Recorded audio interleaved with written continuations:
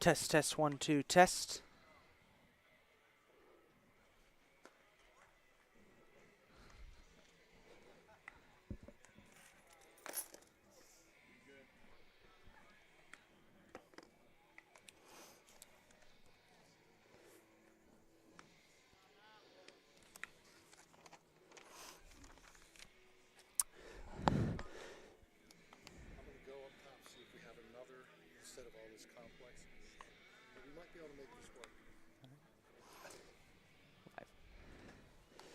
It is a beautiful day here at the CCBC Catonsville Baseball Complex as we are live for Cardinals baseball action as the Cardinals face off against the Raptors of Montgomery College.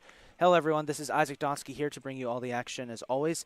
Today's game is probably one of the most anticipated matchups of the entire season for the Cardinals, and for a very good reason. We'll get into that in a second. Catonsville comes into today's game with a 15-21 record on the season, 8-7 in conference play, sitting 6th in Region 20 standings. The Cardinals coming off a tough doubleheader loss to Garrett College last Thursday, which included a 5-3 loss in extra innings. Their opponent, Montgomery College, is in a bit of a tougher situation. The Raptors come into today's game with a 12-27 record on the season, 5-17 on the season in conference play, and they sit second to last in Region 20 standings. They're coming off a 15-2 loss to Harford Community College, which has been part of a 12-game losing streak for the Raptors. Not exactly the best situation for them today.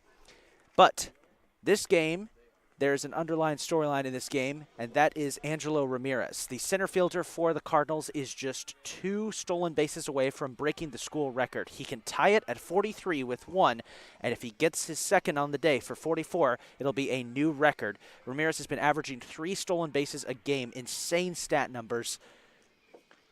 He's more than doubled the next best player on the Cardinals. Cannot wait to see what happens when he finally breaks that record, which will most likely happen today if he gets a chance to get on base. We're about 10 minutes away from first pitch, so let's take a look at the starting lineups for our teams, and we begin with the visitors from Montgomery College, the Raptors. Let's take a look and see who they have. Their starting lineup is as follows.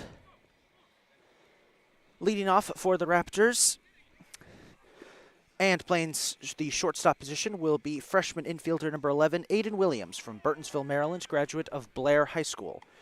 Batting second and manning center field, will be freshman outfielder number 23, Kevin Knoss from Miami, Florida, graduate of Miami Killian Senior High School.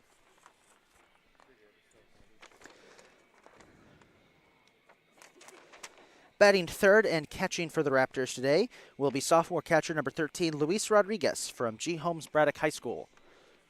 Batting fourth and playing right field for the Raptors will be freshman outfielder and pitcher number 15, Jonathan Mcmath from Florida. Batting fifth and playing first base for the Raptors will be freshman catcher number 17, Christian Hobson from Burtonsville, Maryland, graduate of St. Vincent Pallotti High School. Ladies and gentlemen, we wish you a pleasant good morning. Batting sixth and serving as the designated hitter for the Raptors today will be freshman infielder number 7, Avery Thomas from Deerfield Beach, Florida, graduate of Deerfield Beach High School. Batting seventh and playing left field for the Raptors will be sophomore pitcher and outfielder number 22, Cameron Day from Hagerstown, Maryland, graduate of Clear Spring High School. Batting eighth and manning third base for the Raptors will be freshman infielder number 1, Maverick Durant from Damascus, Maryland, graduate of Damascus High School. Batting ninth and playing second base for the Raptors we appreciate your cooperation in being good fans. For your safety and the safety of our will be freshman infielder number 24, Daniel Fernandez from Manassas, Virginia, graduate of Osborne Park High School. Pitching today for the Raptors will be freshman pitcher number 8, Ryder Chalk from Sykesville, Maryland, graduate of South Carroll High School. Now let's move on to the starting lineup for the homestanding Cardinals. Leading off for the Cardinals will be the left fielder, sophomore outfielder number 29, Roman March from Baltimore, Maryland, graduate of Franklin High School.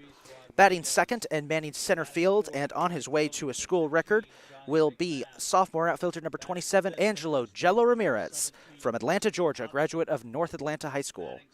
Batting third and manning right field, completing the trifecta out there, will be sophomore third baseman and right-handed pitcher number 8, Alex Elliott from Clarksville, Maryland, graduate of River Hill High School. Batting fourth and manning first base today will be freshman first baseman and designated hitter number 16, Pistol Pete Howell from Maitland, Florida, graduate of Lake Howell High School. Batting fifth and serving as the designated hitter for the Cardinals will be freshman catcher number 25, Tony DeAngeli from Columbia, Maryland, graduate of Athelton High School. Batting sixth and catching for the Cardinals will be freshman catcher and right-handed pitcher number 20, Alexis Calderon from Kissimmee, Florida, graduate of Point Siena High School. Batting seventh and playing third base for the Cardinals will be freshman second baseman and shortstop number 3, Noah Deluca from Odenton, Maryland, graduate of Arundel High School. Batting eighth and manning second base for the Cardinals will be freshman shortstop and second baseman number 5, Christian Figueroa from North Arlington, New Jersey, graduate of St. Mary's High School. Finally, batting ninth and playing shortstop for the Cardinals will be sophomore shortstop and right-handed pitcher number 1, Orlando Perez Jr. from Ocoee, Florida, graduate of Winter Park High School. Starting pitcher for the Cardinals today will be Max Cutts, the freshman right-handed pitcher number 14 from Orlando, Florida, graduate of Olympia High School. Tony DeAngeli. Batting sixth, the catcher number 20, Alexis Calderon. Batting seventh, the third baseman number 3, Noah Deluca. It is a beautiful day here at Catonsville today. Light clouds in the sky. Pretty warm, mid-high 60s, but a little bit of a cool breeze, so it is still jacket weather. Just a little bit, though. It's good to see some good weather for once for the Cardinals, who have been plagued with bad weather this season. Catonsville is Dan Blue. His assistant coaches Justin Riggin, Jimmy Mouter, Charles White, and Mike Delgadio. Please welcome homestanding Catonsville. And of course, folks, we will be keeping a close eye on Angelo Ramirez today as he goes for the record. He's 1 away from tying the school record, 2 away from setting a brand new record for stolen bases. It has been incredible to watch this season just how many times he gets on base and how often he is taking an extra base. Catonsville will be wearing their alternate black jerseys with red numbers, red sleeves, white trim, and white pants today. Montgomery College will be wearing black jerseys with white numbers, purple stripe down the middle, and light gray pants.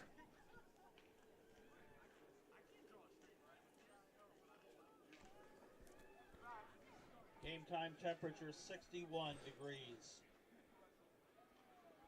We thank you for joining us and hope that you enjoy this afternoon's doubleheader.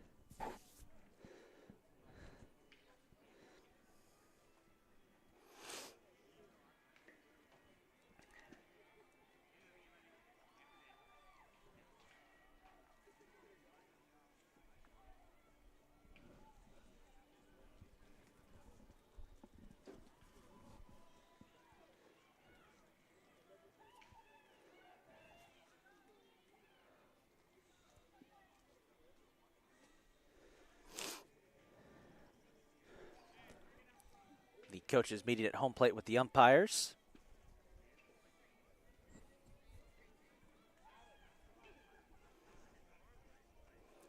And folks, again, we cannot stress just how much of a beautiful day it is here at our CCBC Catonsville Baseball Complex. The entire campus athletic facilities are buzzing. We've got either a high school or a middle school lacrosse/soccer tournament going on down on our soccer field. Tennis courts are bustling with casual games of tennis. Only place on the entire complex that has no action going on right now is our softball complex. The softball team is actually on the road today. If you give me 1 second, I can let you know where they are.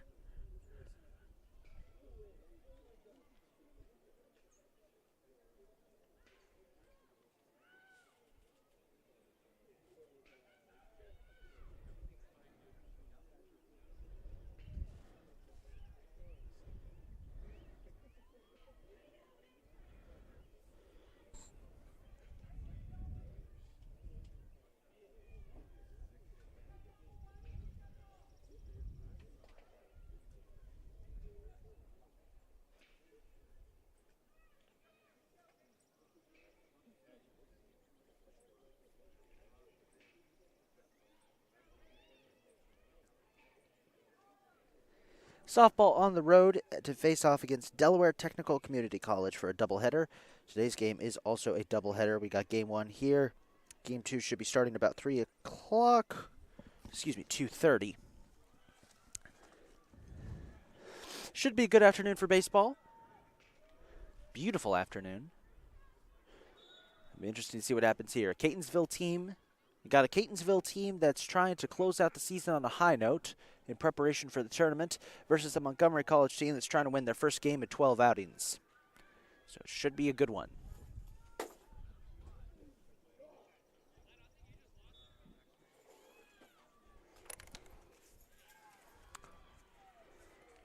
A little windy here, not a lot. We've had a lot of trouble with the wind this year, but there is a little bit of a wind. As the meeting at home plate between the coaches and the umpires wraps up, we're about to get underway. Again, for those of you who are just joining us, Montgomery College will be wearing their black jerseys with a white and purple stripe down the middle, white numbers, and light grayish pants. Catonsville wearing their alternate black jerseys with red numbers, red sleeves, white trim, and white pants. And the Cardinals take to the field. Starting pitcher for the Cardinals today will be Max Cutts, who's kind of had a quiet under-the-radar season for the Cardinals, but still a good one. Cutts doesn't get a ton of starts as a freshman, but when he's been on the mound, he has been fantastic. Also is responsible for one of the few no-hitters this season for the Cardinals. So again, just to reiterate the positions, Cutts will be pitching, Alexis Calderon will be catching, first base will be Pistol Pete Howell, second base will be Christian Chico Figueroa, shortstop position will be Orlando Perez Jr., Noah Deluca will be at third base, and in the outfield will be Roman March in left field, Angelo Ramirez in center field, and Alex Elliott out in third. That outfield is a deadly one, folks. Just wait till you get to see them up at the plate. And leading off for Montgomery College to start this game will be Aidan Williams, the shortstop. Williams is arguably the best hitter for the Raptors, leading the team with 46 hits on the season, 7 stolen bases, batting average of .404, on-base percentage of .504. It's been one of the bright spots of what has been a difficult season for the Raptors.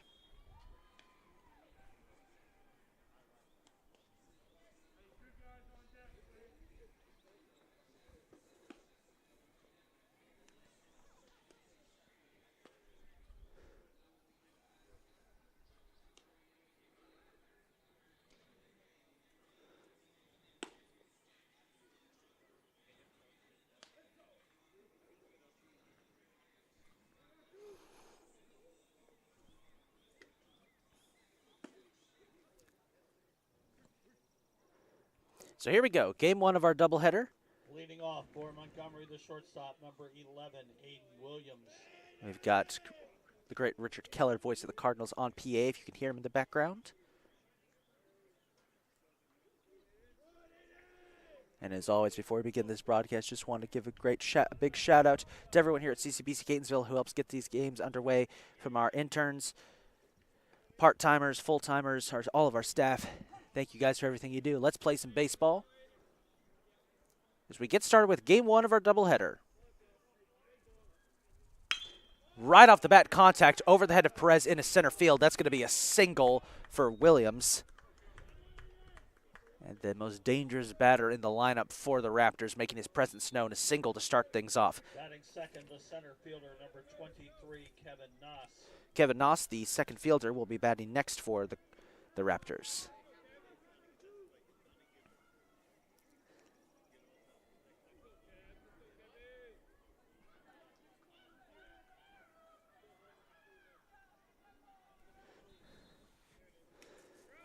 Bit of a wild pitch that's going to allow Williams to advance to second, as that got away from Calderon.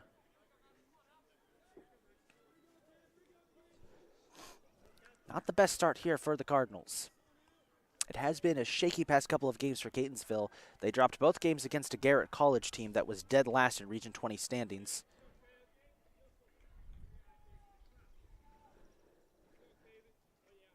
One no count.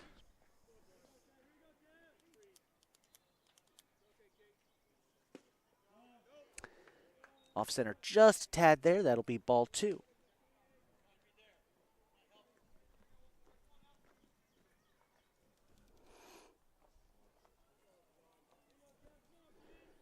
Two-oh count.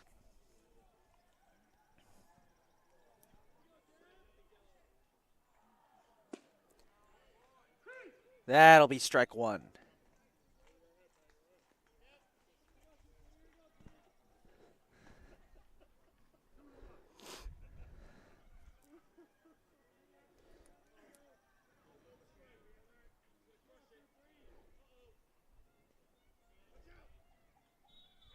The 2-1 pitch. Knoss had to duck on that one as it was well off center. Right over his head. It'll be ball three. Cuts takes a moment on the mound to relax himself. 3-1 count, one ball away from a nice relaxing Saturday afternoon stroll to first for Knoss. Instead, he'll smack that one back into center field. Jello is back waiting for it.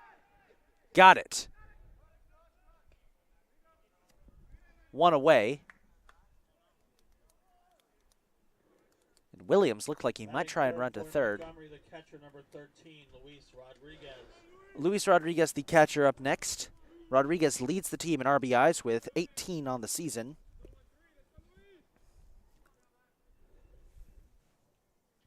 And with one on second base, good chance here to get another RBI.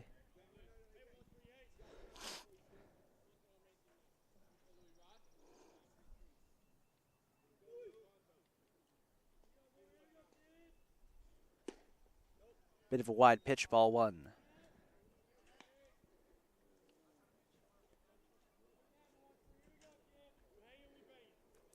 Cut's doing a little snap with his fingers there. Probably signaling Chico and Orlando out there in near second base. And that's why probably they're trying to get Williams off at second.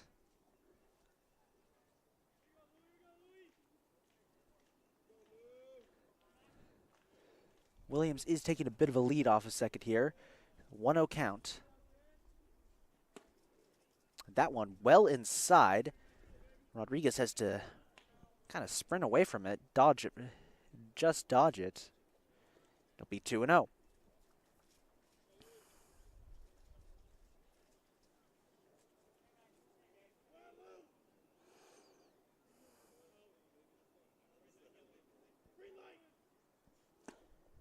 Low pitch, ball three.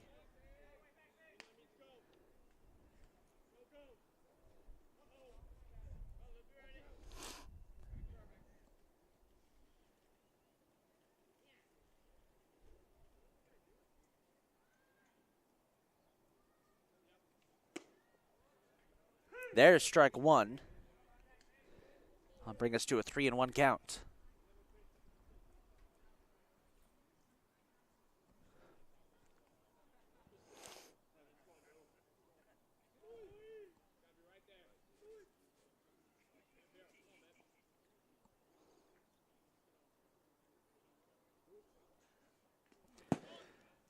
That's ball 4. Gets away from Calderon.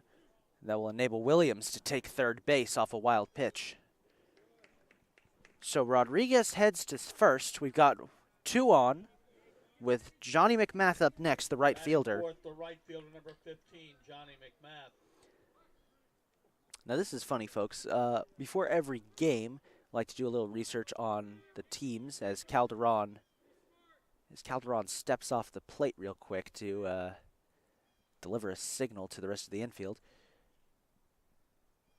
Before every game, we like to take a look and see take a look at the information, hometowns, and home high schools for all the players on the opposing team. Johnny Mcmath's information just said Florida. No state, no city in Florida, no high school, just Florida. So that's the fun thing about community college athletics. Sometimes you find missing information like that. It's just good for a little chuckle here and there. 1-0 count.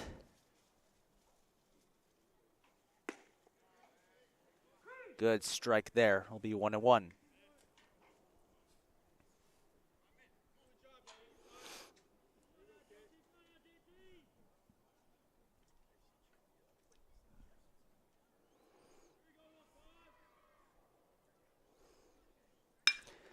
Ground ball. Chico's on it. Flips it to Perez. Chance for a double play. Got it. Nice double play there for Catonsville. That will negate Williams coming home. And we head to the bottom of the first. The score is 0-0. Boy, Montgomery in the top half of the first. Walk and 1 left. We played a half inning. Montgomery 0, Catonsville coming to bat.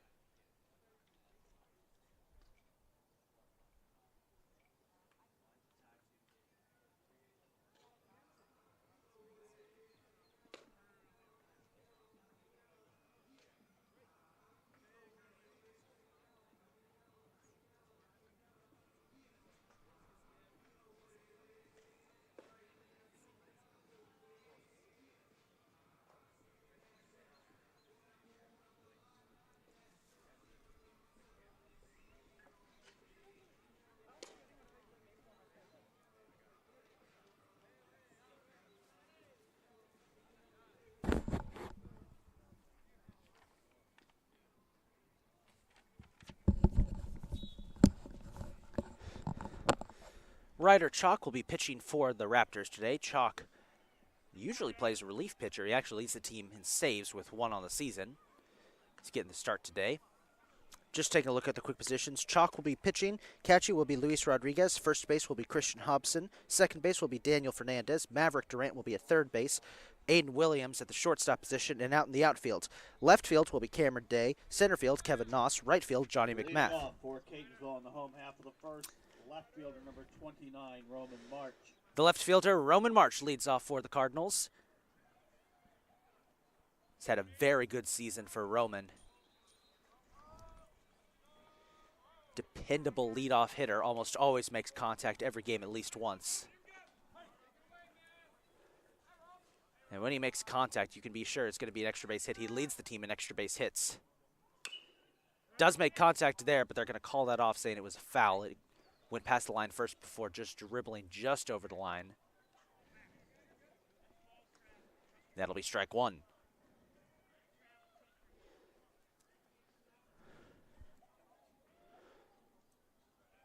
March is a local kid from Baltimore, Maryland. Graduated from Franklin High School. He's in his second year here at Catonsville. And he smashes that one into right center field, and the right fielder's there to pick it off. 1 away. Now here's the moment we've been waiting for, folks. Batting second, the center fielder, Angelo Ramirez.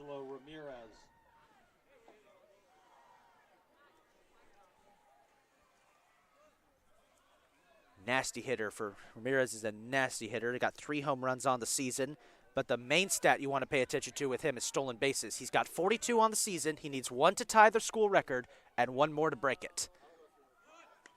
And he'll go for a bunt there. And it looks like that might have actually hit him, but no, they're going to rule it didn't. It actually hit.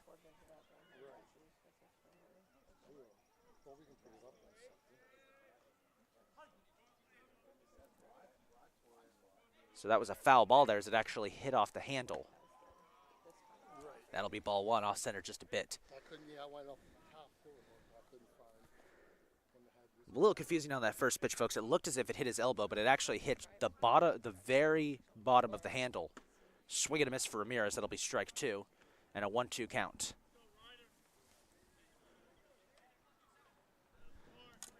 We were saying earlier in the press box, all he needs is 1 inning, one chance to get on base, and he can take the record. Fly ball, left field, and the record will have to wait a little bit. 2 away as out comes the third member of the outfield, Alex Elliott, the leading hitter for the Cardinals. 43 hits on the season. Also a pretty dependable pitcher, too.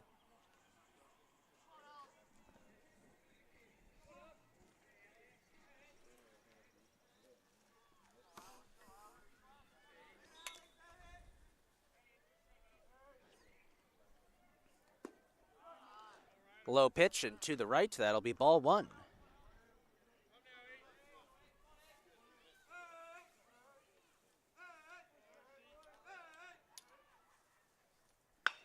Ground ball, slips through the pitcher's glove. It's going to be a track race. Elliott got it. A single for Elliott and the first hit of the day for the Cardinals. The first baseman, number 16, Pete Howell. Batting next for the Cardinals, first baseman, Pistol Pete Howell. That's the team's nickname for him, not mine.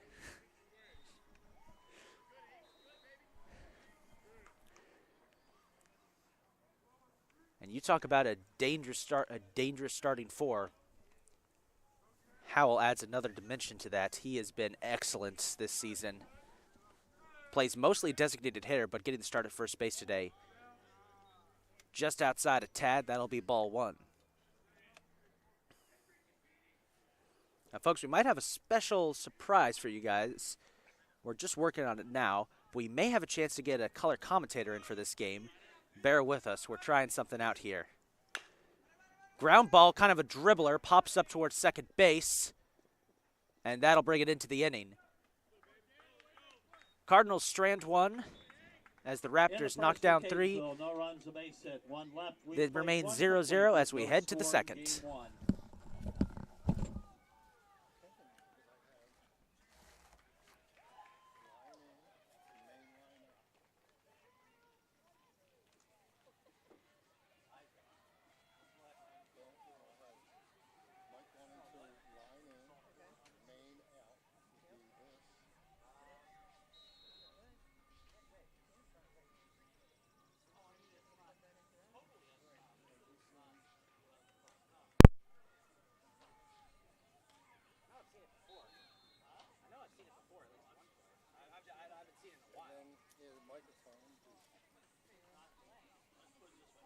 You have to go to the stream though, so we can verify.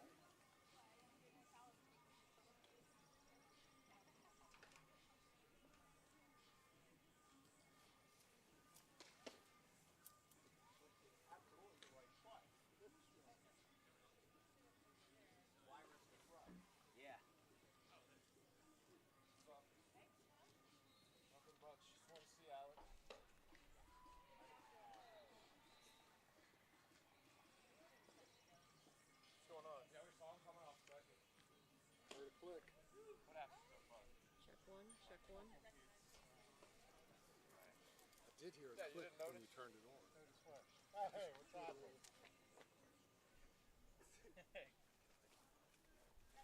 Leading off the second inning for Montgomery, the number 5 batter, first baseman, number 17, Christian Hobson. Here we go in the second, 0-0. Christian Hobson, first baseman, leading off for the Raptors. Facing off against Max Cutts.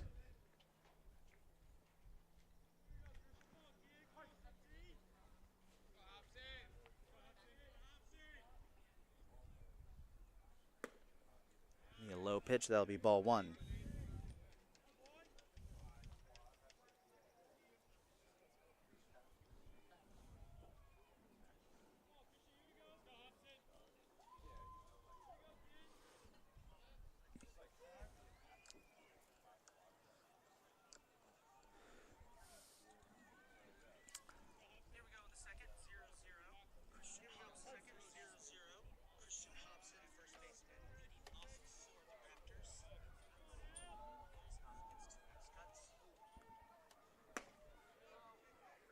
That'll be strike 1.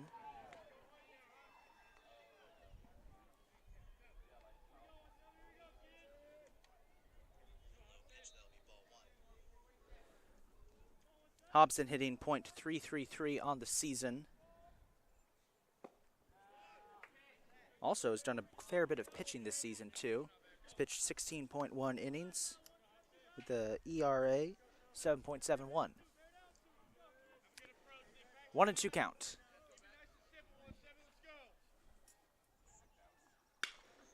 Fly ball into right field. Elliott's underneath it, and that'll be 1 away.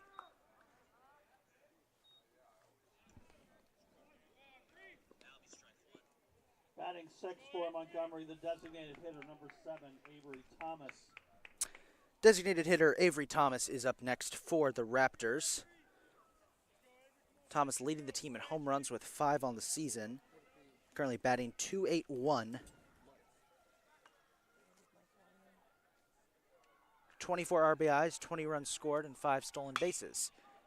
Ground ball, third base. Deluca manages to pick it off. There was a bit of a collision at first between Thomas and Howell. Howell got him. 2 away. Batting 7th for Montgomery, the left fielder, number 22, Cameron Day. Cameron Day, left fielder, up next. Day from Hagerstown, Maryland. Usually starts as a pitcher.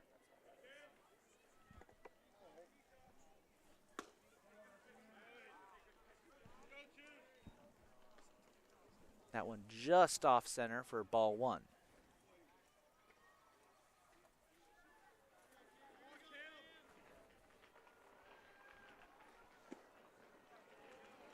Tad low, ball 2.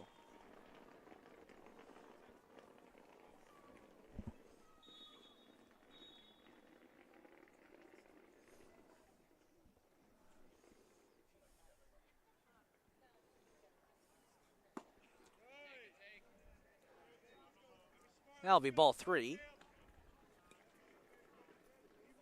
3-0 hole here for Cuts to try and climb out of.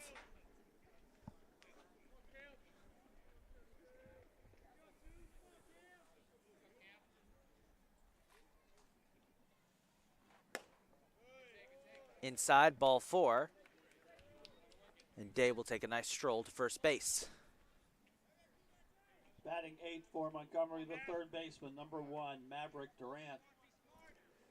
Third baseman Maverick Durant will be next up for the Raptors.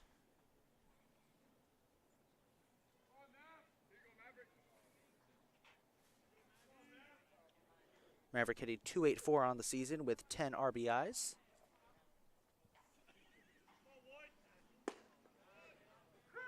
As that'll be strike 1.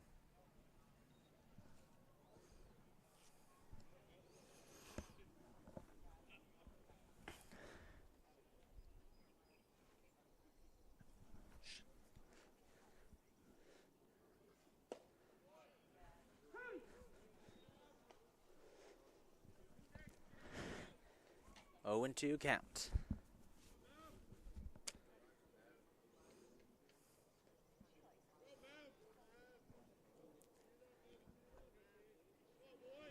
Cuts keeping an eye on Day out there at first.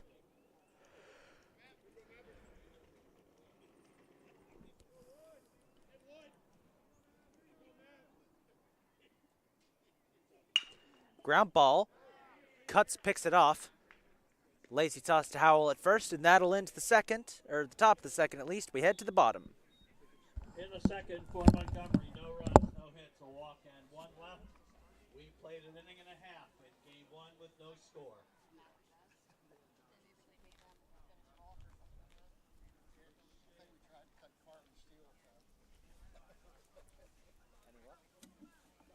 I switched to another input.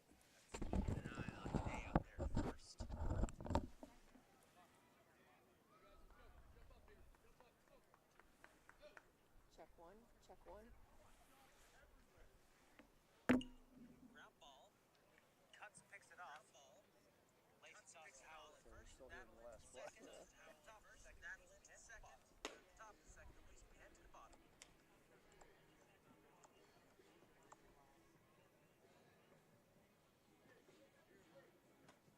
So we should hear you say any lock. I'll mute the mic, your mic.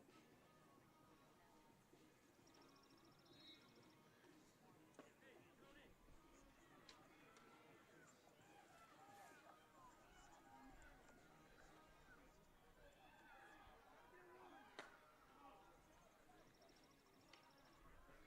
feel like it's only picking up one base.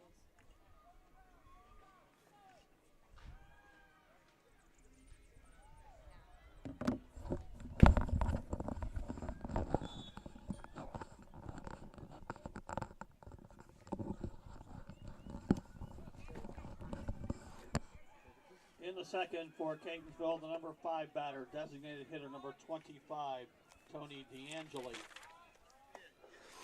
So leading off this inning for the Cardinals will be designated hitter number 25, Tony D'Angeli. Currently the team in total RBIs with 31 on the season. Also has 3 home runs, which ties him there, and leads the team with an on-base percentage of .467. So D'Angeli, very productive season for him. He fouls that one away for strike 1. Bear with us, folks. We are still trying to figure out how to get a second mic attached so we can have some color commentating for this game. Just bear with us. We're having a few technical difficulties, but we're working it out. 0-1 count. D'Angeli smacks that one deep center field. And that'll be caught out. 1 away. Not enough oomph on that one. Batting 6 for Catonsville, the catcher number 20, Alexis Calderon. The catcher, Alexis Calderon, up next for the Cardinals.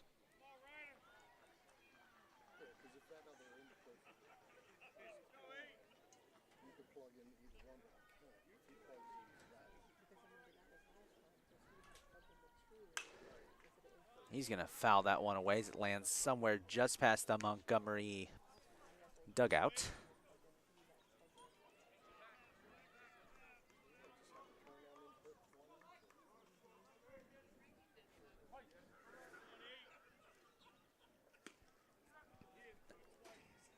That'll be ball 1 as that one gets away. Gets away from the catcher. Gets away from Rodriguez.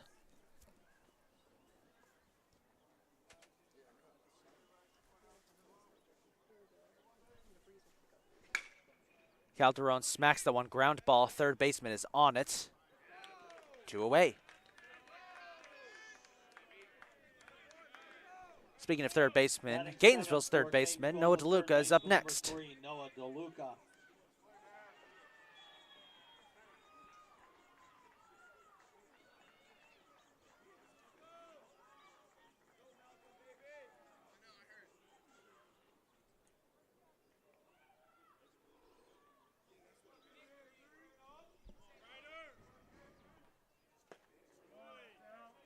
First pitch will be outside just a tad. It'll be ball 1.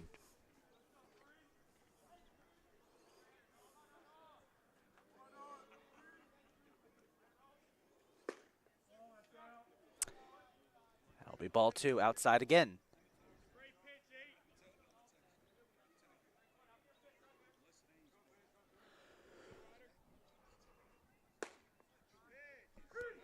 Strike 1.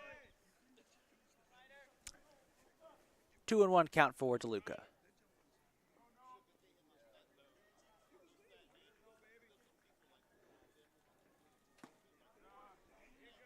Low pitch, ball 3. 3-1. Deluca has one more ball before a nice stroll to first base.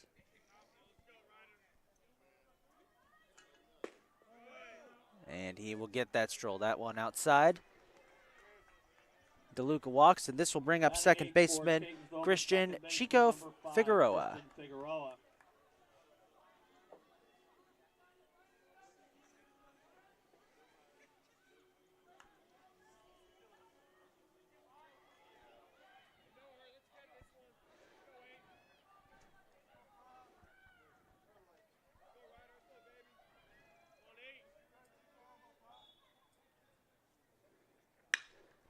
Fly ball in center field, back towards the wall.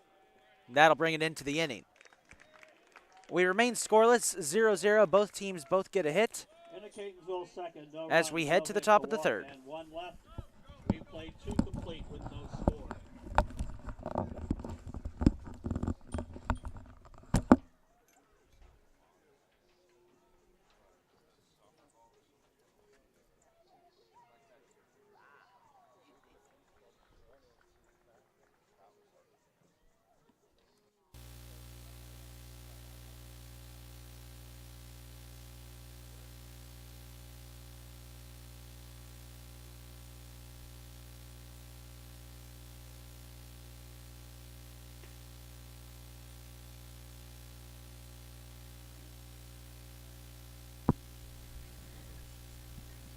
Check one, check one.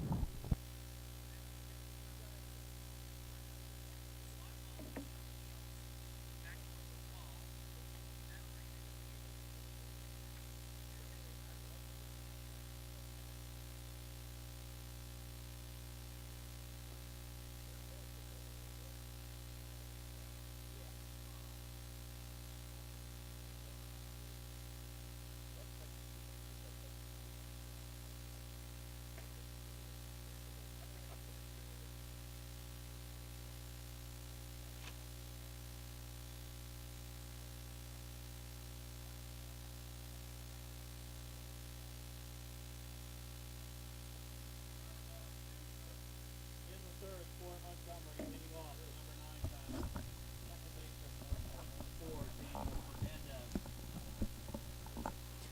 Here we go to the third, still scoreless. Daniel Fernandez will be leading off this inning, the second baseman, as we reach the bottom of the order for the Raptors. And he has to jump away from that one, as that is ball 1. Came close to being a hit by pitch.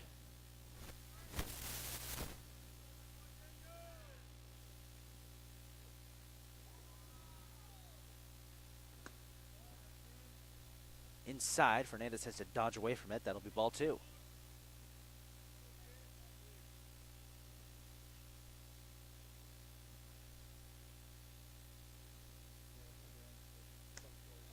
Inside again.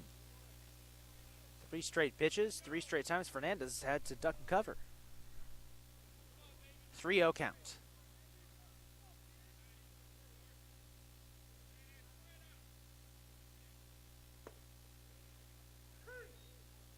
Got him that time, strike 1.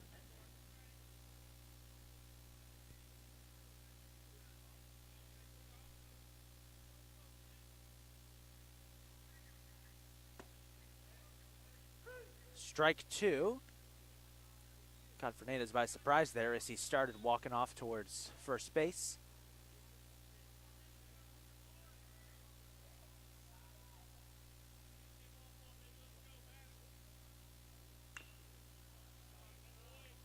At a full count, Fernandez fouls that one away. A little skip and a hop down by the Catonsville dugout. No harm but a foul.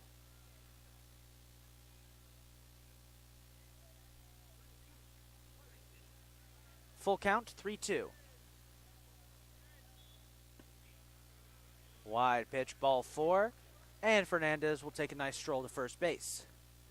Back to the top of the order we go, and we got The order for Montgomery, shortstop number 11, Aidan Williams, the shortstop, will be next up to bat.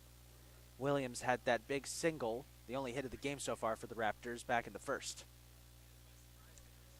Outside of that hit, Raptors have pretty much been held in check by Cutts, who's been doing an excellent day. Cutts has an ERA of 7.74 on the season. He's been Good where it counts. Nice pitch there, strike one.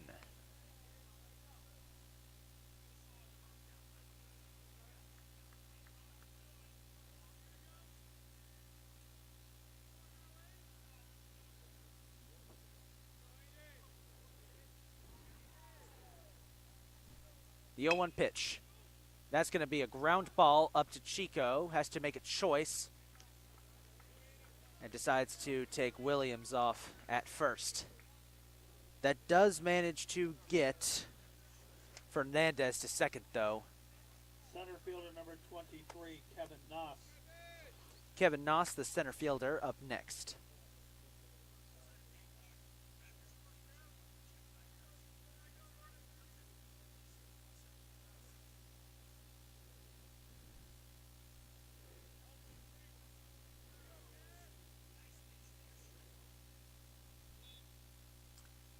Cut's keeping an eye on Fernandez out at second. Bunt attempt, and he's going to bunt it foul instead for strike one.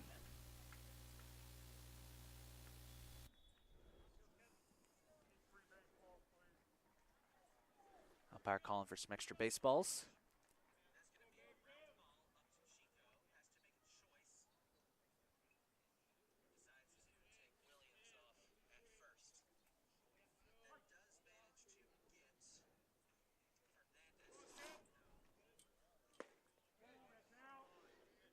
Outside pitch, ball one. Be an even count, 1-1.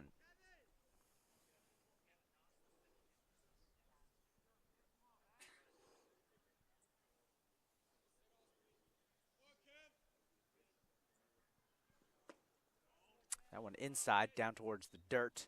Ball two.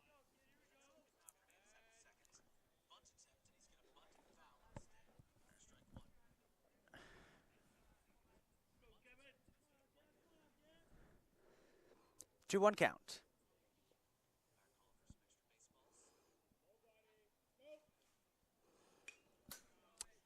Fouls that one away. Bring us back to an even count at 2-2.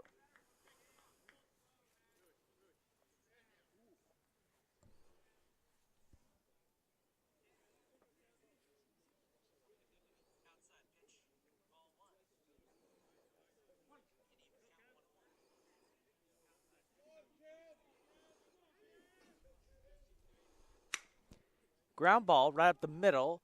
Perez is there. And that'll be two away. Fernandez now on third in scoring position. Catcher number 13, As Luis Rodriguez, the catcher, is up next. Rodriguez again is leading the team in RBIs and has a great chance to get one here with Fernandez in scoring position.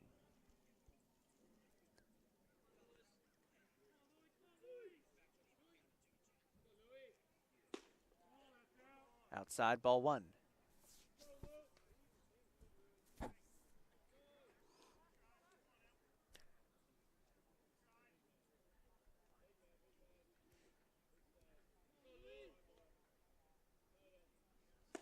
Swing and a miss, strike one.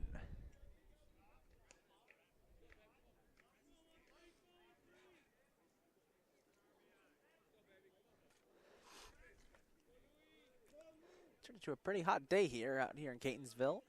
There is a little bit of a cool breeze. There's a low pitch for ball number two. 2-1.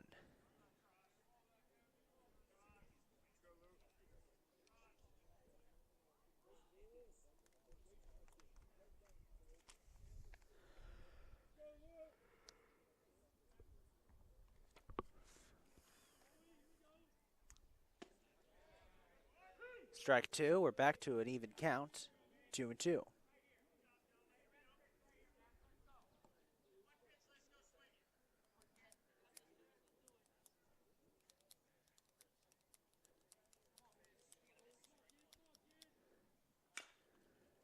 Ground ball, pops it up. Deluca got Howell. Howell got him. Howell had to jump for it, but was able to get it. And that preserves the shutout, 0-0 as we head to the bottom of the third. We played 2.5 with no score in game one.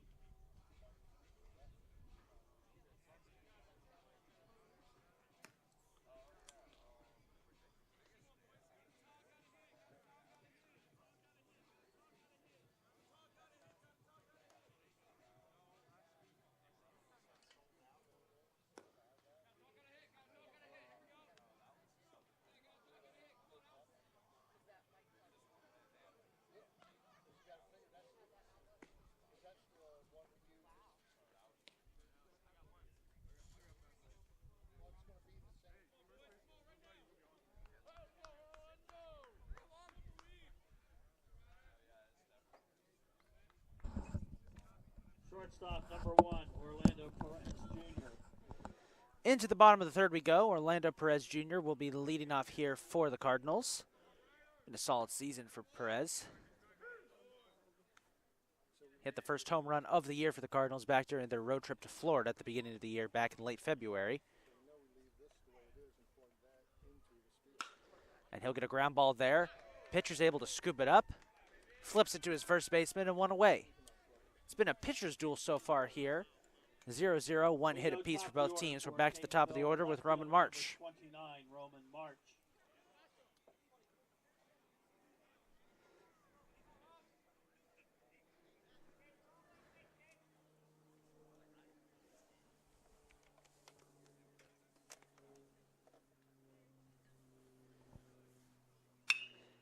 March will foul that one away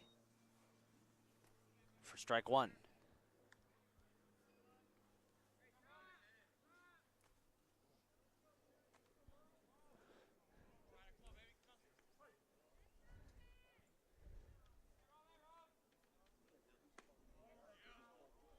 Outside, ball one.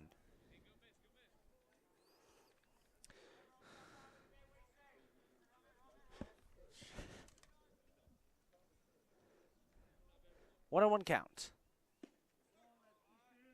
Just inside for ball two.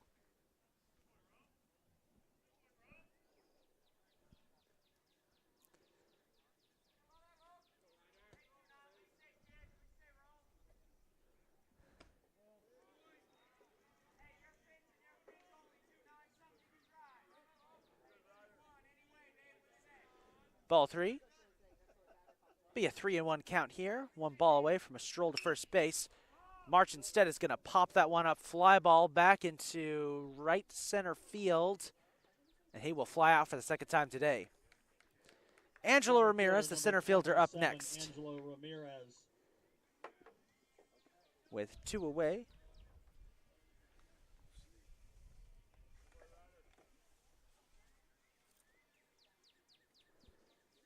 And again, we're watching for that record to be broken, but Ramirez has got to get on base first.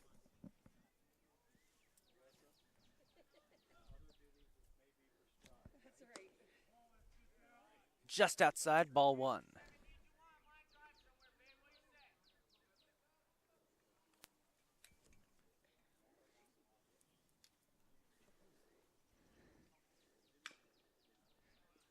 Swing, and he fouls that one for strike one.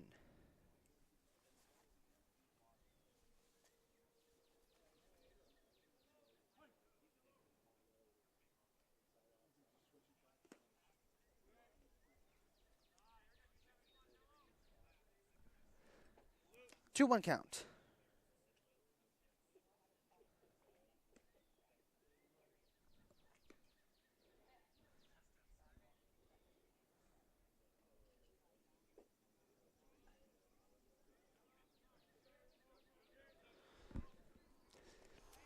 Do one count.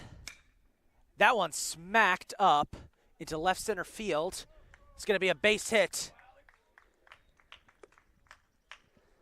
Angelo has gotten on base. Here we go. Right fielder number 8, Alex Elliott. He needs just one stolen base to tie the record. And this is the moment that I believe pretty much everybody on both the Cardinals, everyone in the all the fans in attendance here have been waiting for.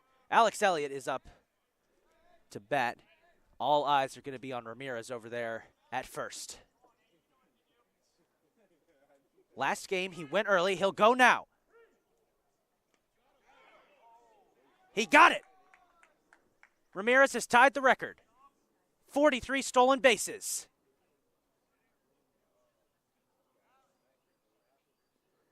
That was strike one for Elliott, by the way.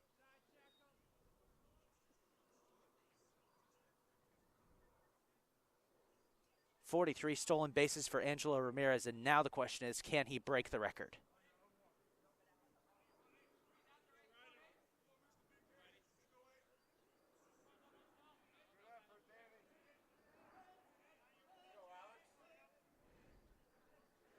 It's a 0-1 count for Elliott, as that was strike one. Elliott smacks the one, ground ball, gets past the shortstop. Here's a chance. Ramirez is going to try and come home.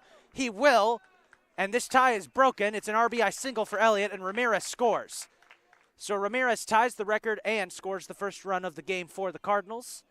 Catonsville leads it 1-0 as Pete Howell comes up next. 16, Pete Howell.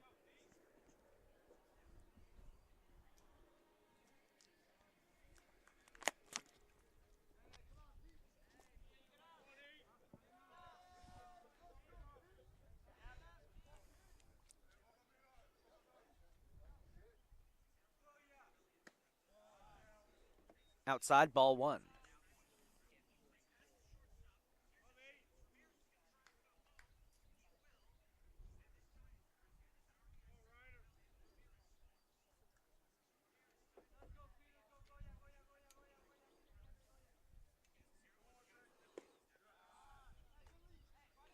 Low pitch, ball two.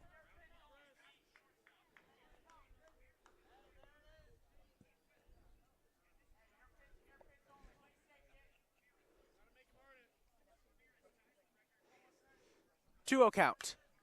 Howell fouls that one away. Look out, look out. Goes flying back and lands somewhere on our soccer field. Always a little hairy when those foul balls get knocked up in our direction.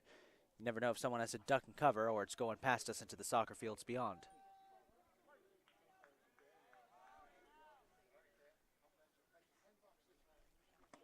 Way high pitch. Elliott's going to try and take second. Got it! Alex Elliott steals second off of that high pitch. 3-1 count for Howell.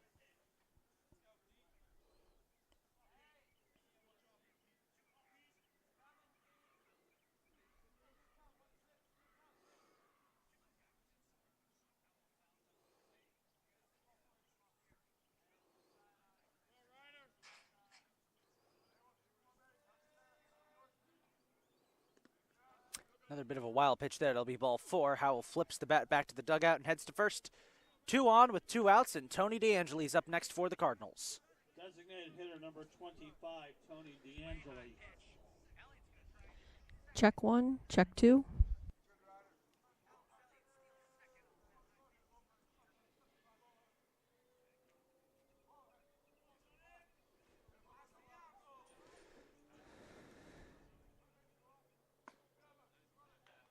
Outside, ball one.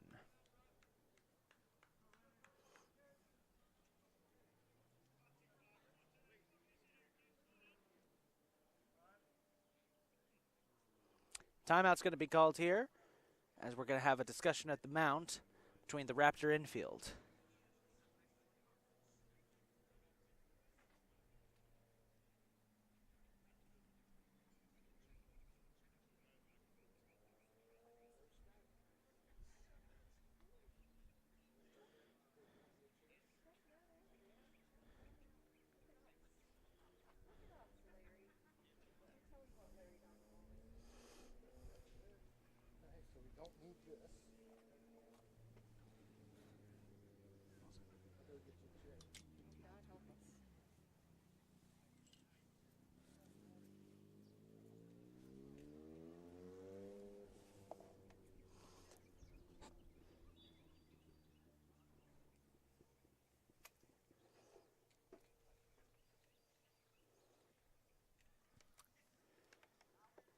So after a board meeting over there at the mound, return to the status quo.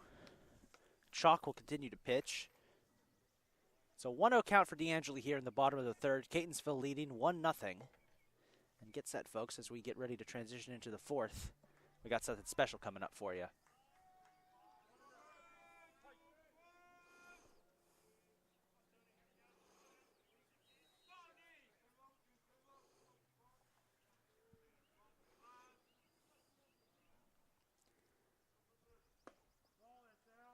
Outside, ball two.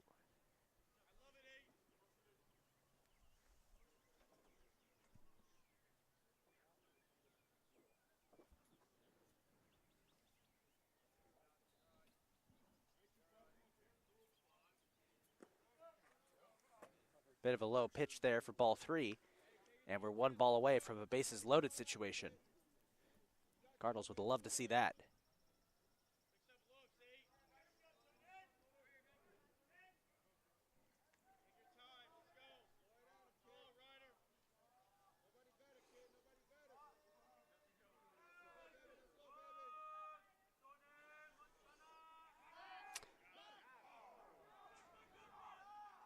Ball was loose on there trying to pick off attempt, and Elliott's going to go ahead and run to third. Second baseman dropped it while they were trying to pick off Elliott. So now we got a runner in scoring position for DeAngeli. He is leading the Cardinals in RBIs. Chance here possibly to increase that total.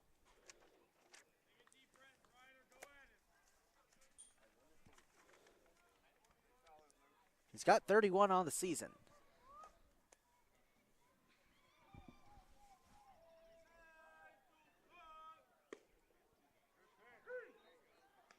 There's strike one. So a 3-1 count for DeAngeli.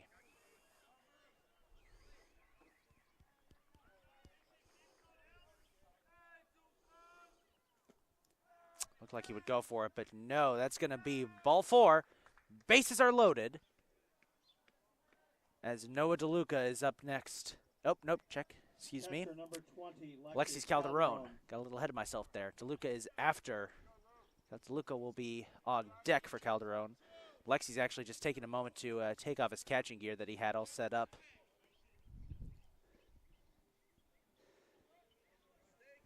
So a chance here for Calderon to increase the lead for the Cardinals.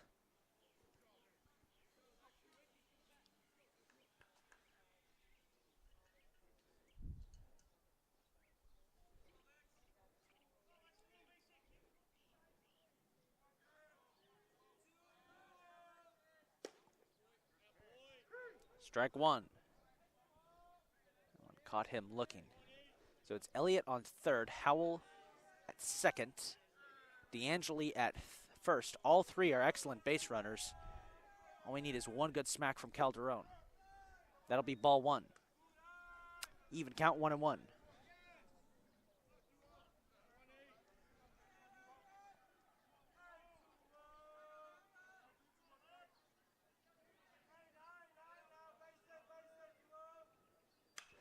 Calderon will pop that one up. That's going to go foul and is caught out by the third baseman. So it remains a 1-0 game. Catonsville does manage to grab the lead. Bases loaded situation comes up short for them. We head to the fourth. 1 run, 2 hits, 2 walks, and 3 left. 3 complete. Catonsville 1, Montgomery 0.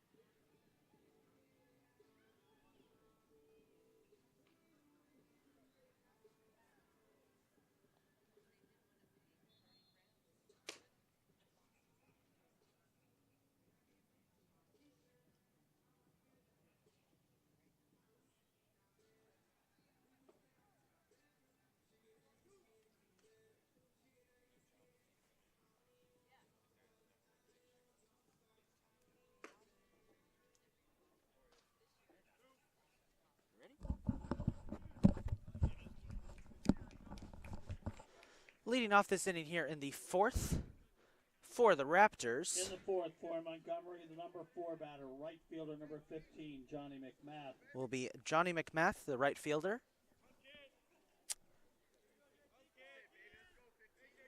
We're just adjusting our camera here for a second and give you guys a better view. As there is strike one.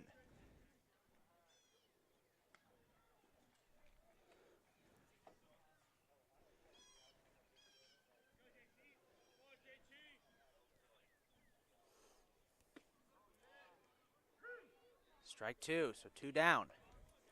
And we have a special guest joining us, folks, here in the fourth. We worked pretty hard to get this set up. Had to change through a couple of mics. Joining me here for some color commentary, as there is ball one, is our administrator of Catonsville Athletics, Mrs. Melissa Miller. Melissa, how are you doing today? Hey, Isaac, I'm good. And how about you? Pretty good. Excited that we actually have 2 people on the mic for once. It's going to be fun. And better yet, better weather. Oh, yes, yes. Not tell you, it is beautiful out, truly beautiful here. As that was just outside for ball 2. Mcmath looked like he might try and go for it.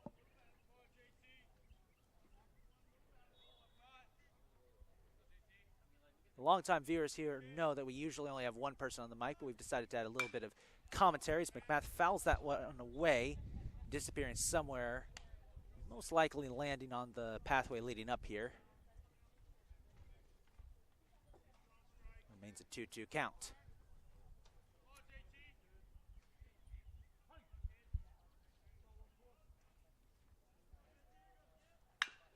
Ground ball, and Cuts just is able to pick it out of the air. Flips it to Howell, and that's 1 away. First baseman Christian Hobson up next for the Raptors. 17, Christian Hobson.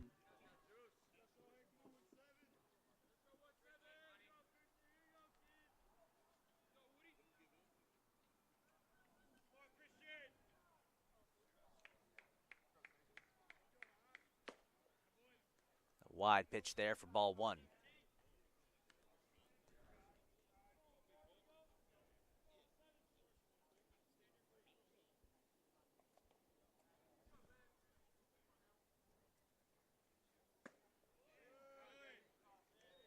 Inside, that'll be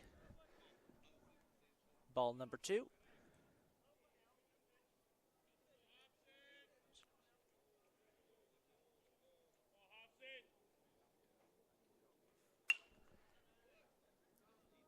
Hobson will foul that one away for strike 1.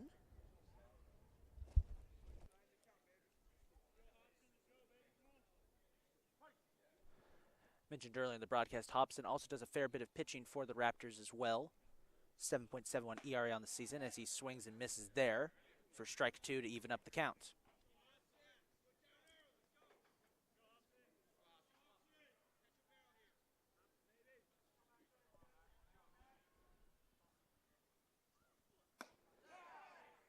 Strike 3, that'll be 2 away. Max has done a really nice job today with keeping these Montgomery hitters off balance, giving it a good mix of off speed with the fastball and then changing elevations with that fastball today.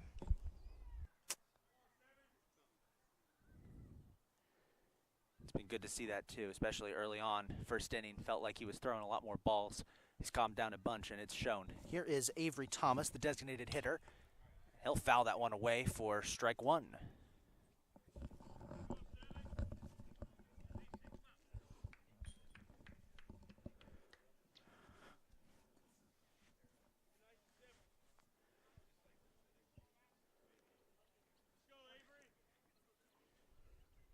The 0-1 pitch. Inside, ball 1.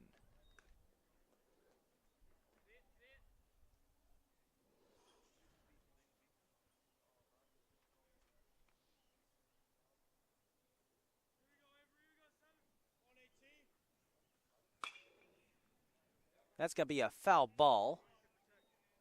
This goes bouncing down off the Catonsville bullpen. Umpire's going to call for a fresh set of baseballs. 1-2 count here for Thomas.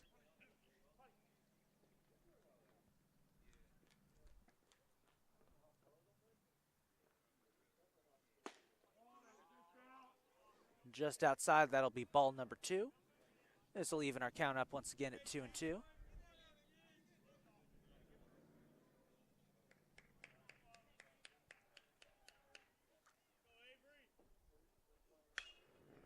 Thomas pops it up. Calderon goes for it. It's going to be foul either way, and he gets it. And we head to the bottom of the fourth. Halfway through game one, Catonsville leads it 1-0. Montgomery down in order in the fourth. We've reached the halfway point of game one. Catonsville 1, Montgomery 0.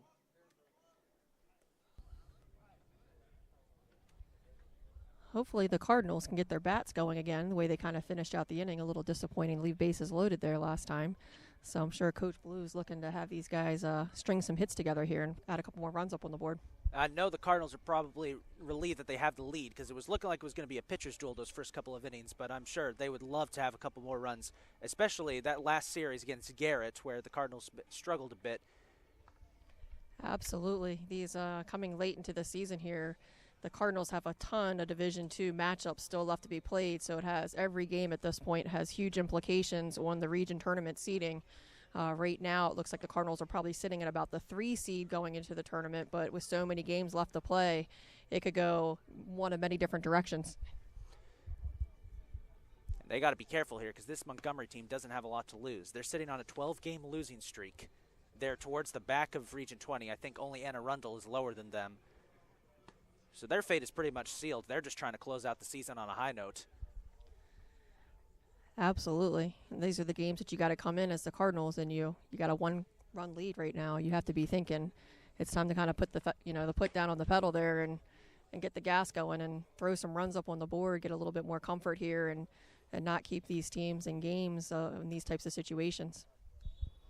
Well, Noah Deluca will be leading off this inning for the Cardinals. And for those of you who are fans of Catonsville softball, the Lady Cardinals are just about to kick off their first match of their doubleheader against Delaware Technical Community College, game that was rescheduled from all the way back in March. It's back when we still had that freak snowstorm. Noah Deluca. Anyone remembers that?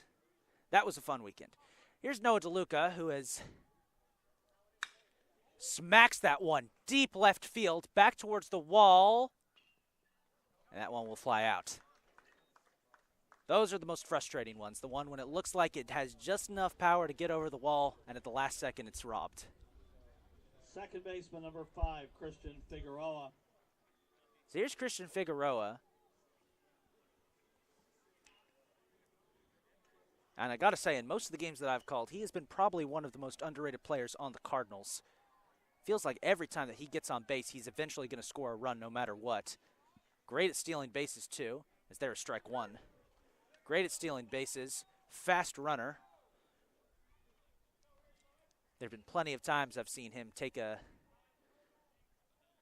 get a run in from when he's been sitting on first or second, as there's strike two.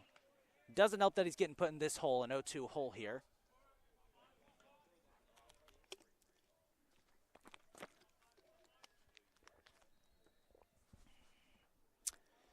The 0-2 pitch. That one high. Ball one.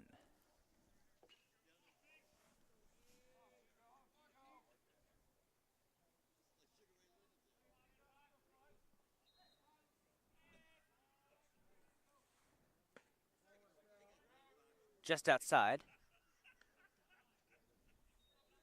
That'll be ball two.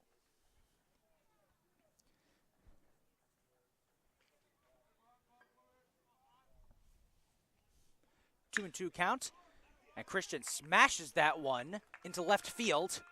It'll be a single. He thought about going to second, but he's going to stay there. Shortstop, number 1, Orlando Perez Jr. So Figueroa gets things started. Orlando Perez Jr., the shortstop, up next for the Cardinals. Roman March, the top of the order, on deck.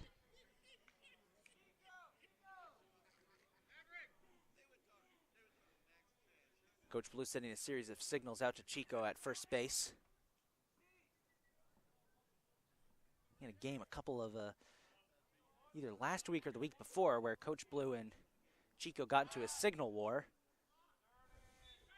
as Chalk tries to pick off Chico at first. They were going back and forth with Blue changing up the signals every so often, telling Chico whether or not he wants him to steal, whether he wants to stay, swing away, bunt. It was wild. They're again going to try and pick off Chico. He's been taking a big lead off of first.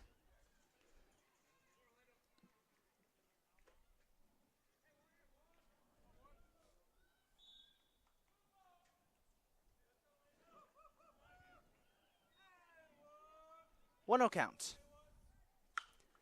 Perez pops that one up. Pitcher calls for it. That'll be 2 away. Back to the top of the order we go. Roman March.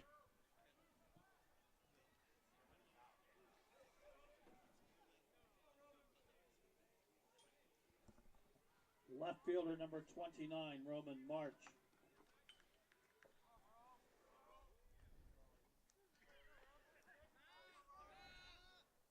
See here what Roman can do. And again, they're going to try and pick off Christian at first. He's gotten into Chalk's head a little bit there. There he goes again, taking a little leap off of first there. Big lead. And he's going to run, try and make it to second. Second baseman dropped it, and Chico will take second. It's the third stolen base of the afternoon for the Cardinals.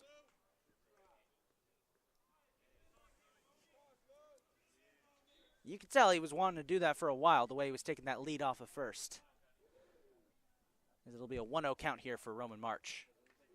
The catcher just needs a brief breather to get his helmet back on.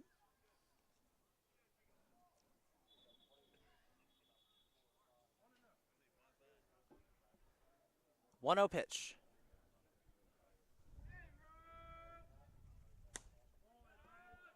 Outside a tad. Ball 2.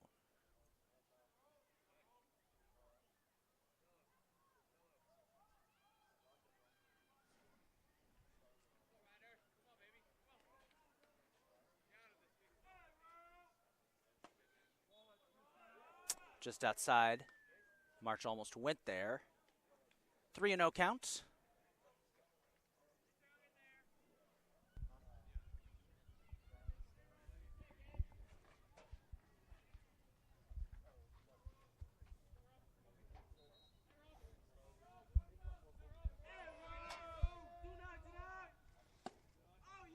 Now it'll be ball 4. March heads to second. Excuse me, first. Looks like he was taken all the way there with 3-0 count.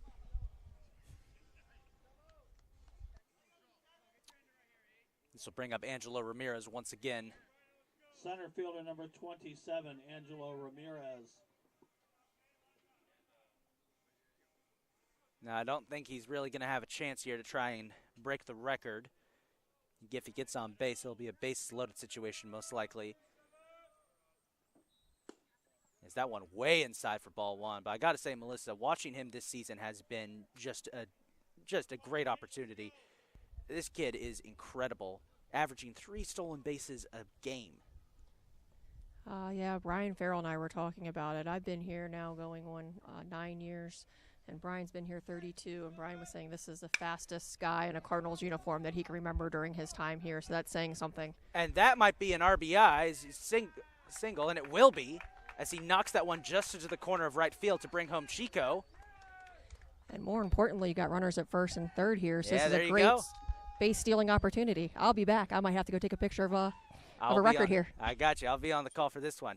An RBI single for Angelo Ramirez, and now a chance to break the record. It's 2-0 Catonsville as Chico came home. Alex Elliott up next. All eyes are going to be on first. Ramirez strolls out a bit to his usual lead. Brian Farrell, by the way, the gentleman that Melissa mentioned, is our head of athletics. Here he goes. He got it. Untouched, Angelo Ramirez has broken the school record for stolen bases. 44 stolen bases on the season for Ramirez. And I'm reminded of the classic Staples commercial. That was easy.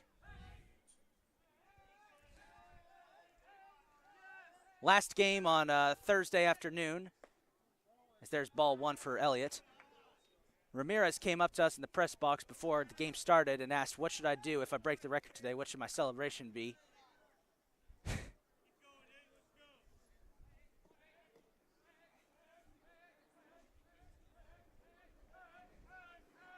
It's a 2-0 count here for Elliott. High pitch, ball 3. And Melissa joining us back then. Well, there you go. Got the record pretty easily. Pretty amazing. And still many games left to play. So that record is going up. The fun fact's going to be, what does he actually finish the season with? I'm going to bet somewhere in the 50s because we've got about that's strike one as Elliott has to go repick his bat up. I'm trying to think. There's about 6, 7-ish games left, maybe a few more. So probably if he keeps up at this pace, because he's already got 2 stolen bases on the day. So I think we have 10 games left in the season after today's doubleheader. There you go, 10 games. I was off by a couple. That right up the middle by Elliott will bring it into the inning. Catonsville leads it 2-0 as we head to the 5th.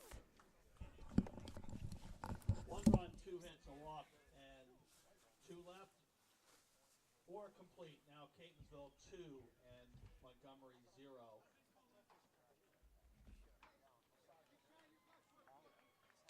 Finally got that temperature up, huh? I've been sitting here for like the last inning or two. I was like, I don't want to jinx it by taking this off, and then all of a sudden it brings the winds in or something. But I'm starting to bake. So you do a little bit of radio too? Or No, it's actually the first time we've done. So they do the live stream, and Isaac or Richard is usually on there for the play-by-play. Oh, I actually put a second mic on here today to try out a little color, giving them. so when you come in? Yeah, today I am. I guess I'm the special guest color commentator. Oh yeah, weren't you talking to somebody earlier about doing something? Yeah. I was trying to get Brian Farrell, athletic records, get retired in July. He's actually a former Cardinals baseball player. I was trying to talk him into getting on here for an inning, but he left here and played over at UMBC, so it's just a big UMBC alumni get together with his graduating class over there to the baseball team there. It's looking good so far. It's nice to pack a couple more runs off this game. Get some breathing room.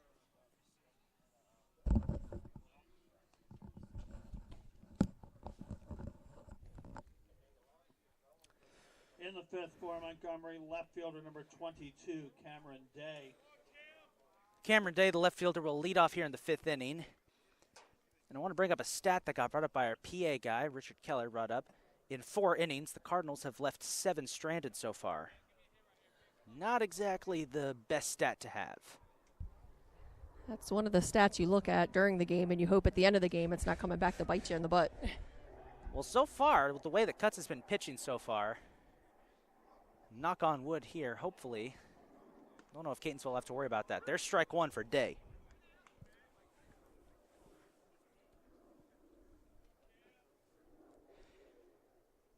And while I mentioned at the beginning of our broadcast that the weather was warm but not very hot as Day fouls that one for strike 2, the temperature has risen a bit here, so much that I think everyone has started stripping off the jackets. It has gotten pretty hot. Still beautiful weather though. Not like boiling hot, but just very good baseball weather. Good baseball weather. It's the best way to say it. Absolutely. We've had way too many games this year. We've had to be in 3, 4, and 5 layers, so it's great. Ground ball. Deluca picks it up. Oh, overshoots Howell.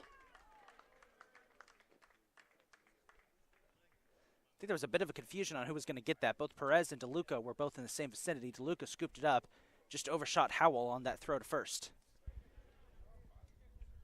Yeah, it didn't have much margin for error there with that being a soft grounder there into that 5-6 hole. So Deluca really had to take an aggressive angle there and had to rush that throw with, a fairly speedy runner going there down the line to first base. So kind of forces more errors when you have those tighter plays. And Deluca usually isn't one to make those kinds of errors. He's been watching him this season. Those throws he makes from third to first are tight. As here we got Maverick Durant, the third baseman, up for the Raptors.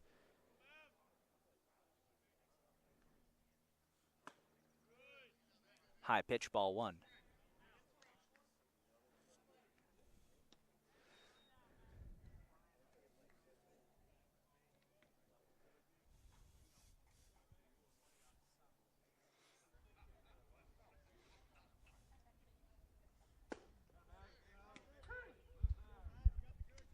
Strike 1. It's a great location, keeping it down there in the zone.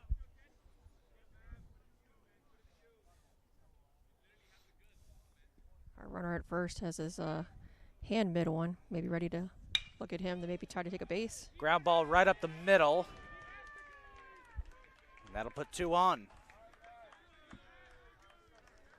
Yeah, I noticed that. I was wondering what that was at first. I thought that was like a cast. No. So it's a protective hand mitt, somewhat relatively newer on the scene.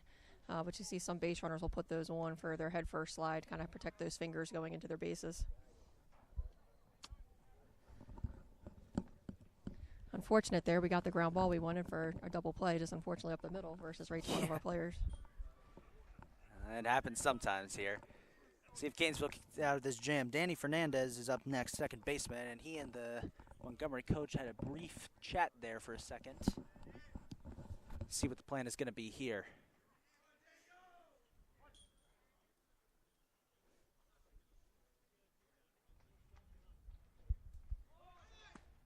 It looks like that discussion was going to be to bunt.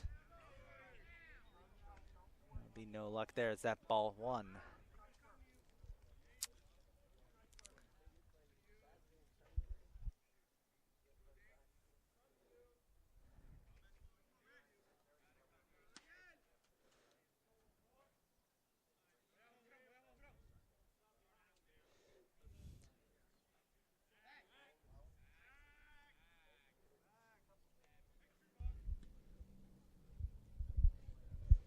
I'm sure Coach Rauscher here is thinking he's at the bottom of his lineup, 2 runners on base with no outs. If he can do his job and move these runners over, coming back into the top part of his lineup, it has to put him in a pretty good situation here to potentially tie the game up.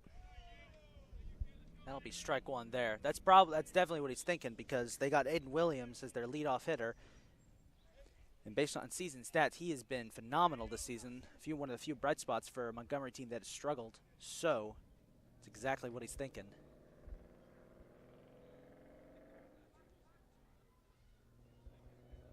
It'll be a 1-1 count here for Fernandez. Cutts is keeping his eye on second base. Another bunt attempt. Cutts has to make a choice. Goes to first, gets Fernandez out. But that'll leave runners on second and third. And this will bring up Aidan Williams. So Fernandez manages to do his job there and move those runners and advance them up. Now let's see how the Cardinals can respond here, see if we can get ourselves out of a little bit of trouble. Williams has been Williams has been very good so far today in getting on base. I think it's the last person you'd want to face here with 2 runners in scoring position. Let's see. Cutts has not been shaken today so far. And get out of this situation.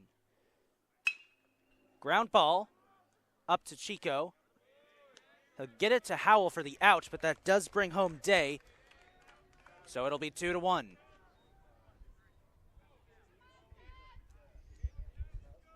Two away as Kevin Knoss is up next. Number 23, Kevin Knoss. So the way he's been swinging the bat today, you have to take that as a little bit of an advantage, and we'll kind of not complain too much there that we were able at least to get it out, even though we had to give up the run. So hopefully now with 2 outs, we can get this last out and get back in there and get the bats going again. And Knoss has struggled somewhat today, so this could be a good situation for the Cardinals to have him. Hopefully I didn't jinx that. That's inside for ball 1. Please, baseball gods, do not let me have just done a commentator's curse. The wind is starting to pick up just a little bit here. Not as bad as it's been in past games, as Knoss fouls that one away for strike 1. Wind has really been a big factor this season for the Cardinals. Had so many games where it has just been playing havoc with us. As I say that now, the wind is picking up. I'm going to keep my mouth shut. 1-1 pitch. Inside just a tad, that'll be ball 2.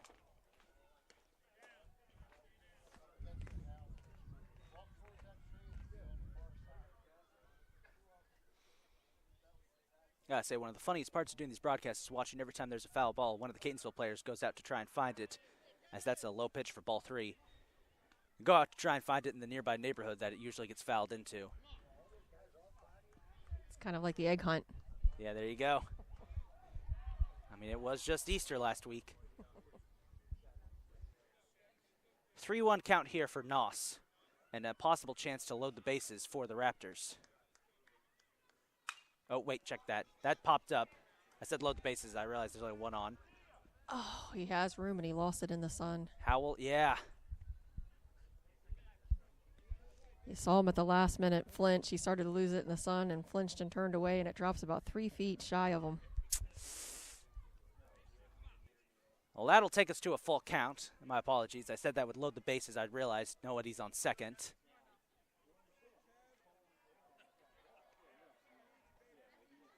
Kind of lost track of who was on base there for a second, but we're good. We got one on third, one on, 2 outs here in the top of the 5th, with the Raptors in a chance to try and tie this thing up or take the lead. Full count for Knoss. He smacks that one into left field. That'll tie things up at 2-2. So the Cardinals lead, but they had hoped, so the Cardinals' worst fears of having that lead dissipate due to them not getting enough runs and leaving too many runners on base has come back to bite them, like you said. It's 2-2. Catcher Luis Rodriguez up next for the Raptors. Yeah, unfortunately, we've seen too often. Baseball and softball, those mistakes in tight games can unfortunately come back to bite you. And not that it was necessarily a mistake on Pete's part, a tough one there, losing it up in the sun like that, but it's definitely one I'm sure he wishes he could replay that again and secure that out there to get out of that inning. Those are the kind of mistakes that keep you up at night. Hopefully, though, it is still the 5th inning. We still have at the least 2 more full innings to go. So there's still plenty of time for Catonsville here to try and retake the lead. As there is ball 2.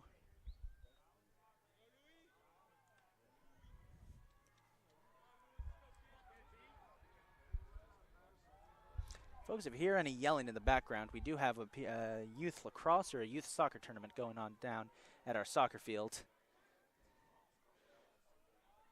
Girls lacrosse. That one well inside as Rodriguez has to lean away from it. It'll be ball 3. So if you hear any enthusiastic screaming of parents in the background, that's what that is. So are you saying it's not the 500 fans that are here today in attendance, Isaac?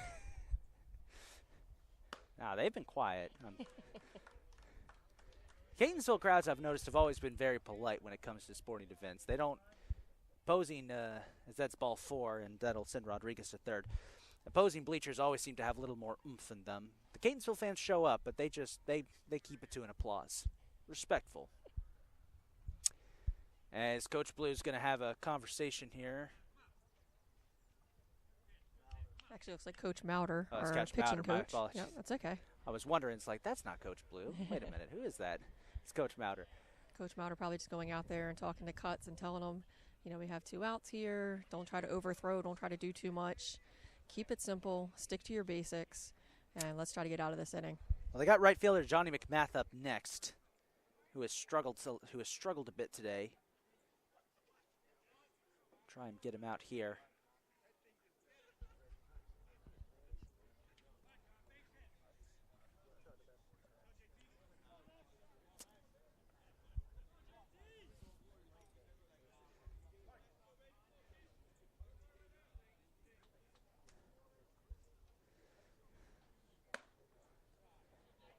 Right fielder number 15, Johnny Mcmath. That'll be ball 1.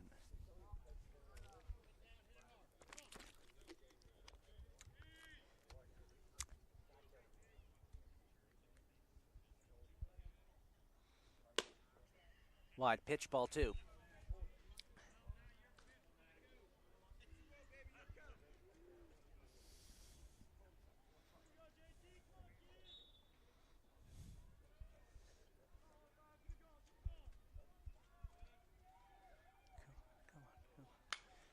Mcmath knocks that one foul. As it goes for strike 1. That one goes soaring over onto the soccer field.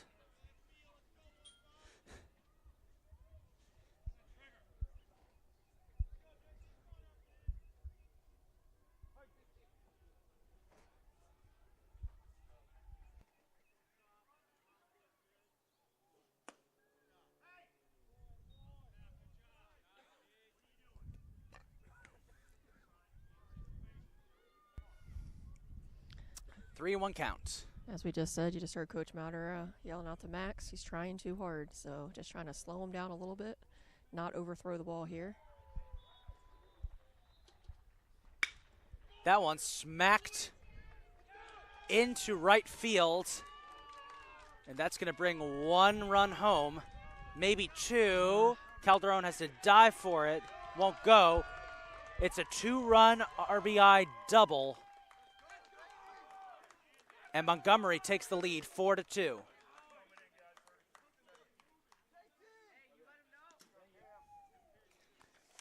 we got a pinch hitter in here for the Raptors. Cam Goodling, number 33, freshman infielder from New Cumberland, Pennsylvania, graduate of Cedar Cliffs High School. 33, Cameron Goodling. He's coming in to pinch hit here for Christian Hobson. And Catonsville does have someone warming up in the bullpen. I believe that's Joe Alfonso. So we might see Cuts head to the bench in a bit.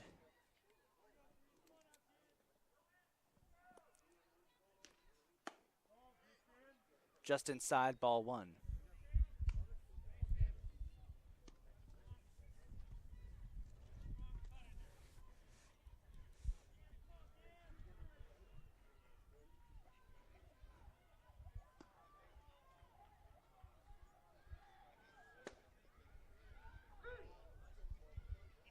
That's strike 1.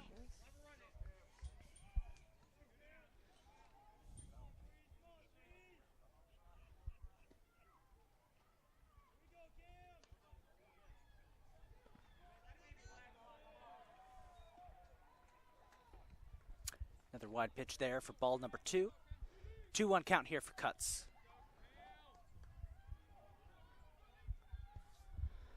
Sure, the coaching staff for the Cardinals is hoping just to be able to cut off the bleeding here and be able to get out of this inning and get back in here and hopefully get these bats going again.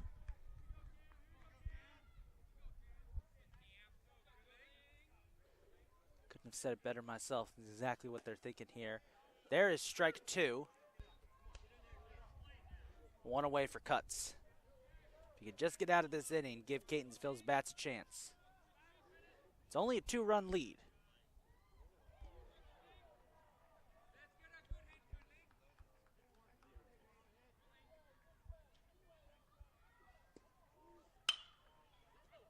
Smacked up the middle. Chico's got it. And that'll end the inning. Or at least the top of the 5th, excuse me. 4-2 is the lead for the Raptors. As Catonsville gives up 4 runs. We head to the bottom of the 5th. Catonsville hoping to turn their fortunes around. What were you talking about earlier in the inning where we talked about, I think you were saying you don't want to curse with the baseball gods? Yeah, all right. I'm keeping it quiet. We were talking earlier, Brian Farrell and I were talking earlier, we're saying the only thing that I'm really superstitious in is the game of baseball and softball, because there happens to be a way that every time you open your mouth up and say something, and so now I'm kind of doing the same thing to myself here, Isaac, thinking when we were talking about the number of runners left on base and how we were saying we hope that doesn't come back to bite us. Oh, boy. And now you really are looking as Dan Blue and the coaching staff's really thinking, man, it would have been nice to plate a couple of those runs. Commentator's curse is real, folks. Don't ever say anything if you're ever commentating a baseball game, softball game, or any game really. Don't ever invoke the commentator's curse. It will come back to bite you.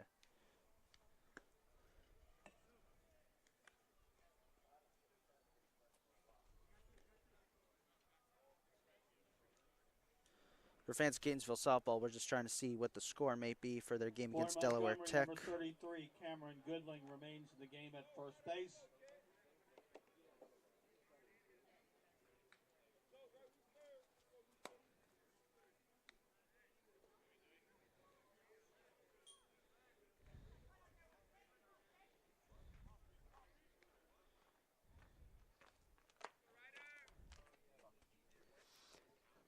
First baseman Pete Howell.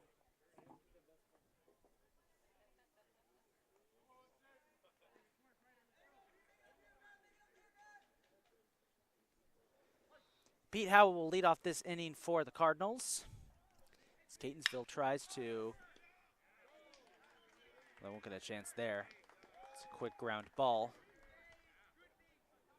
And And a quick out, one away. Cam Goodling will remain in the game, by the way, as he takes over for Christian Hobson at Designated first hitter base. Number 25, Tony DeAngeli. Here's Tony DeAngeli, designated hitter. As it's still 4-2. Strike one.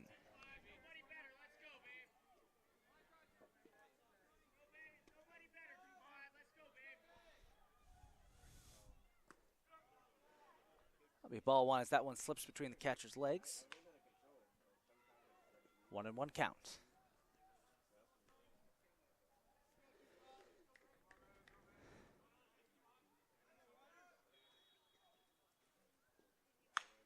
Calderon smacks that one, ground ball, line drive down left field line. That'll be 2 away.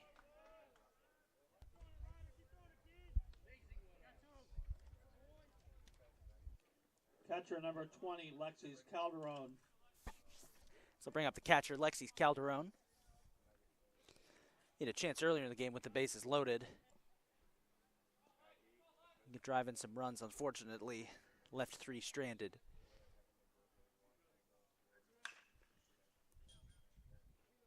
Foul ball, strike one. The umpire calls for some fresh baseballs.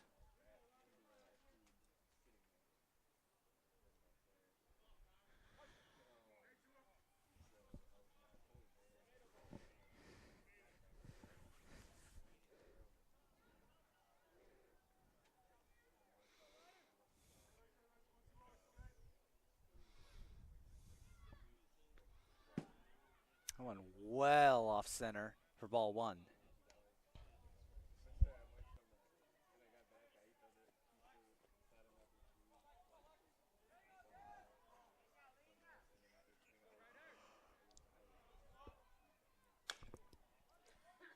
Another foul there, strike two.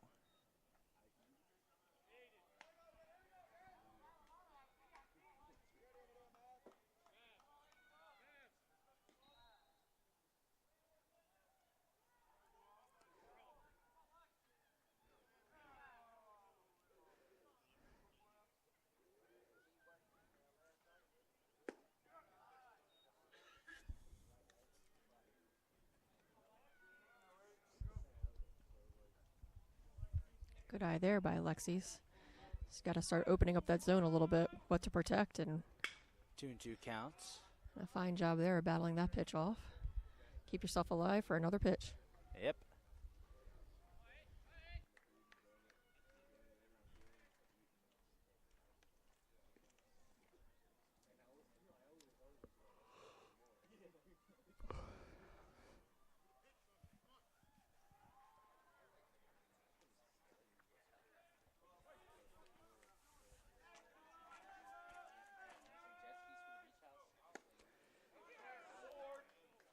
Drop the strike. That'll end the inning.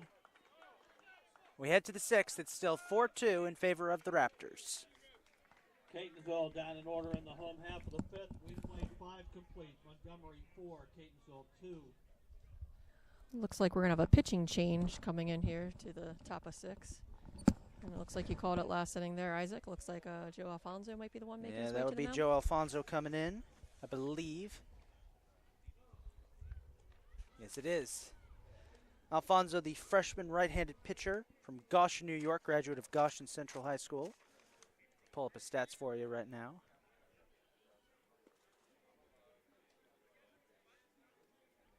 As we move to the 6th inning, pitching change for Catonsville. Now doing the pitching number 2, Joe Alfonso.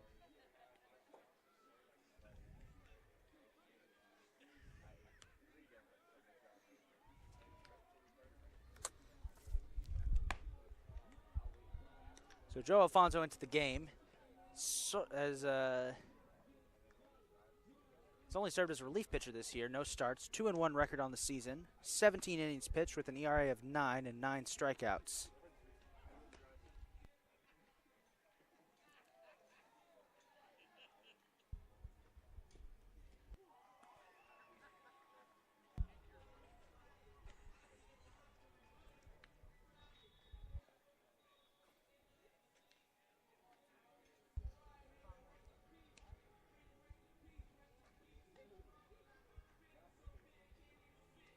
How wonderful would it be if the Cardinals could come out here and get a 1-2-3 inning and get back in there again, get these bats going?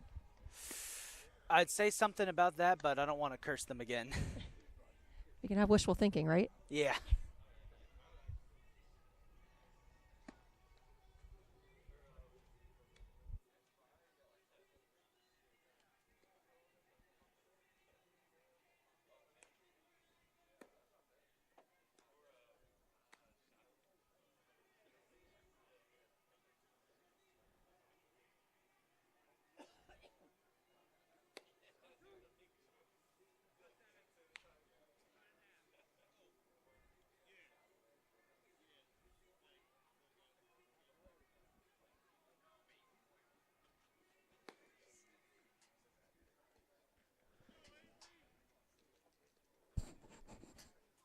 In the sixth for Montgomery, designated hitter number 7, Avery Thomas. Avery Thomas, the designated hitter, will lead off this inning for the Raptors. He faces Joe Alfonso. As you said, Melissa, Cardinals hoping for a quick 1-2-3 here.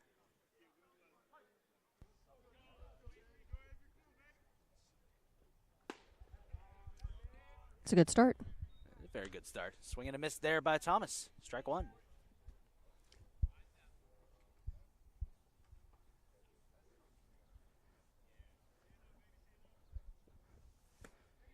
Swung on a low pitch. That'll be strike two.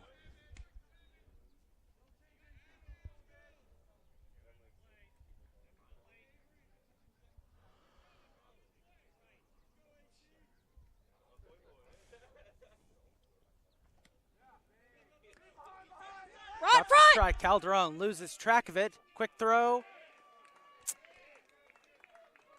Well, it was a good start, but Calderon dropped the strike there. Lost track of where it was.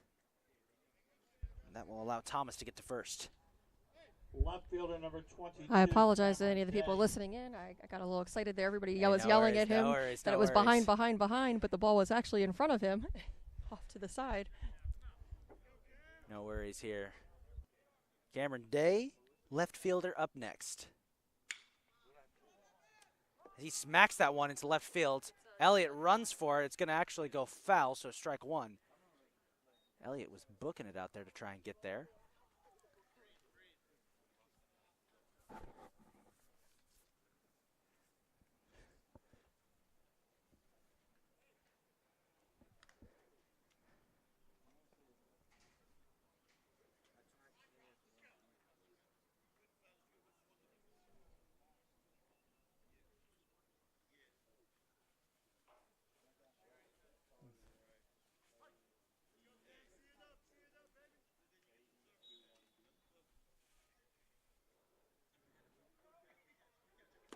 Swing and a miss for Day, strike two.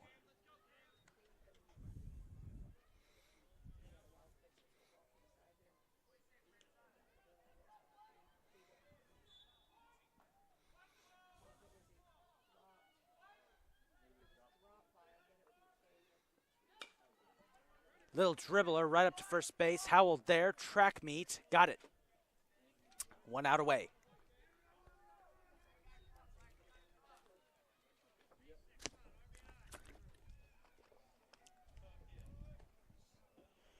Third baseman number 1, Maverick Durant.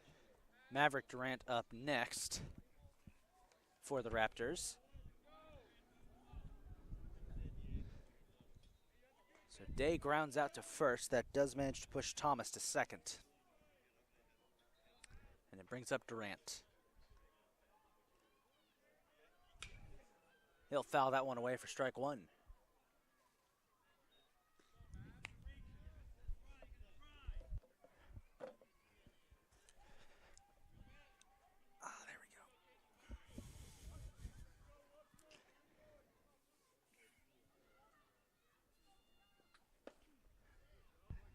Swing and a miss there by Durant. Strike two. Always like it as a pitcher when you can get a batter to chase at a pitch. Swing at your kind of pitches. Little boost of adrenaline there. In this case, I guess a boost of serotonin.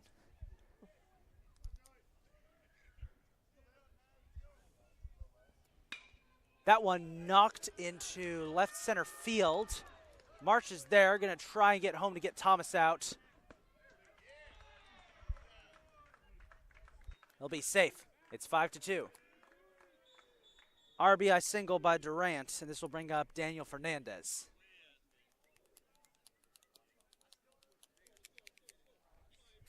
Second baseman number 24, Daniel Fernandez.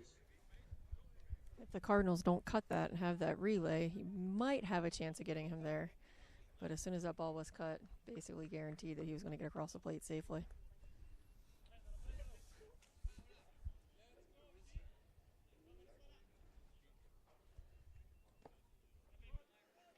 Low pitch down in the dirt, ball one.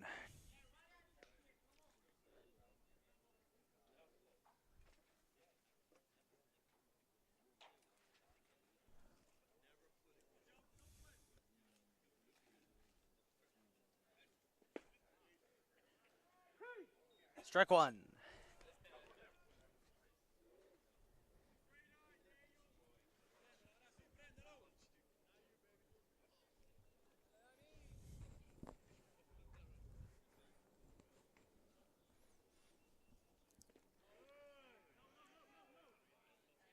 Ball two as that one hits Calderon in the shins. Alexis did a great job there, actually keeping that ball in front of him. It was almost textbook. You teach those catchers, chin down, tuck that chin, get that ball, keep it in front of you. So it definitely kept that runner from advancing over to second base. Smacked into center field. Will be caught up by Ramirez. 2 away for the Cardinals. As we're back to the top of the order for the Raptors with Aidan Williams. Top of the order for Montgomery, shortstop number 11, Aidan Williams.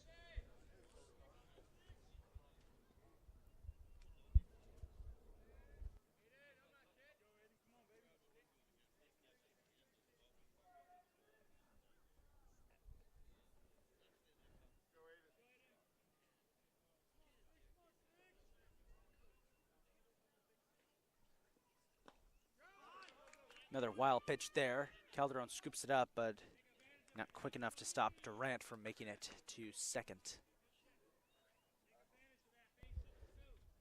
That'll be ball one.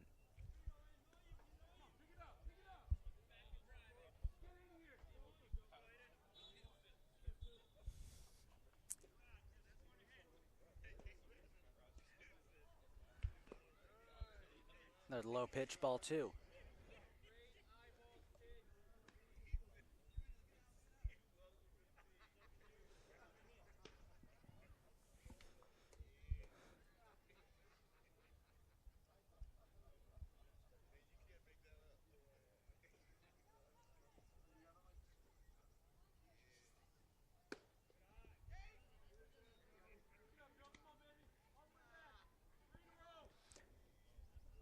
Three-oh count.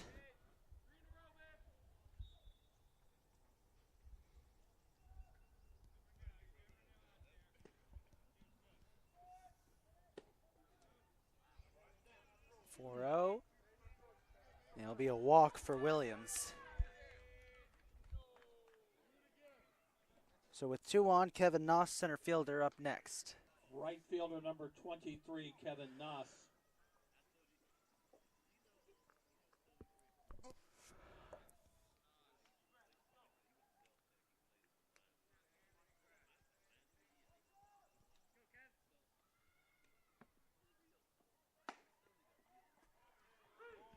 Good pitch, strike one.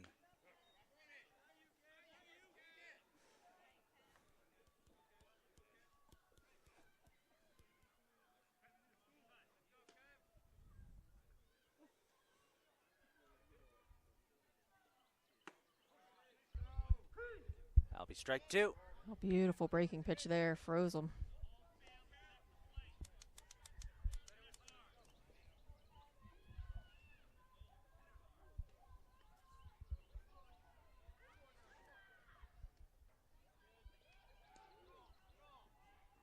Swing and a miss, and that'll bring it into the inning. Great job by Joe Alfonso there to get the Cardinals out of that inning. Settled back down, got them out, kept it limited to the 1 run, Now the Cardinals got to come up. They got to One run, relax one at the hit, plate a 2 little bit runs here. for Montgomery in the I think you sixth. saw a little bit last inning. They started pressing at the 5.5. plate. It's It now does change, Montgomery 5, unfortunately, for you. Benefield Once 2. you swing the bat, you're a little bit tighter when you're at bats once you get that when you're trailing. So hopefully the Cardinals can come in here, settle down a little bit, go back to their approach early in the game, let the ball in, and hopefully string together some hits here and hopefully regain this lead or at least tie it up would be nice to see. They're down 3. Not the end of the world. But with the way that Montgomery has been pitching, it's going to be tough. But as you said, if they could return to the form from the first half of this game.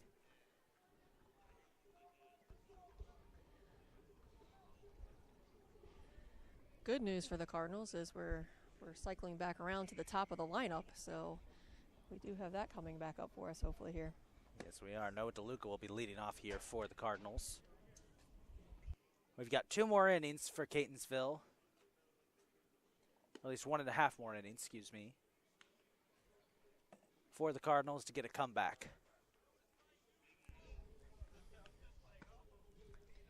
What I like here, and hopefully will work to the Cardinals' advantage, is Deluca has tended to be a very patient batter, pretty disciplined at the plate. So hopefully that'll work in the Cardinals' favor here, and he'll come up and be able to see a couple pitches, and hopefully they're find some way to get on base here to start the Cardinals off. Would be a really great start to this inning. I've noticed that this season Deluca has been more reserved than some of his fellow players. First couple games of the season wasn't really in the rotation as much, but throughout the second half of the season he's seen increased time, For Catonsville, increased playing time, third and baseman number 3, Noah Deluca.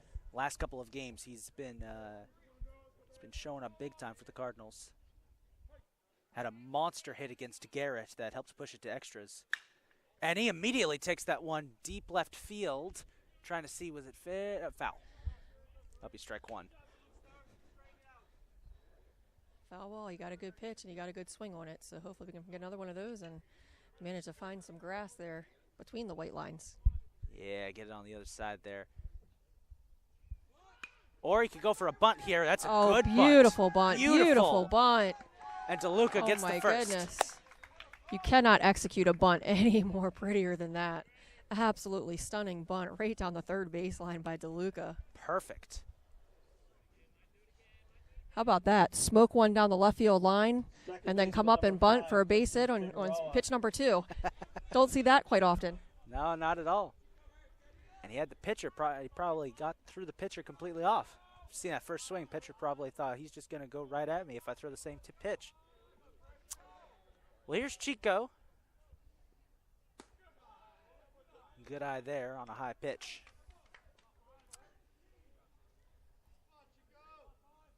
We were talking about Deluca being a reserved batter. He's also more of a reserved base runner, doesn't tend to steal as much. He can steal. Most of Catonsville's lineup is incredibly good at stealing.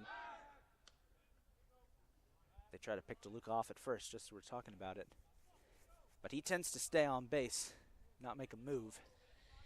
Yeah, in this situation, you got to be thinking Coach Blue's not looking technically for a lot of stolen bases here because we need 3 runs. So right now it's more important to keep our base runners on base and move them around through some hits. That's a foul there by Chico, so that'll be strike 1. Little different situation if you're only down by 1, trying to get that runner in the scoring position. But in this type of position right here, probably better be a little more conservative because, again, you need 3 runs. So we don't need just Deluca. We don't need just Figueroa. We need March and Ramirez also come through. I think the only person you'd like to have on base in that situation you'd be comfortable with stealing is Chico. Smashes that one. Good There hit. we go. Beautiful, beautiful hit. It's a right center field. That'll advance Deluca to third. Oh, goodness. They're going to try.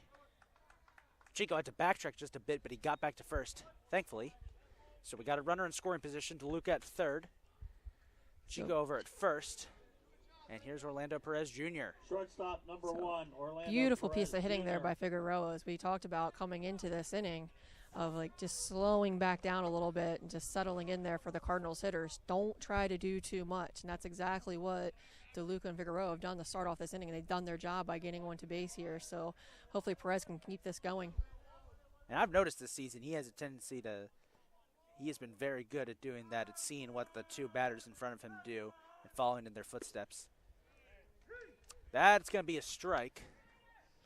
Perez has definitely had several highlights this year where he's come in big situations and come through with a big hit. So hopefully that can continue right here. I think back to the Florida trip. He hit the first home run of the season for the Cardinals, was instrumental in that one win they had on that trip. A tough way to start the season. He hits that ground ball. Just goes through Chico. Second baseman drops it. That'll bring 1 run home as Deluca scores. Yeah, that might actually be considered an infield hit there. You had second baseman was pinched right up the middle. That's a lot of distance for him to have to cover there to get to that ball. And then with Perez's speed going down first base, that's a tough play to make. He'd have to come with that clean and then have a rifle shot over there to first base in order to get Perez out. They're going to have a conversation at the mound here. Roman March is due up for the Cardinals. It's a 2-run game here for Catonsville. As you said, they've slowed it down, and it is shown. Question now is, are we going to get a pitching change here? Ryder Chalk, who started the game, has been on the mound all day. Looks like that's exactly what's going to happen. Looks like they may be bringing in the right fielder.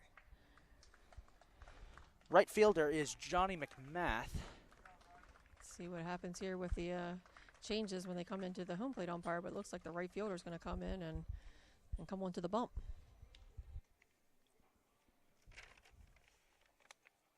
Mcmath does do a bit of pitching.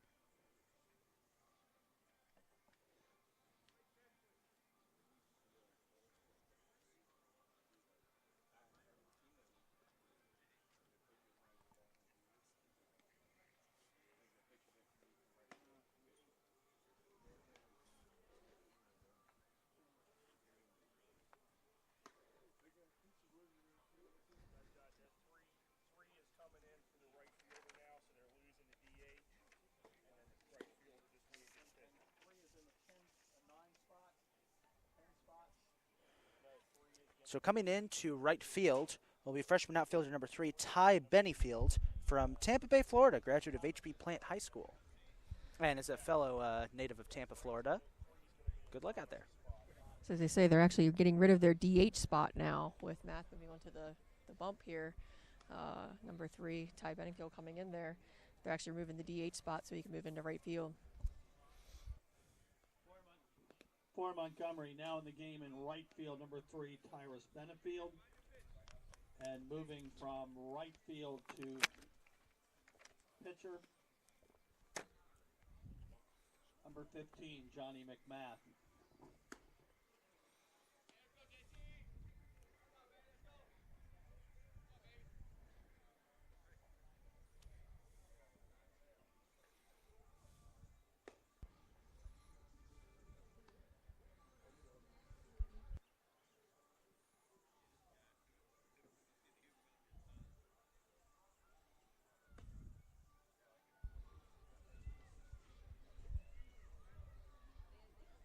So the good thing here with Roman March coming up, you got your leadoff batter coming in. He's used to coming in this type of situation here.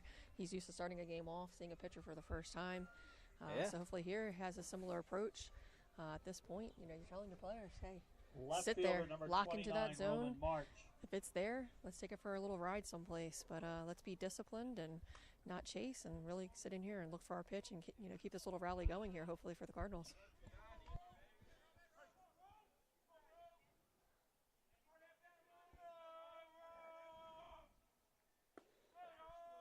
Right off the bat, he has to duck away.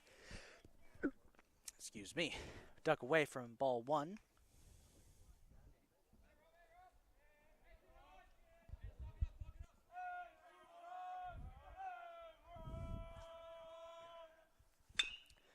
Smashes that one Beautiful. Into right field. Figueroa is going to try and come home. He will. It's a 1-run game off an RBI double by Roman March. 5-4. And this will bring up Angelo Ramirez. Keep it going. This is what Center we fielder talked number about. 27, Everybody does their Angelo job. Ramirez. No one overpresses. We don't need home runs. Just put the ball and play hard someplace. Good things start to happen. So hopefully these Cardinals can keep this little momentum going here. And you got the Montgomery infield moving in, trying to keep that tying run from scoring. Hopefully Angelo can find some green out there and poke it in. Now, I know we don't want home runs, but we'd like them as Ramirez has to duck again from ball 1. They're always pretty, and it's definitely fun. We It would always be just nice to get one. I don't think we only had one in the last series. as coaches, we always just like to tell our players, though, don't try to hit a home run. Right. Usually the home runs come when you're just hitting those nice line drives and finding those gaps. So if you can keep doing that, and there's Ground another ball right up the middle, there, right beautiful job. field. Tie game. March coming home. Catonsville with the lead. 6-5 off a 2-run RBI single by Angelo Ramirez. Beautiful job by Angelo Ramirez there. Now, again, not doing too much, but he found that spot there with the infield shifted in there. Opens that up, so hitting that hard ground ball between that 3-4 hole brings in 2 runs. And now you got a speedy base runner on, so we could see Go ahead. 44 turn to 45 here in a minute.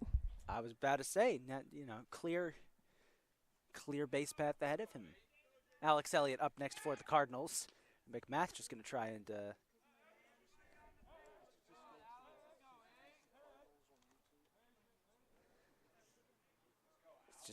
and lazily pick off Ramirez there. Low pitch, ball 1. Well, no time at all. Catonsville has the lead here, 6-5.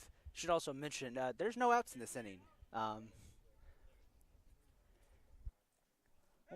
Only bring that up because every so often, as Elliott fouls that one away for strike 1, every so often when we get rallies like this, I've noticed in the past, Catonsville generally the Cardinals tend to have about 2 outs on the board before they start going.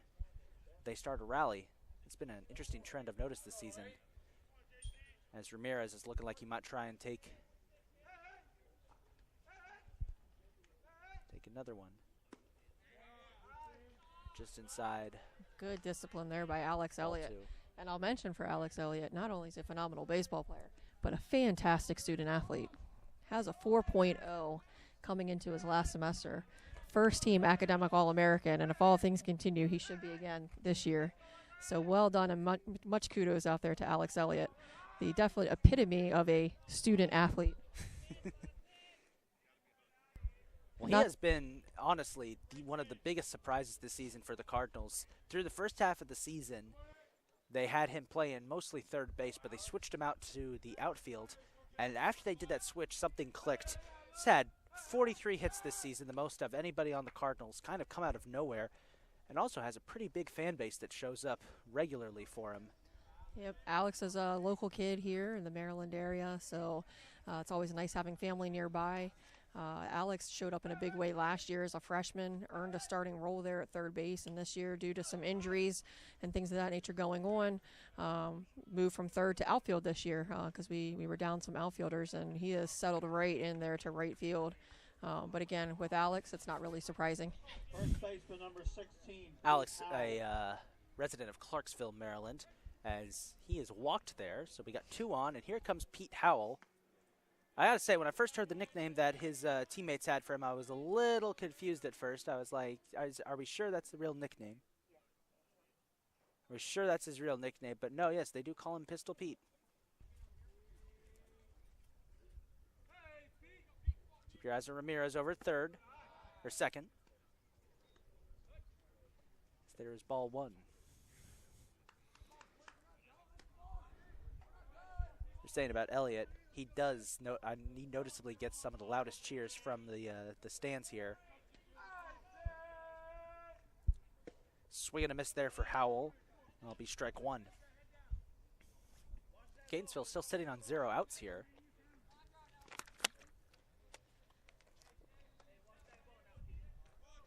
And the wind is picked up just a tad. Yeah, Pete here he's an incoming freshman. Worked a lot of basketball games for us this year. Did a great job on the scorebook for us during the basketball season. Remember that. And another great execution here with the sacrifice bunt. Oh. And leads into something Dropped good it. here. Ramirez is going to run home anyway. He's going to make it 7-5. Another absolutely gorgeous bunt put down this inning by the Cardinals. Catonsville is, let's just say I believe they took our words to heart. See, so sometimes we are superstitious, but sometimes you also have to speak it into existence as well, Isaac. That is true. That is true. Got a pinch runner coming in here for the Cardinals. Number 10, Caleb Bailey running. It's Caleb Bailey, for Catonsville. number 10, this sophomore from Severn, Maryland. He'll be pinch running for Pete Howell as Tony DeAngeli is up next for the Cardinals. and he smacks that one foul. Elliott ducked under that one as it chopped over his head there.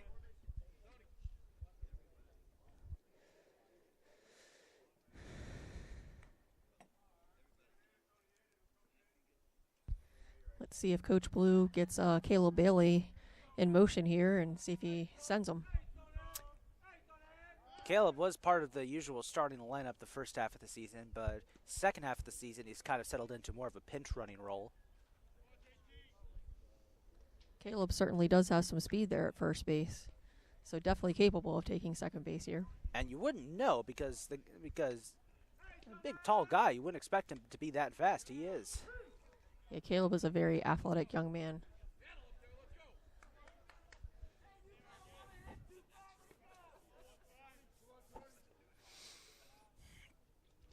Oh, and 2 count. Swing and a miss, and that'll be the first out of the inning for DeAngeli. Or for the Raptors, excuse me. One thing Coach Blue did say before the season even started is we have tremendous team speed, and I think we've definitely gotten to see that so far this year through the lineup. Definitely a lot of team speed and a lot of guys in this Cardinals lineup that are, definitely able to take some extra bases. I was talking to one of the players who's running the scoreboard one of our games, and he mentioned that basically over half of Catonsville's lineup can steal bases. There's very few people who can't. Incredible. It's incredible just how fast this team is, and that's going to be a big advantage. As Calderon swings and misses there for strike one. It's going to be a big advantage come tournament time. Speaking of regional tournament, that is being hosted by CCBC Catonsville. It'll be the weekend It will be May 13th through the 15th. Games on Friday will be at 12 and 3, so the top 4 teams will advance to Catonsville. The play-in round actually is on Tuesday, May the 10th. Your 1 and 2 seeds will get a bye that day and not have to play. And the 3 through 8 seeds will play on Tuesday, May 10th to get to that top 4. And it's just single games, correct? It's 9-inning games, but it is a double elimination style tournament. So Friday, all 4 teams will play on Friday in the first game of their series. And then that'll be at 12 and 3 on Friday. And then Saturday is when we'll start having some teams eliminated, with games starting at 10 a.m. and basically every 3 hours, 10, 1, and 4 on Saturday, with the championship game Sunday at 12 noon. Little dribbler up the middle will allow one more run to score as Calderon's caught out. So Elliott comes home to extend the lead to 8-5. Bailey makes it to second, and Noah Deluca is back up as we have cycled through the entire lineup. Noah Deluca. Looking forward to this year's tournament. Unfortunately, folks, I personally will not be able to call those games due to being out of town, but we will have great replacement in, as always. Richard Keller will be on the mic with the call that entire tournament. Yes, he will. Long-time voice of the Cardinals on the PA. Did that hit? Nope, it did not. For a second, thought that hit him. I heard a little thud. No, that was just the dirt getting kicked up. It's wild, showing you just how wild this inning has been. We're back to where we started.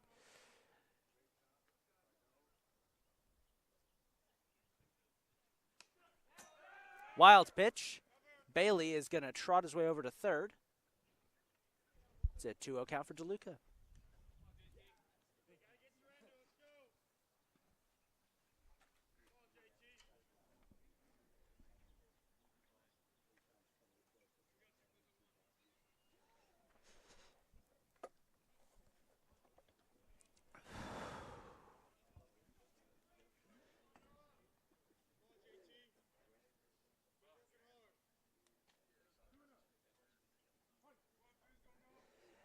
Two-0 count for Deluca.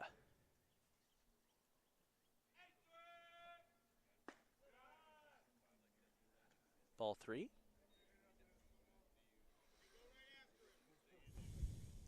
Again, Deluca just showing tremendous command of that zone. He doesn't chase a lot of bad pitches. Stays very locked into that zone and knows what he wants to attack and what he doesn't. And again, finds a way to get on base. There you go. Deluca will take a nice Saturday afternoon stroll to first. Figueroa. And here comes Christian Figueroa.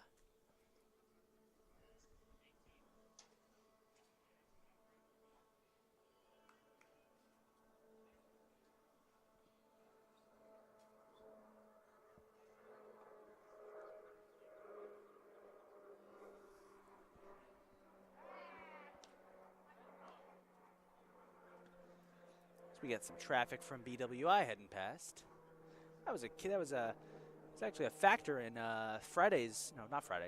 Thursday's games against Garrett. Bad weather resulted in a lot of BWI traffic getting redirected over our field here. It's pretty wild looking up through the clouds and just seeing a Southwest flight just fly right overhead. Kind of unnerving. I remember I was a kid. I used to play baseball for a bit. Had a game with a similar situation where it was incoming traffic to BWI was headed over the field we were playing at. Of course, being out in the outfield, all I could do was just sit and watch the planes. Here's a runner here as Deluca is going to take second. Don't think I've ever seen him steal base before. That's impressive. Well, it's a good spot there to take one. Runner at third. Get him over there. Get that force. Remove that force there at second base. I think that's the third time today that I've called second base third base. At least it could be worse. The last game I kept getting left and right field confused. In the heat of the moment, folks, you kind of lose track of which direction it is, especially if something exciting happens. But we got to go. We've been perfect so far this game. Figueroa was looking to keep the Raptors defense on their toes there. Showed bunt, was able to pull it back to take a ball there. That leads him to a 2-1 count. Low pitch there for ball number 3. Mcmath struggling here a little bit to find the zone, so hopefully Figueroa can make him pay for it. Sit there, as we like to say, he's got to throw it through a shoebox now. Hopefully Figueroa's sitting on that shoebox, and if it's there, hopefully make him pay for it. I think the Raptors were hoping that Mcmath would be the answer they needed to get out of this jam. May or may not have been the best idea. Gotta say, he does look a bit exhausted on the mound already. He has been playing right field all day. Would have thought the Raptors would have gotten someone in their bullpen. Now it's outside. That is ball 4. Bases are loaded with Orlando Perez Jr. up next.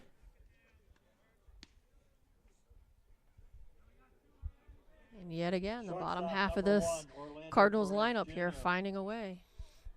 They have been stellar today.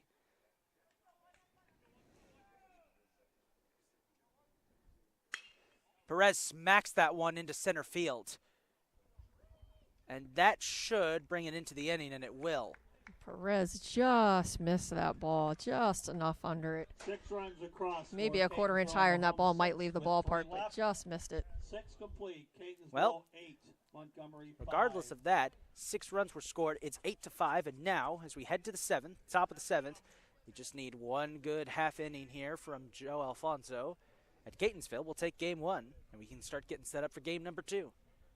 Now playing first base for Catonsville, number 7, Tomas Martinez. Do have a change out there as Pete Howell has been pulled out. Thomas Martinez is in. Martinez generally tends to play first base. Let me just find my notes here. Martinez, sophomore from West New York, New Jersey, graduate of Memorial High School. Now, having recently been on a road trip up the East Coast and driven through West New York, New Jersey, I got to say, we drove past that high school, Memorial High School. Very, very nice athletic facilities. It was interesting, just down 95, getting ready to turn onto the George Washington Bridge, or the parkway that leads to the George Washington Bridge. Just looked out, was like, Memorial High School. Do I know that place? Oh, yeah, one of the Catonsville players went there. Isaac, I have to say, I'm very impressed that you remembered that. It was weird. To be fair, we were caught in traffic for about 2 hours. And when you're caught in traffic just outside of New York City, there's not really much to do except just look out the window and just observe what's around you. Can you really go around New York City and not be stuck in traffic someplace? Not really. To be fair, they gave us options. We were told we could also divert and go through a little bit of upstate New York, but we realized we'd rather tough it out. Catcher Luis Rodriguez will be leading off. I gotta say, having 2 people on the mic is exactly the kind of banter that I've been hoping to get with these broadcasts. It's like, finally, we got to start doing these for some of our other broadcasts too. Here's Luis Rodriguez. We're 3 outs away from a Catonsville victory after that excellent rally in the 6th, and I envy the person who writes the recap article for this game, because they're going to have a fun time with it. Strike 1. Definitely been plenty of offense here on display by both teams. So it's kind of the ideal baseball game, in my opinion. Plenty of scoring, but also plenty of good defense, too. It was a pitcher's duel for the first 3 innings. Still just as exciting. Got a bit of cloud cover now, which is actually cools things down a bit.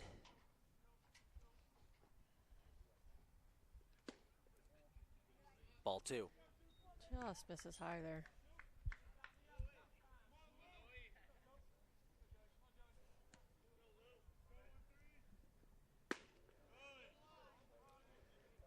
Three and 1 count.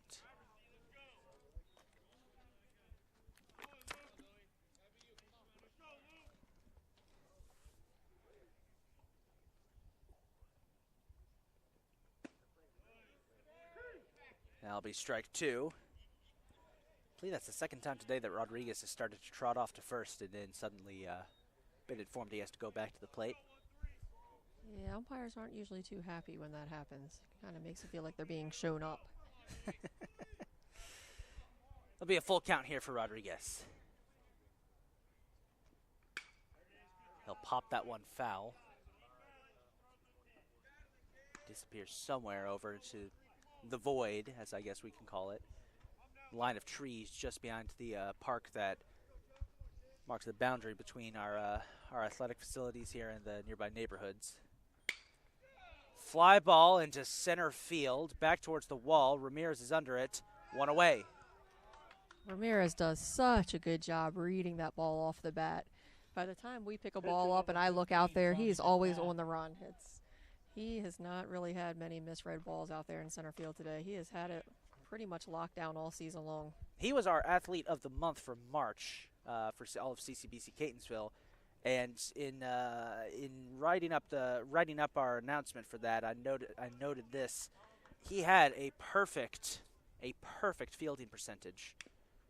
This is Johnny Mcmath who fouls that one away for strike 1. You don't hear people talk about fielding percentages and fielding stats that often, but when you take a good look at that, Ramirez has been stellar out in center field.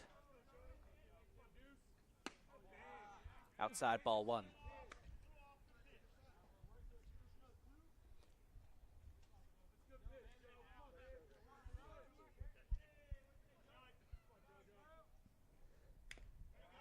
Swing and a miss there. Beautiful Actually made a off tiny the bit of contact. 1 and 2 count.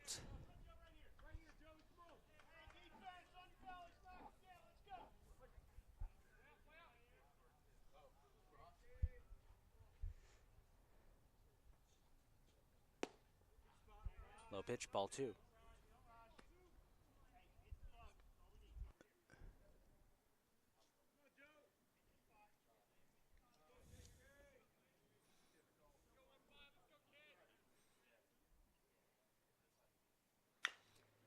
Dribbler.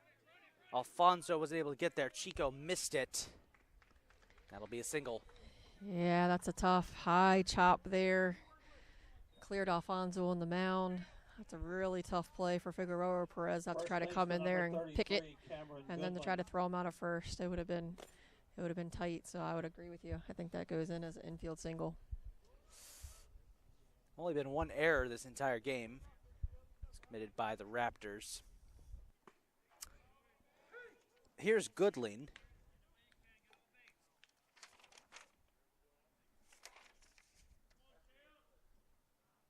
Came in initially as a pinch hitter, but then shifted to first base. That went down in the dirt again. Alexis does a good job to get it in front of him. Absolutely.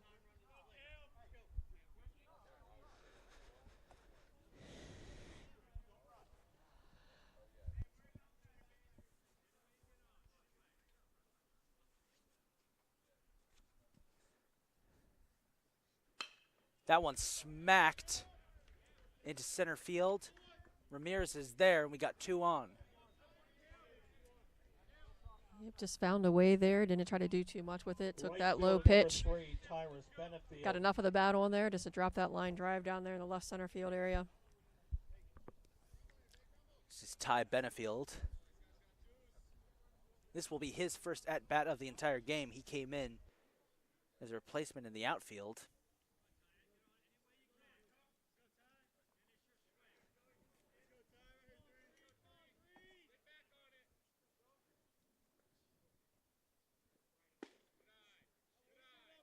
pitch. That's going to be ball 1.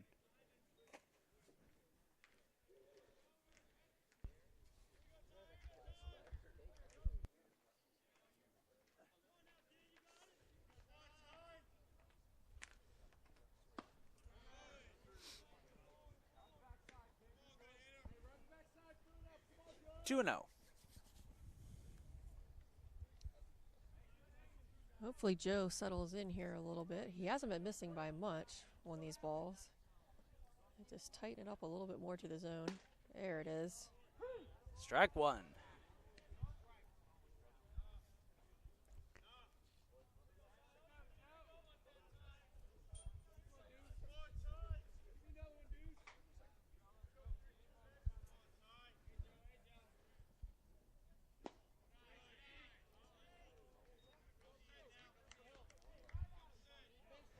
So I'll go with a let's speak it into existence here. Let's hope for a nice ground ball double play here to finish this game. That would be beautiful, wouldn't it? It would be nice. We're going to knock on wood there. Or this is real wood, right? Yes, it is. Just laminated. Swing and a miss. Strike 2. It's a great 3-1 pitch right there. Nice spot for it, but still in the zone. Hopefully Joe can come all the way back here.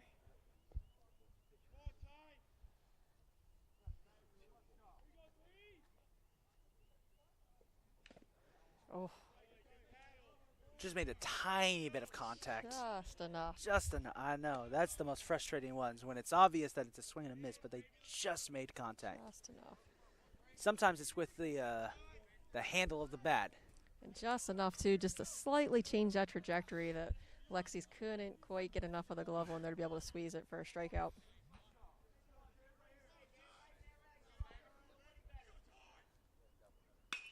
That one smacked back center field. Ramirez is trying to get it before it goes over the wall. Got it.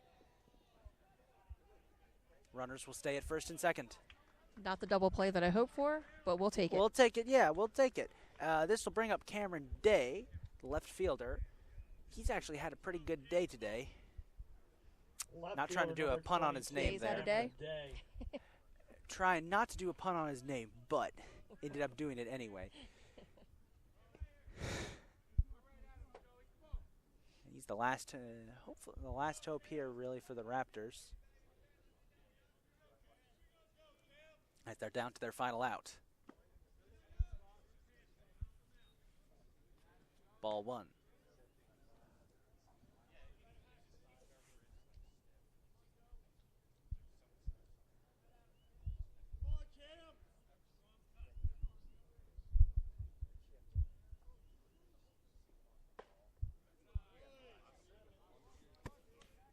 Hoping that Joe can settle back in here again. Similar start to the last at bat. You got to have faith there. Just missing these spots, so hopefully he can lock it back in here and find the zone. 2-0 count. I'll be ball 3. That one must have missed just away.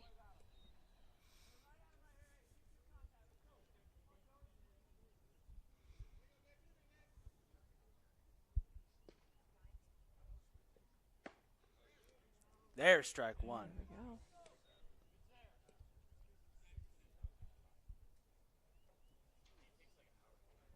Three-one count.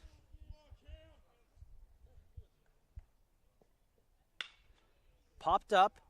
Martinez is going to try and get under it.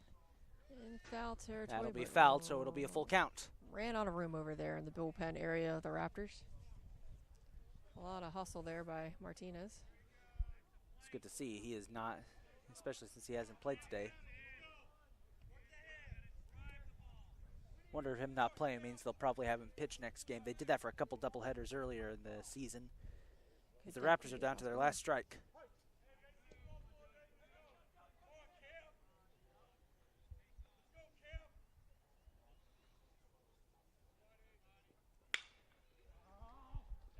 Fly ball.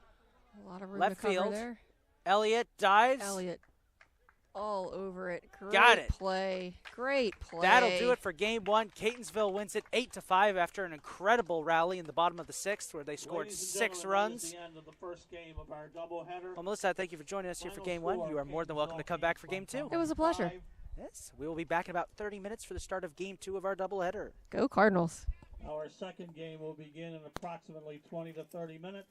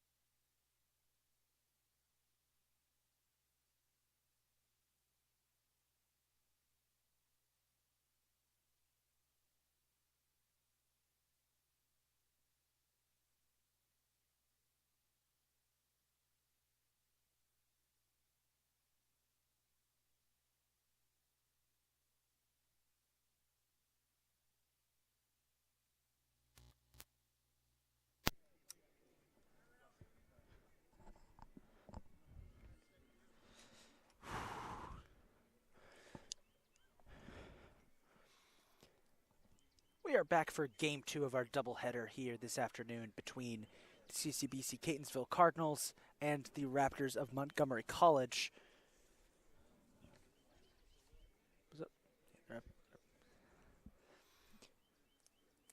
Got a couple changes to the lineups that we can go over real quickly while the coaches are meeting with the umpires at home plate before we get started.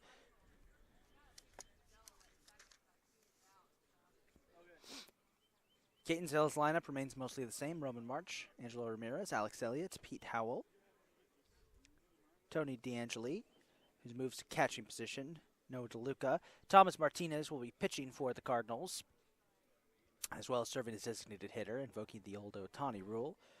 Then Christian Figueroa and Orlando Perez Jr. rounded out the lineup, so only one major change there. Montgomery, meanwhile, has seen a number of changes. It remains the same. Aidan Williams at shortstop, Kevin Knoss at center field. Luis Rodriguez moves to second base from the catching position. Johnny Mcmath remains in right field. As the Cardinals take to the field here for Game 2, Cam Goodling will be batting fifth and playing first base. The new players that are in for the Raptors include as follows. Catching for the Raptors will be sophomore catcher number 6, Matthew Fry from Lorton, Virginia, graduate of Lee High School. Batting seventh and serving as designated hitter will be freshman infielder number 20, Nicholas Marley from Damascus High School, right here in Damascus, Maryland. Playing left field will be Danny Reyes, sophomore outfielder number 27 from Miami, Florida, graduate of Immaculata LaSalle No High School. Then it will be Maverick Durant batting eighth. Pitching will be Kiefer Vogler, freshman pitcher number 30 from Mountain View High School.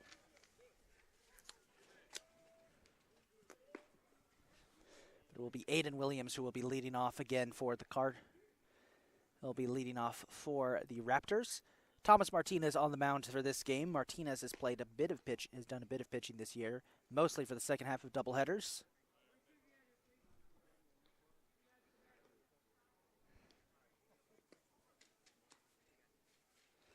So on the field for the Cardinals, it will be Martinez on the mound, DeAngeli behind home plate, then Howell at first, Chico at second, Perez shortstop, Deluca third, and then the usual outfield lineup of March, Ramirez, and Elliott. So Aidan Williams will lead off here for the Raptors. Leading off for Montgomery in the first, shortstop, number 11, Aidan Williams.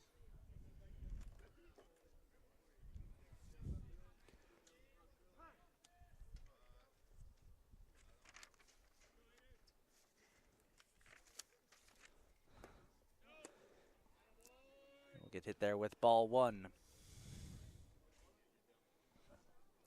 A solid crowd here today for Game 2, same as Game 1. Temperature is still high 60s. Bit of a light breeze. There's strike one for Martinez.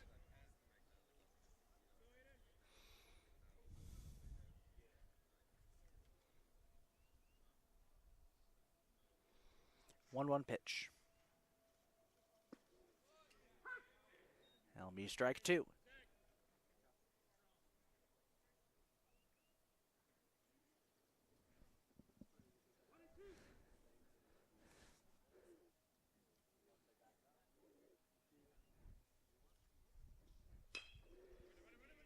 Dribbled up. Perez is on it. Laser throw there and one away. Kevin Knoss, center fielder, up next for the Raptors. Batting second, the center fielder, number 23, Kevin Knoss.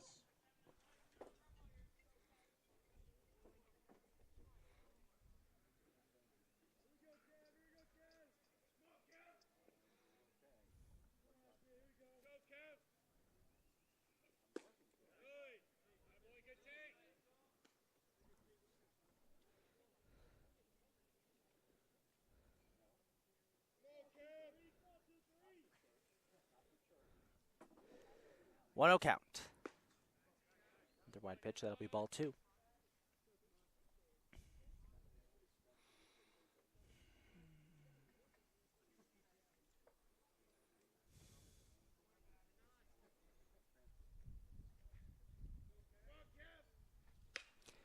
Knoss smacks that one.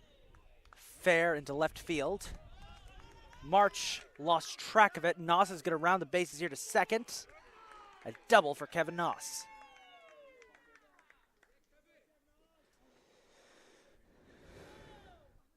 It'll be Luis Rodriguez up next for the Raptors. Batting third, the second baseman, number 13, Luis Rodriguez.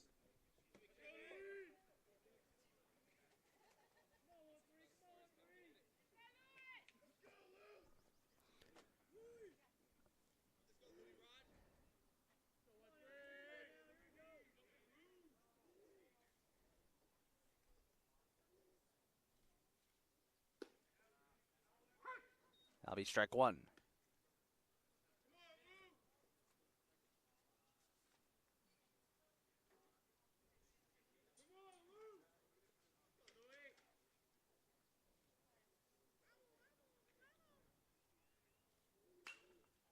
Fouls it away.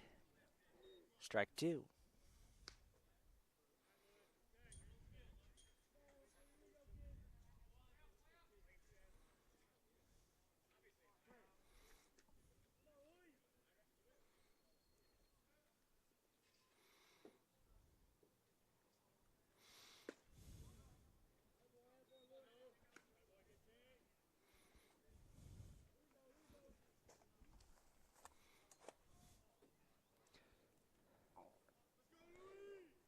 One and 2 count.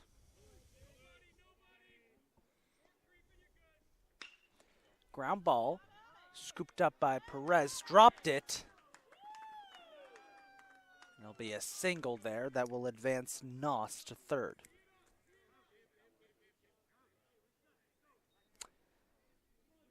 Johnny Mcmath up next for the Raptors.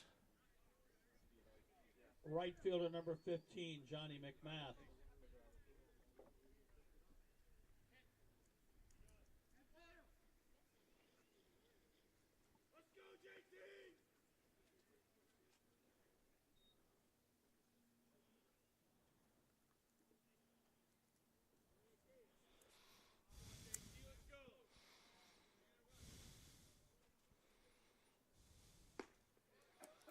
Down the middle. Strike 1.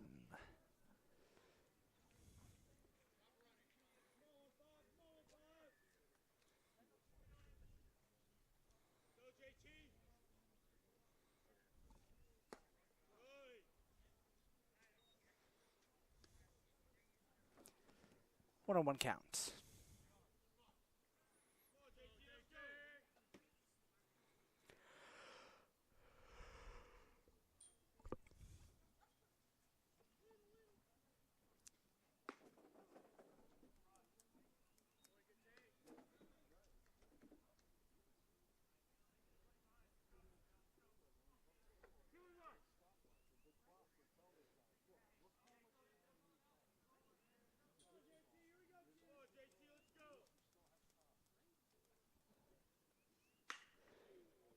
Smacked into left field foul. March is running for it. It'll go foul. Remains a 2-2 count.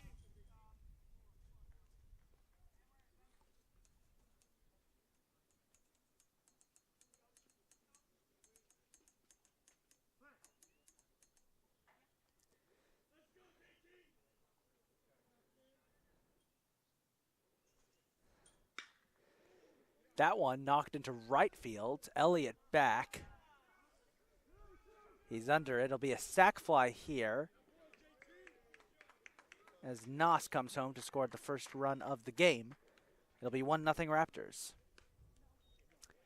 Cam Goodling, first baseman, up next. Goodling came in as a pinch hitter last game.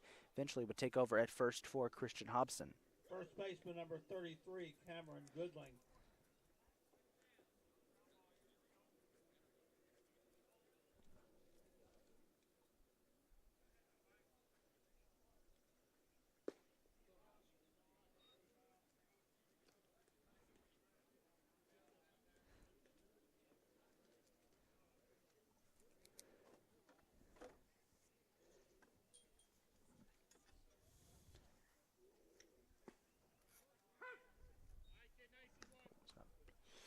That'll be strike one.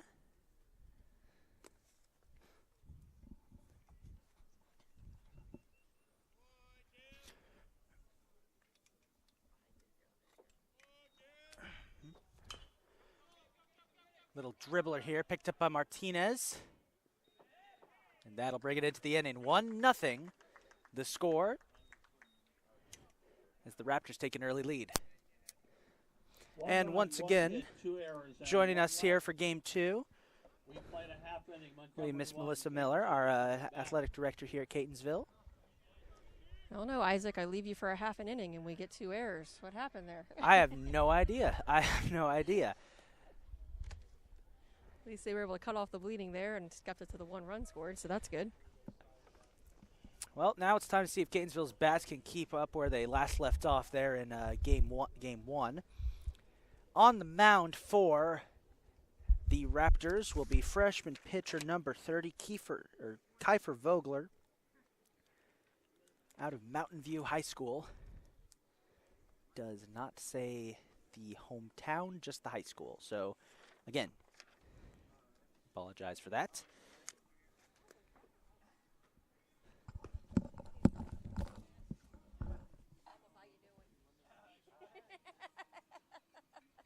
Every time I think it's going to cool down a little bit. I know. It's too hot for sweatshirts. This thing also needs to get tossed out. It's gross. I don't know why I brought it. Well, especially in the sun here. You go up there in the press box. Yeah, in the press box it gets cool because you're in the shade, yeah.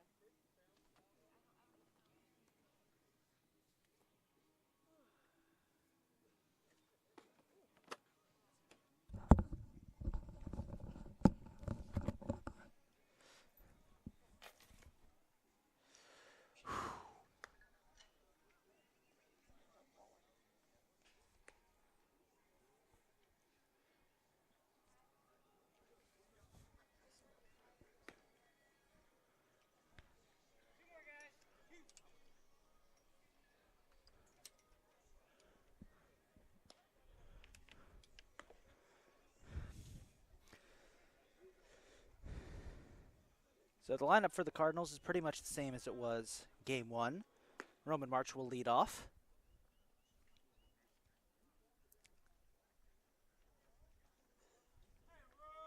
Only major change to the lineup. The bottom half of the first for Catonsville. Left fielder number 29, Roman March. Only major change to the lineup is Thomas Martinez will be serving as his own designated hitter along with pitching. Alexis Calderon will be on the bench for this game.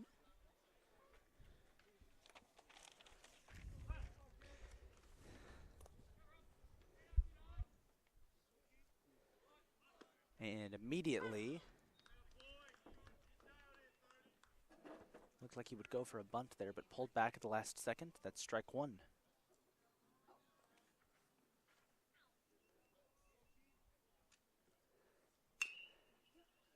Fouls it away, off to the Montgomery bullpen. 0-2.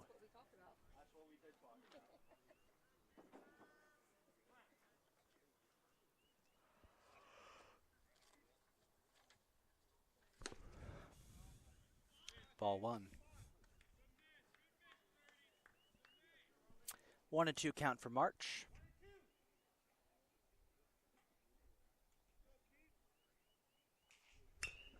Contact there, ground ball right up to the first baseman. And he got there, and he just managed to beat him there. We were talking about in Game 1, tremendous team speed. Yeah. There you go in your leadoff spot, Roman March. Showing some of that speed. Knocked it just enough off of first base. Wasn't able to catch up with him in time. Noticed that. Well, Angelo Ramirez is up next. For those of you who didn't get to watch Game 1, Ramirez tied, then surpassed the school record for stolen bases. He's sitting on 45 on the season. That number is sure to climb, so we've got about 10 more games to go this year. There's strike one.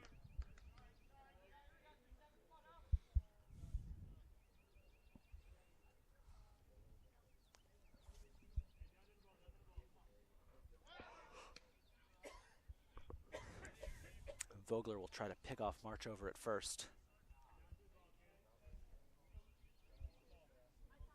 March is pretty good at stealing bases, but he's also been caught stealing more than anyone else. Here he goes.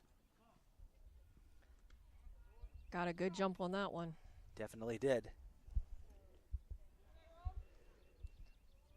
Wasn't even close with the throw down there. He got such a good jump on the pitcher there. And oh, by the way, that was ball 1. 1-1 count here for Ramirez.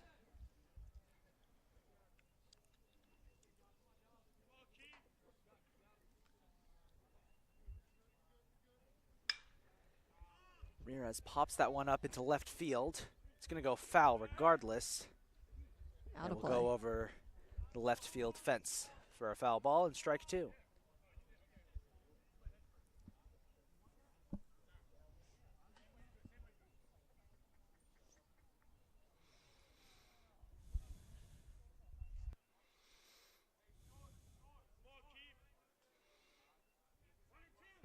One and 2 count.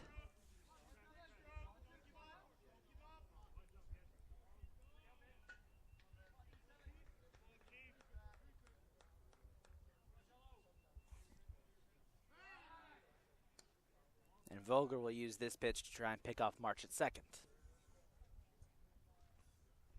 No luck there.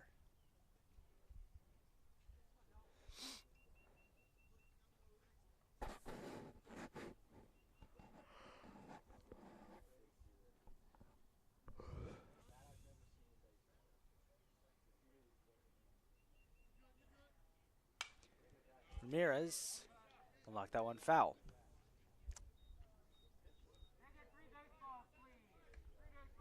Martinez is doing a good job here of taking some of those pitches that may be borderline and not taking any chances by watching him go by and just doing exactly what he's supposed to do and fouling them off. Hopefully until he can get a nice pitch there in the zone that he can drive hard someplace.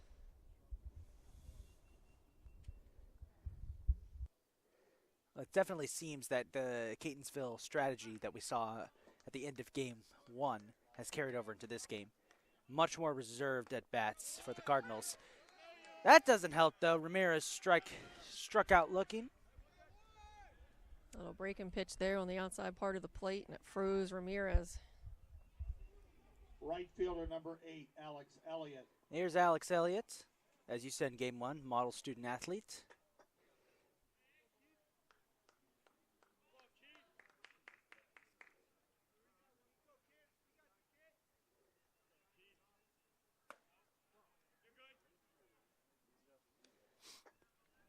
Ball 1. Between games, Alex and I were exchanging some banter. He saw me with the camera in my hands, and he said, can you get some pictures of the outfilders? The outfielders don't get a lot of love all the time with the photo ops. So I did remind him that I did give him a little bit of love there with the student-athlete comment in game 1 on the color. So that made him feel a little better, I think. Well, that entire outfield is a great 1-2-3 punch right at the start of the lineup. Oh, absolutely. Regardless. Speed, athleticism, solid contact onto the ball. You can't ask for much else. And they keep it locked down, defensively out there as well. Yes, they do.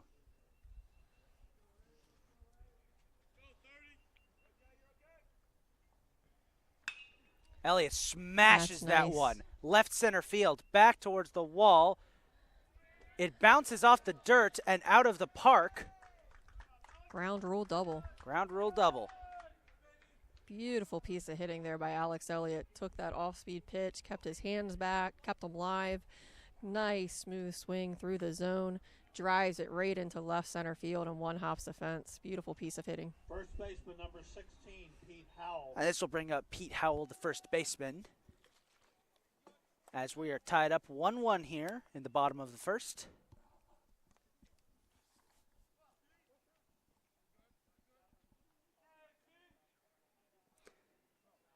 Howell looked like he might go, but drew back at the last second as that pitch was low and in the dirt for ball 1.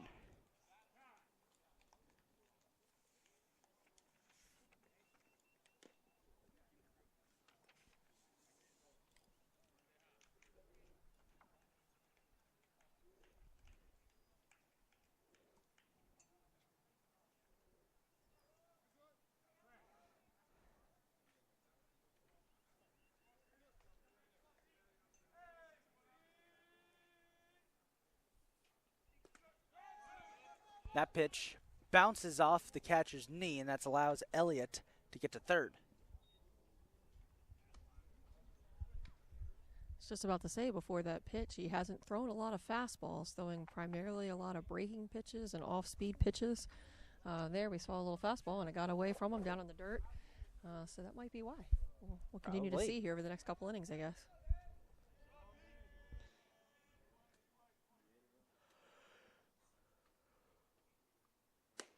Swing and a miss for Howell. Strike one.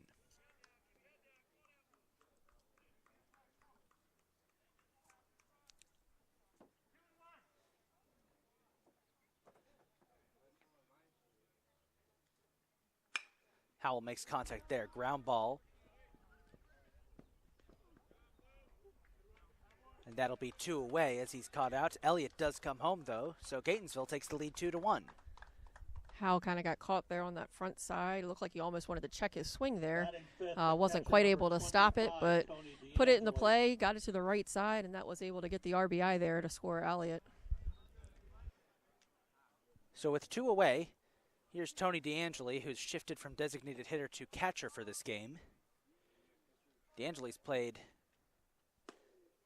about 3 different positions this season. I've noticed there's strike one. He started off just catching, played a little bit of first base around halfway through the season, and then recently has been playing a little more designated hitter as that one gets away from the catcher. I think that one hit the dirt just a few inches shy of the plate and bounced right over the head of the catcher.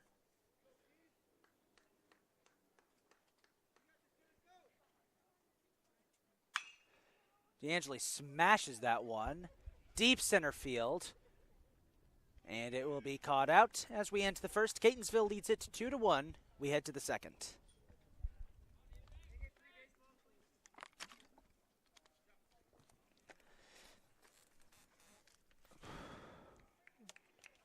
In the first for Catonsville, 2 runs, 2 hits, nobody left. We played 1 complete. Catonsville 2, Montgomery 1.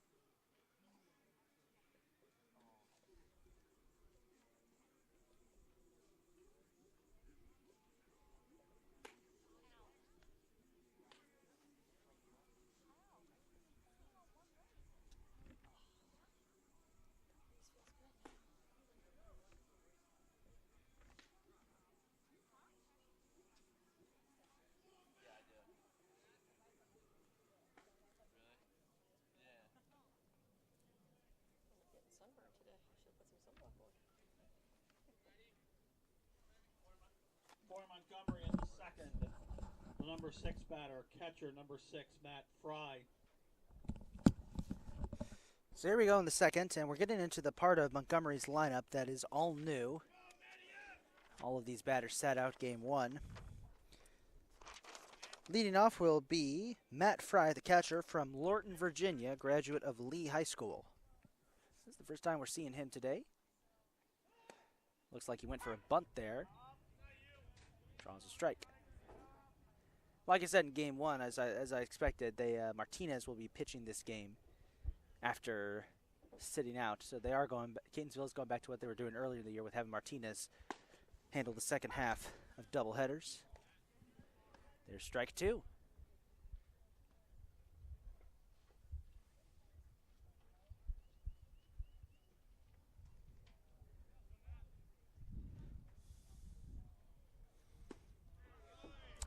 Bit of a low pitch there for ball 1. What a beautiful 0-2 pitch, though, by Tomas Martinez there. That's a hard one to lay off of as a batter. Fry showing a lot of good restraint there.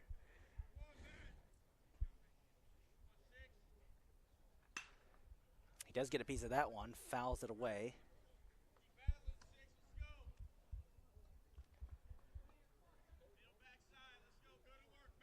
Remains a 1-2 count.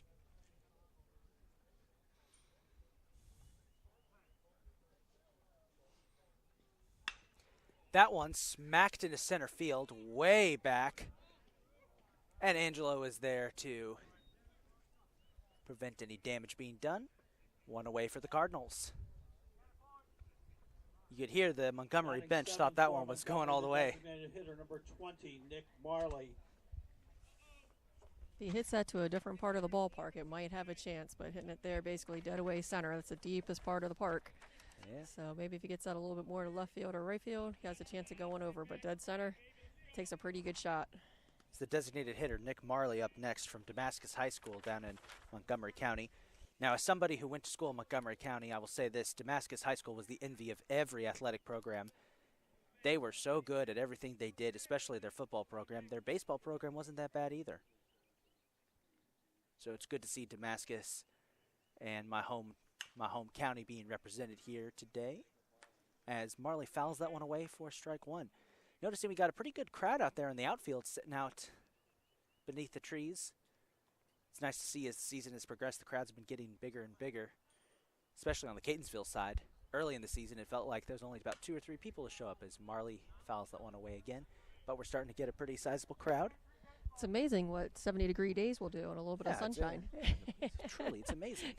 When people don't have to sit out in the rain or bitter cold or crazy winds, it makes it a props little to bit more the people enjoyable. who came out during that weather, though. Those are the real fans. We have definitely had some die-hard fans that have been here through thick and thin, for sure. Oh, yeah.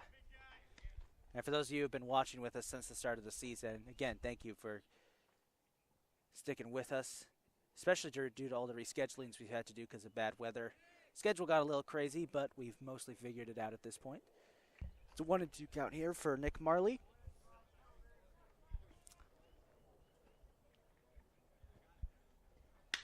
He smacks that one into left field. Elliott back. Can't get there in time. Marley's going to try and get to second. Ball got stuck under the wall for a second. It's going to be a double for Marley. Elliott did a good job of getting onto that ball quickly, though, and sticking with it, even though it hit a little bit of that underside of that windscreen. Kind of got stuck there for a second on him, but he was able to dig it out and keep that held at a double. Dan Reyes, the left fielder, is up next. Reyes out of Miami, Florida. Graduate of the Immaculata La Salle North High School.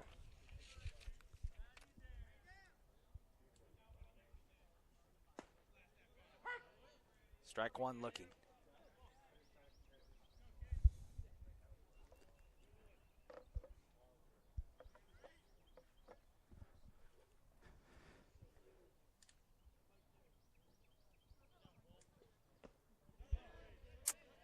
Almost went. Pulled back at the last second as that one was in the dirt. Kicks up a big chunk of dust. That'll be ball one. Nope, check that, strike two. Excuse me. Yep. Thought that he had checked his swing, but they went out to the field umpire, and he said no. In fact, he did go. So I was looking at it first. They had it 1-1 on the scoreboard. Well, the Cardinals didn't ask right away. There was a little bit of a pause there before they asked. That'll be ball one. I believe it was actually Pete Howell out at first base that yelled into his catcher and asked him told him to check it. So a little bit of kudos there to Pete Howell at first base for good eye on Pete. being heads up there. That one smacked into left field. Elliott's there. They're going to try and bring it home. And D'Angeli misses it as the ball bounces up right in front of us here. We are tied at 2-2.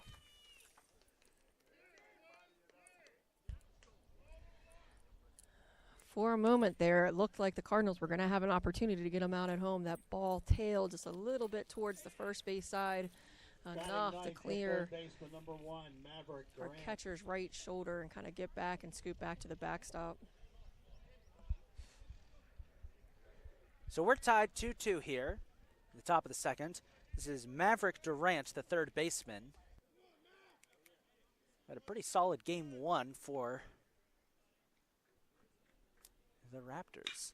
And he smashes that one into right center field. Back is Elliott. And a nice pickoff by Elliott. 2 away for the Cardinals.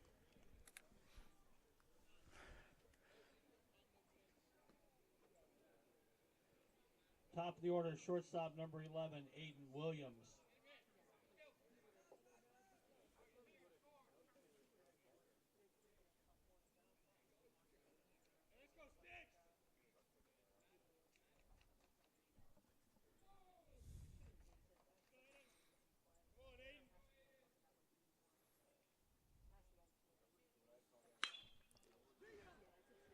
Back to the top of the order we went with Aidan Williams, who smacks that one into center field, and that'll end the inning. So we're tied up 2-2 as we head to the bottom of the second.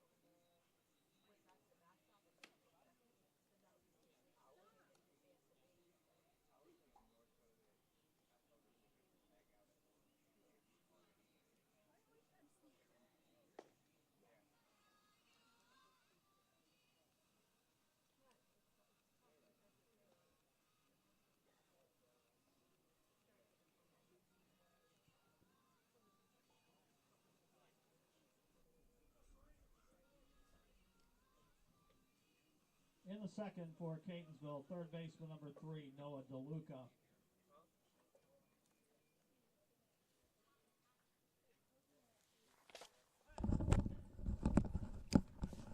So Noah Deluca will lead off this inning for Catonsville.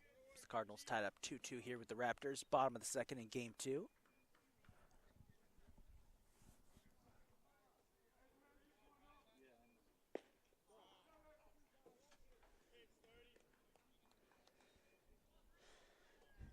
Two-0 count. We talked about in game 1, Melissa, how Noah's one of the more reserved members of Catonsville's lineup. Tends to take his time, very aware of the box. Yeah, absolutely. Again, I just go with it. You don't tend to see him swing, especially later here in the season as it's gone on. You don't see him swinging a lot of bad pitches. And it was his...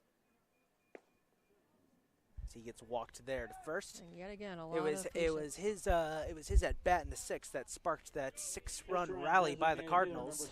Yeah, but that smoked one down the line and then put down a beautiful bunt right down third baseline, and The definitely entire started that momentum rally. of game 1 shifted. Here's Thomas Martinez, the pitcher, serving as his undesignated hitter. The Shohei Ohtani rule, as Richard, our PA announcer, was saying.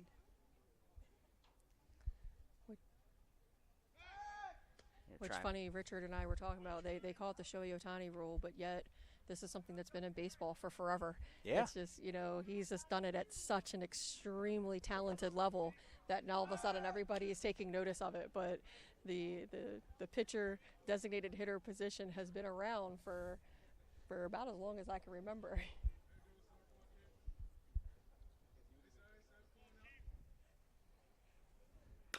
Martinez slaps that one foul. I'll be strike 1.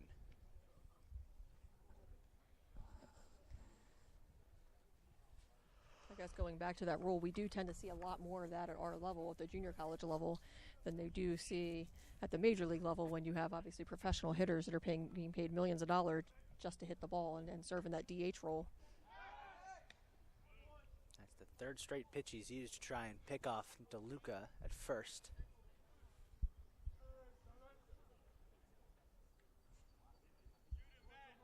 When I started working here, I was not aware of just how prevalent that rule was. There goes As DeLuca. Martinez slaps that one back to left field. Looks like it's going to go foul. It will. DeLuca was actually taking off on that pitch. That's double back to first. Froze up when he heard the ball go off the bat and saw that it was in the air, so froze up to read it.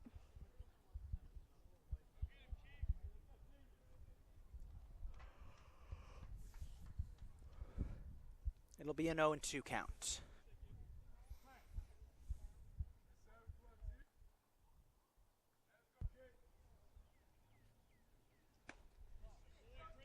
Almost went there. 1-2.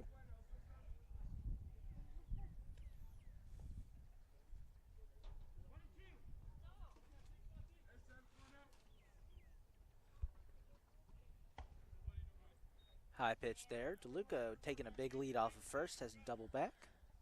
2-2. Yeah, I think DeLuca was there wishing he'd read that a little sooner out of his hand. Might have been able to take that base there.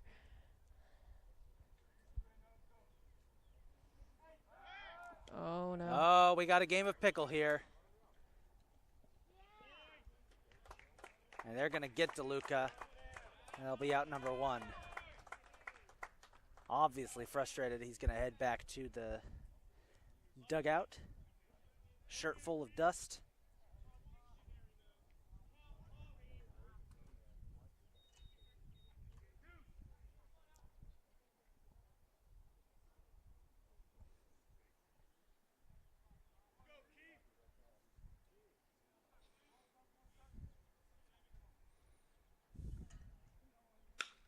Martinez slaps that one right down, bounces out of the first baseman's glove, and Martinez will beat the pitcher to first base for a single.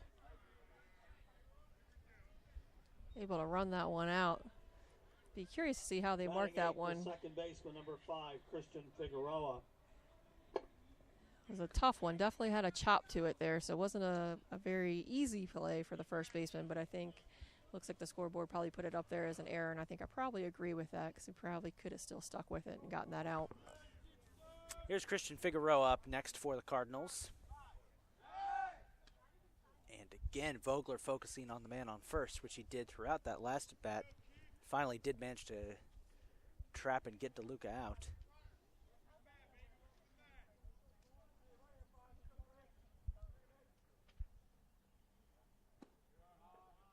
Good eye by Christian as that's a low pitch in the dirt for ball 1.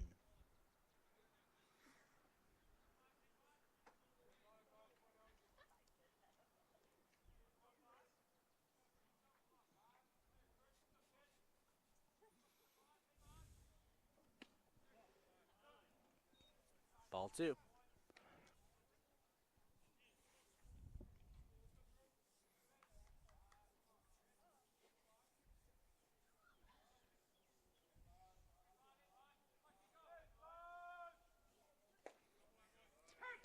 There's strike 1.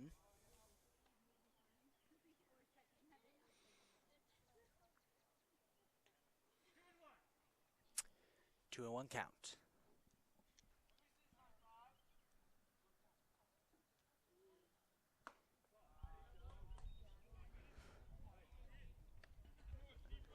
Figueroa is now showing a lot of patience at the plate here. Definitely Taking some is. good pitches and see if he's able to capitalize here on this 3-1 pitch.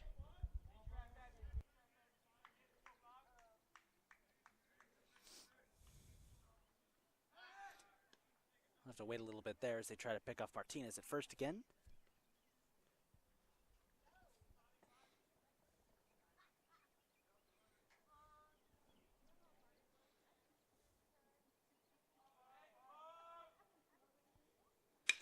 That one slapped right into center field. Good hit by Christian, and it'll be a single. Nice piece of hitting there by Christian Figueroa. Ball was down in the zone a little bit, but did just enough to stay down there, keep the bat through the zone, and drives a nice line drive out there into center field.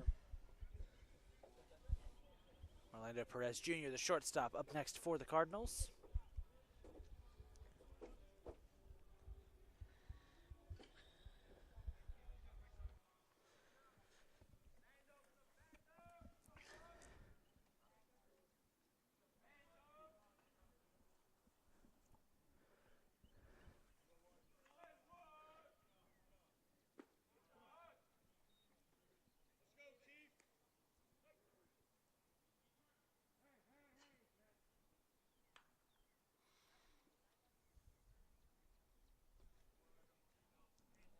One-0 count. Perez slaps that one into left field. Fair ball. Martinez is going to round and try to get home, and he will. So Perez with an RBI single to give Catonsville the lead 3-1. And now a bit of a situation here as Christian Figueroa has been caught out. Try to dodge away. He did manage to get away, but they got him at third.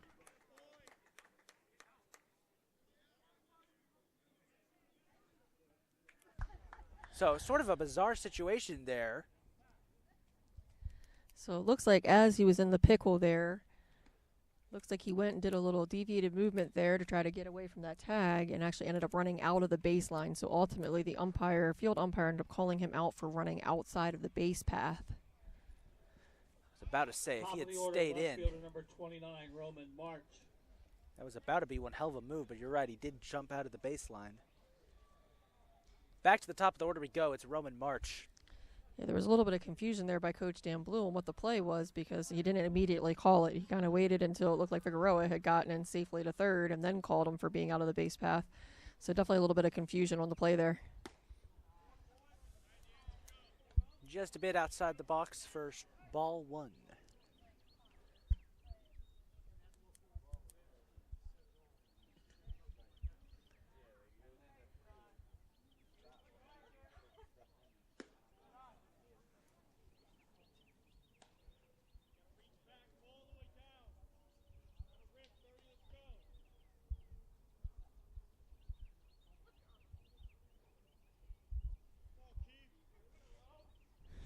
Two and 0 count.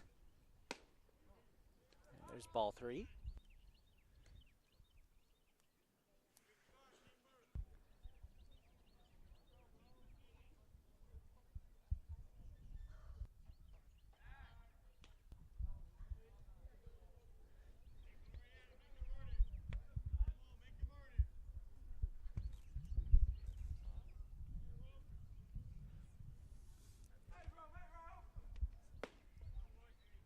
There's strike one. So we're at a 3-1 count.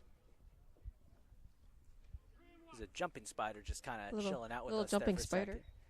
Yeah, you're lucky Caitlin Dibble is not doing your color commentary because if she'd been on the color commentary, there would have been a very high-pitched squeal going on into the microphone here because we all know she does not like spiders at all.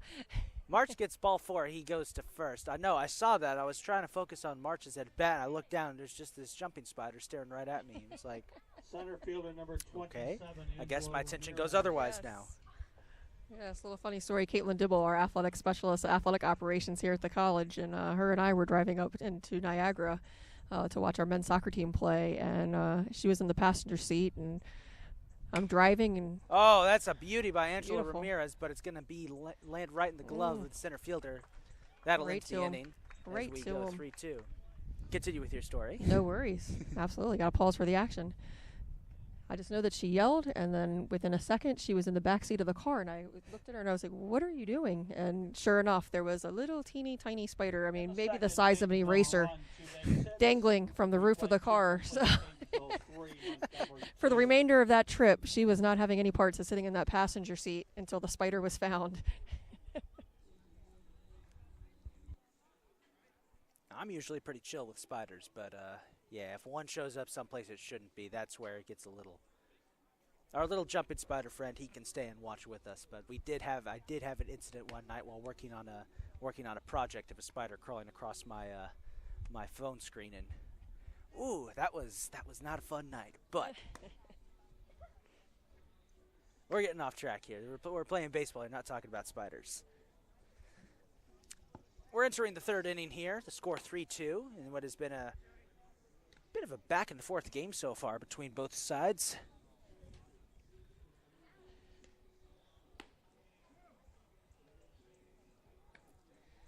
Yeah, unfortunately, a couple of base running blunders there in that last bottom part of the second there. I'm sure Deluca and Figueroa want those back again. Sure, we can guess what Coach Blue's going to work on in practice this week. Yeah, not so happy, I'm sure, getting caught in 2 pickles in 1 inning. Not so happy. It definitely took away the potential for a big inning there for the Cardinals. Well, hopefully they can get a good defensive stop here. Kevin Knoss, center fielder, will be leading off this inning for the Raptors.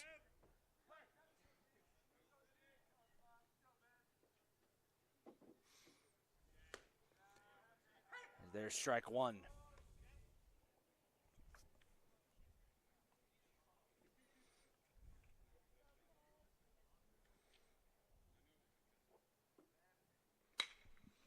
Knoss will hit that one. Ground ball. Orlando scoops it up, fires. Beautiful play by Pete Howell. That's the second time today he's done that. He did that in game 1 where he had to leap to catch a high pass from Orlando. Just got it.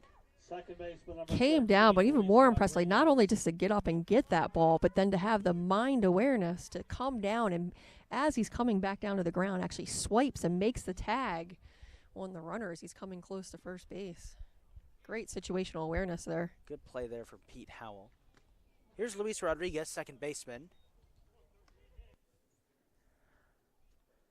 Howell usually plays as designated hitter, but he's done a fantastic job at first base today. Had one little blunder in game 1 where the sun got in his eyes and he lost the ball, but other than that, as Rodriguez knocks that one foul for strike 1. Other than that, it's been a great day out at first for Pete Howell.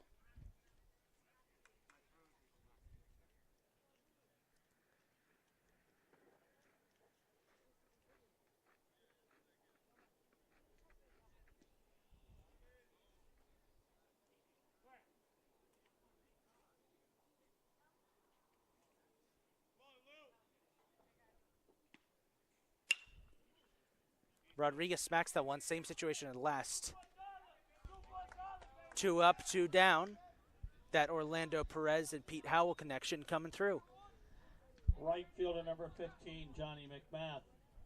Perez kept that one a little easier to handle there for Mr. Howell over at first base. He did. Sure Pete appreciates that. I gotta say, it's a pretty hot day out here. Pete Howell's got full-on long sleeves on. I don't know how he does it. Here's Johnny Mcmath.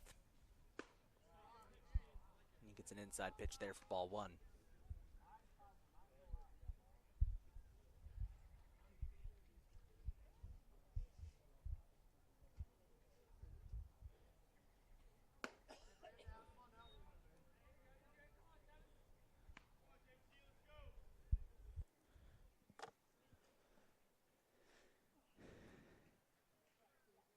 Two-0 count for Mcmath.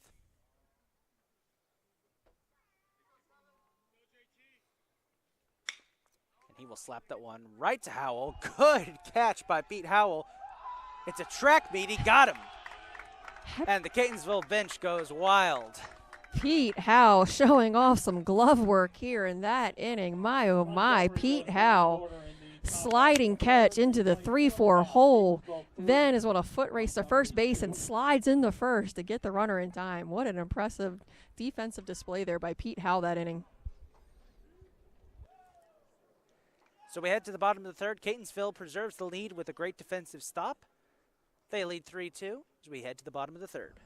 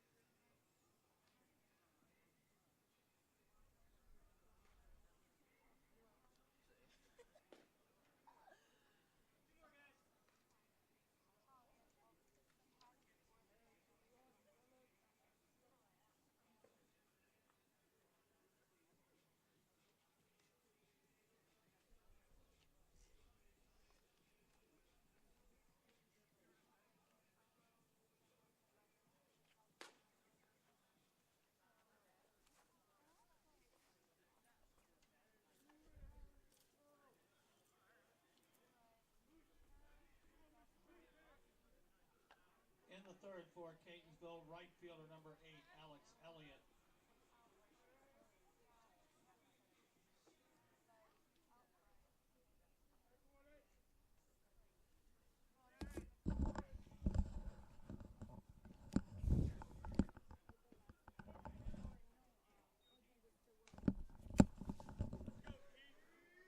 As we head into the bottom of the third, leading off for Catonsville will be Alex Elliott, the right fielder.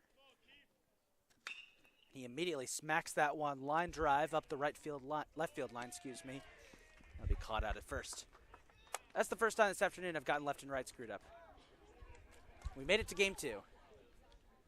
It's okay. Third baseman actually made a really nice little backhanded stab there to get that ball and then throw Elliott out at first base. First baseman number 16, Pete Howell. So fresh off that excellent defensive stand, here's Pete Howell for the Cardinals.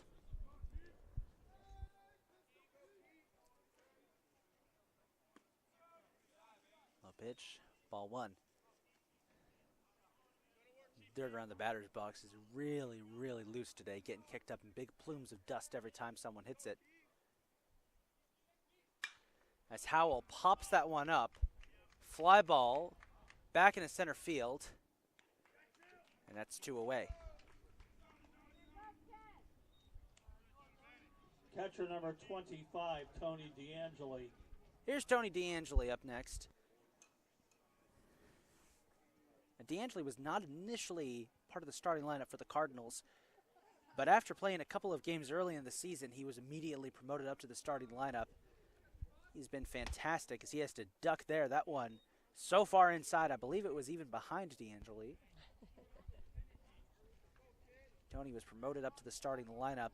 He's played catcher, first base, designated hitter, and he is quietly evolved into one of the most dangerous hitters on Catonsville's lineup, as there is ball 2.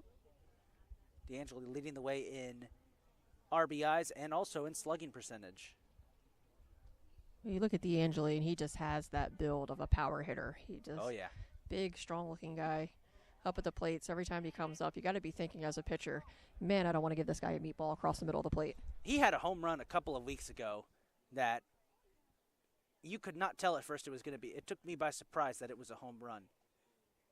Some of the ones he has smacked this year, like that. And that talking one about deep one, in the left field. And here we go. There we go. As it's out of say. here. Home run, Tony DeAngeli.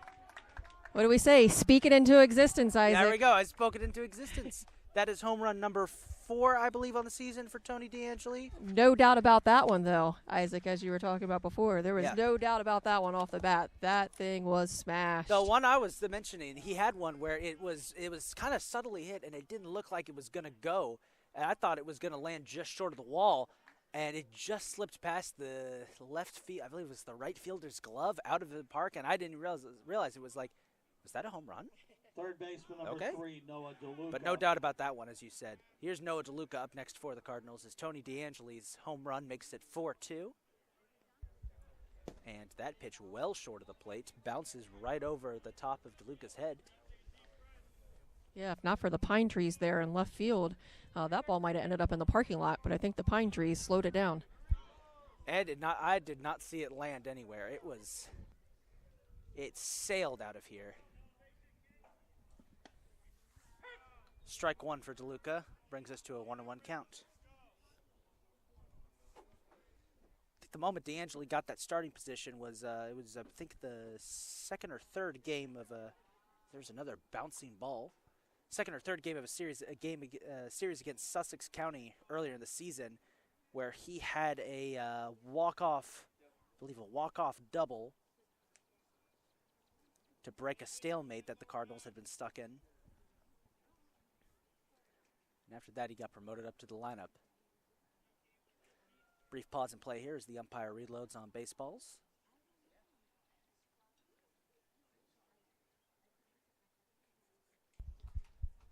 Yeah, Deluca's definitely taken advantage of, when, as we say in the game, when your name is called and you get an opportunity, take advantage of it.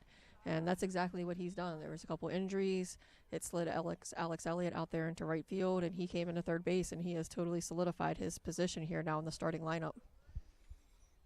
He's been having a great series today in this doubleheader.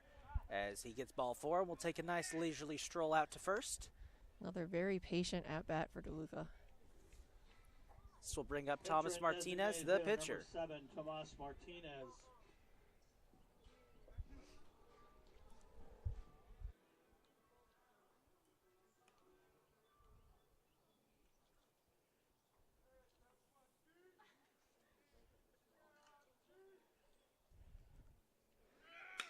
Martinez smashes that one into right field.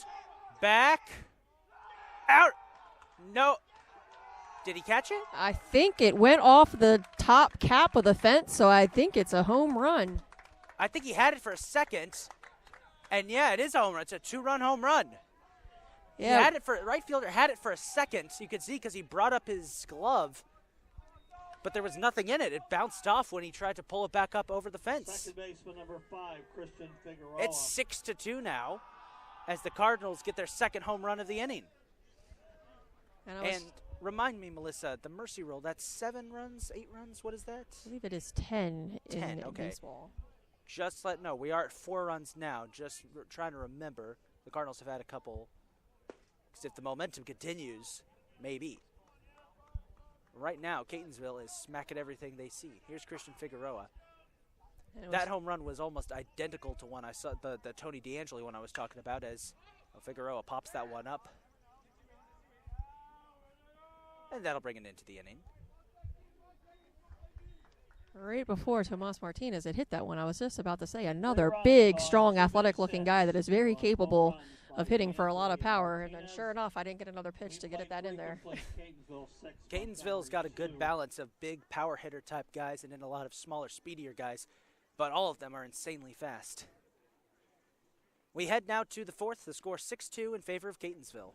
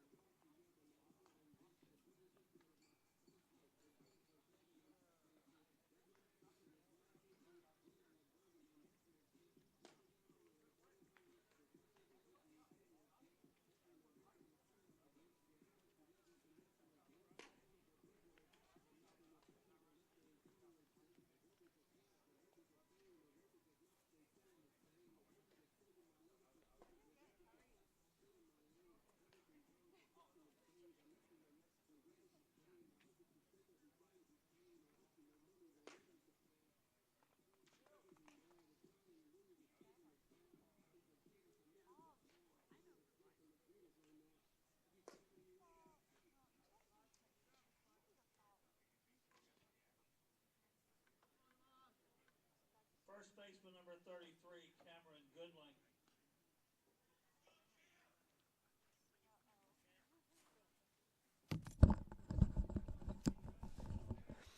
As we begin the 4th, fresh off his home run, Thomas Martinez back to the mound to pitch for the Cardinals as he faces Cam Goodling, the first baseman. And immediately gets strike 1.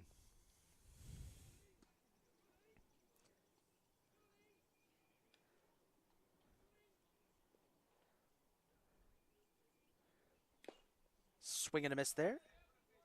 Made a little bit of contact for a foul, so that'll be strike 2.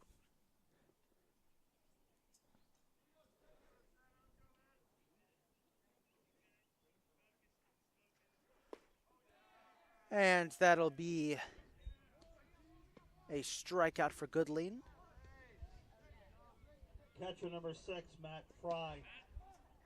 Matt Fry, the catcher, up next for the Raptors. Yeah, Goodling definitely didn't look very happy with himself on that strikeout. I think after the fact, he just realized he wasn't going to be able to hold up on it, but definitely a pitch off the plate.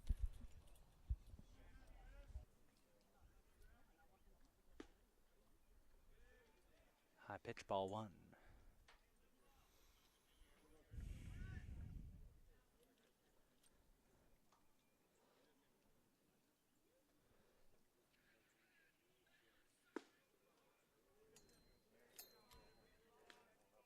Two-0 count.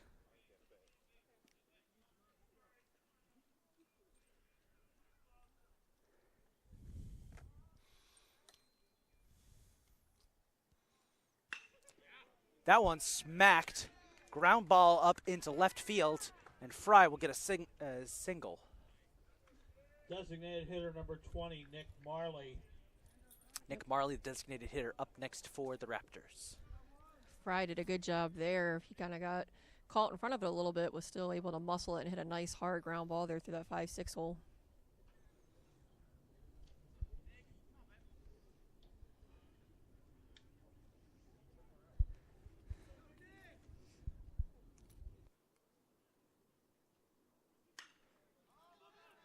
Popped up. Figueroa underneath it, and that'll be 2 away. Left fielder number 27, Dan Reyes.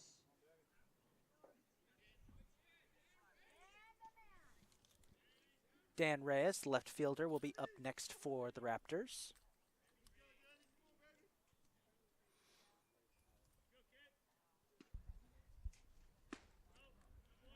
That one outside just a bit for ball 1.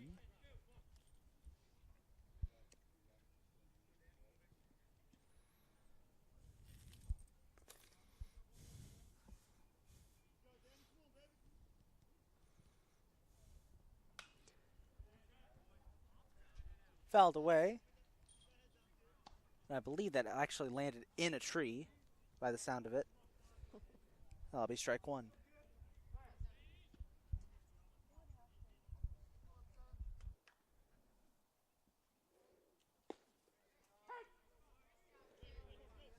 Strike 2. Great pitch there by Tomas Martinez, painting that corner right there on that outside edge. 1-2 count.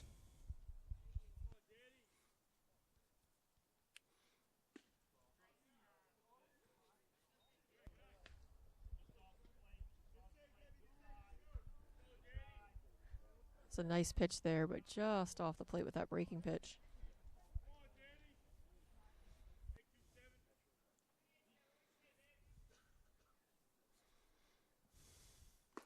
Swing and a miss. And we head to the bottom of the 4th. Halfway through game 2, Catonsville leads at 6-2. No runs, a base hit, 1 left. Thomas Martinez is heating up there on the mound. Reached the halfway mark in game 2. Catonsville 6, Montgomery 2.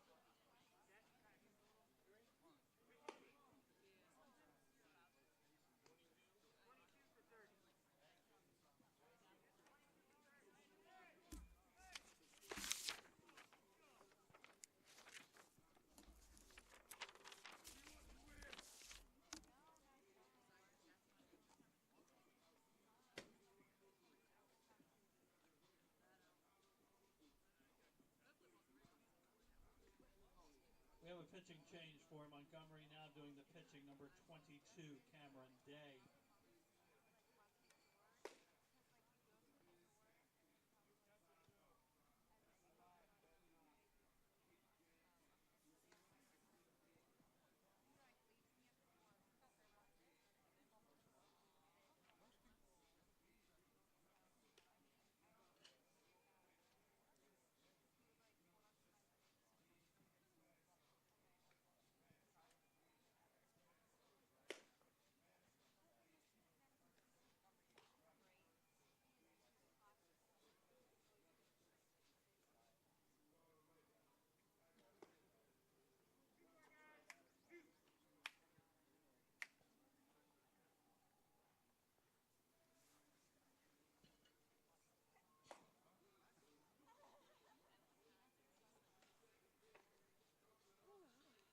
Pitching change.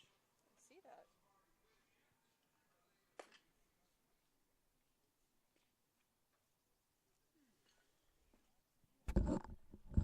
In the home half of the 4th for Catonsville, shortstop number 1, Orlando Perez Jr. Orlando Perez Jr. will lead off this inning as we have a pitching change for the Raptors. Cameron Day the sophomore from Hagerstown, Maryland, who played left field in game 1. Will get the start. Will go to relief work on the mound. They did a pretty good job in game 1 for the Raptors. Now here as he relieves Kiefer Vogler. He faces off against Orlando Perez Jr. He's had a solid day so far. RBI single back in the first, I believe. Excuse me, the second. 1-0 count. And that one he has to duck away from Matrix style. Makes it a 2-0 count. Our relief pitcher definitely has a lot more gas on our first one. Let's see if he can find the zone. Fouled away. That goes landing back by near a cherry blossom tree, looks like. That'll be strike 1. Definitely a lot more oomph in Day's pitches. That one is sent foul. Not foul, excuse me. Low for ball 1. As you heard one of our players yell out, 31 count right here in Perez's favor. Sitting in there looking in that small little zone. See if he gets 3-1 one. pitch. And that one smashed left field and is caught out. Right to him. Literally our left fielder. All he had to do is take one little drop step back and just sat on that ball, and the ball literally was in his glove. Well, we're back to the top of the order, and here's Roman March, Catonsville's left fielder. Getting a little tongue-tied here in this bottom of the 4th inning. Ugh.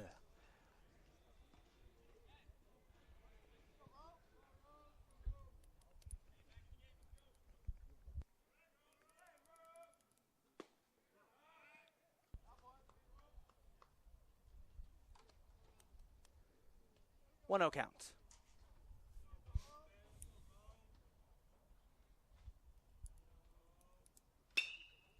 March smashes that one, center field, back towards the wall, 2 away.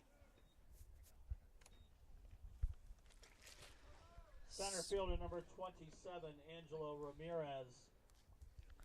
So far, I don't think we've seen a breaking pitch or anything off speed yet from our relief pitcher, so hopefully Ramirez is coming up here to the plate.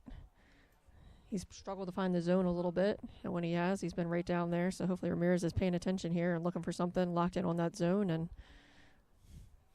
see if he can get a piece of one.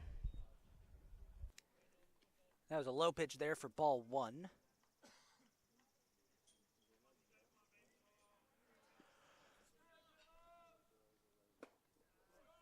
And that one low too, and goes ricocheting off the dirt and lands right in front of the Catonsville dugout. Not the umpire. I think the umpire took that one like a champ. Didn't even see him flinch. I'm pretty sure that caught off of his it might his have, knee yeah. protectors. We've had this umpire crew here before for Catonsville. They've been good as the Ramirez knocks that one foul. Lost track of it for a second. Thought it went into the outfield. No, that one goes foul. Bounces off the protective net. Set up to protect our fans.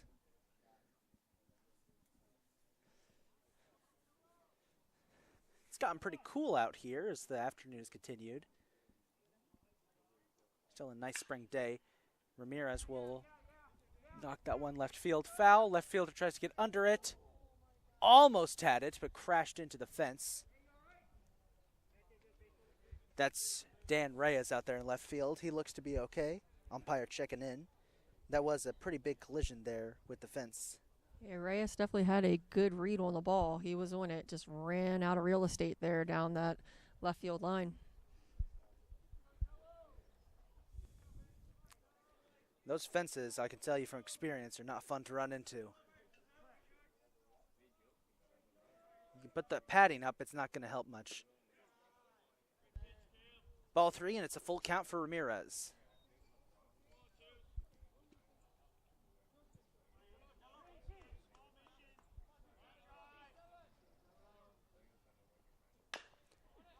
Little dribbler. This could be trouble. Right up the middle.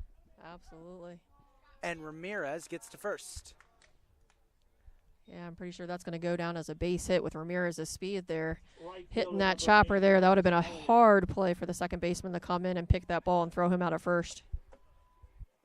Well, Alex Elliott up next, and with Ramirez on base, you know what that means. All eyes turn to first.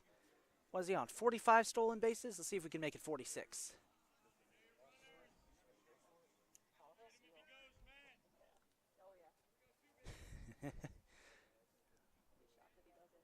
One of our athletic specialists just came up and said, "You think he's going for it?" Oh, yeah.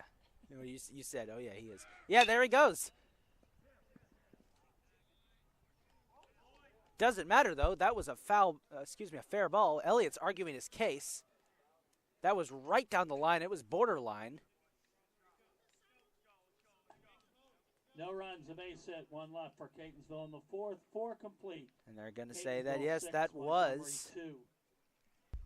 a fair ball.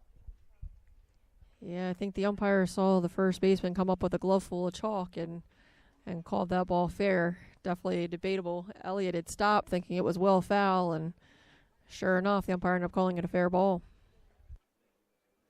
Well, 6-2 the score as the umpires are having a discussion. Wait to see what happens. Catonsville is taking their places out on the field.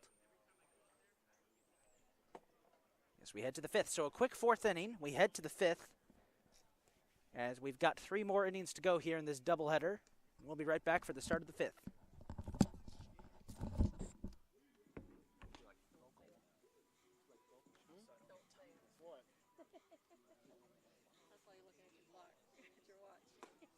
Oh no, I closed the ring. Oh, okay. One of my rings closed. I do like tongue twisters so I don't get twisted up.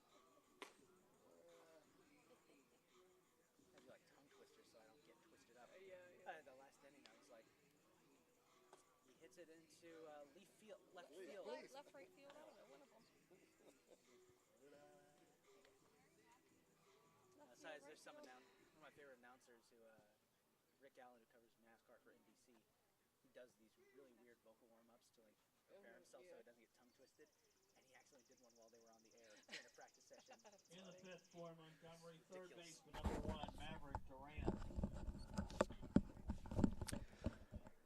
Leading off this inning here in the 5th, Maverick Durant, the 3rd baseman. As he faces Martinez. Martinez sat 3 down last inning. See if he can do the same here. Outside a bit. That'll be ball 1.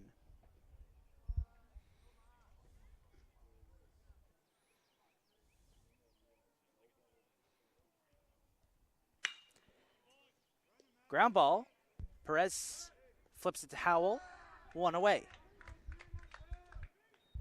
Great defensive play there on both sides. That ball took a little bit of a hop up on Perez, but Perez was able to still keep it in his glove, fired it across the diamond, and then Pete Howell making another terrific dig over there at first base to secure that out. Those two have been having a day out there in the infield today.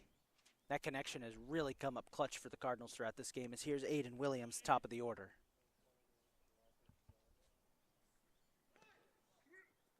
It looked like he was going to bunt, backed off.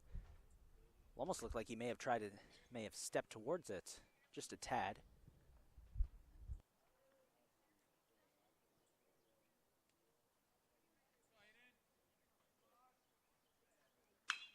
Williams smacks that one into left field, right into Roman March's glove. 2 away. The pace of this game has really picked up here in these back half of this game. After that 4th inning, it's just felt like it's been going faster and faster. It has. I was just saying to Larry, our specialist over here, because I saw him looking at his watch, not to say anything because I didn't want him to jinx it by slowing the game down on us. These are the types of baseball games you love to watch. Got a good flow to the game, a nice pace. It's been just enough of some great defense and also some really nice at-bats. Yeah, Catonsville's had a couple of interesting games over the last couple of weeks.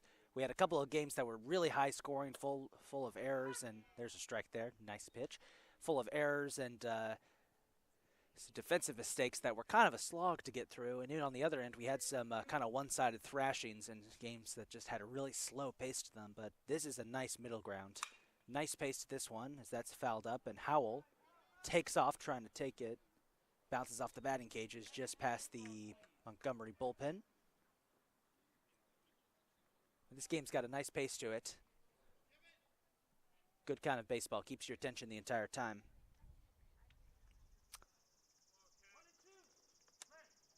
One-two count.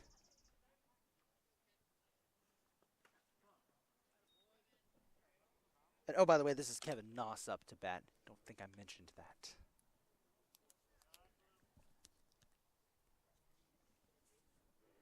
Two and two.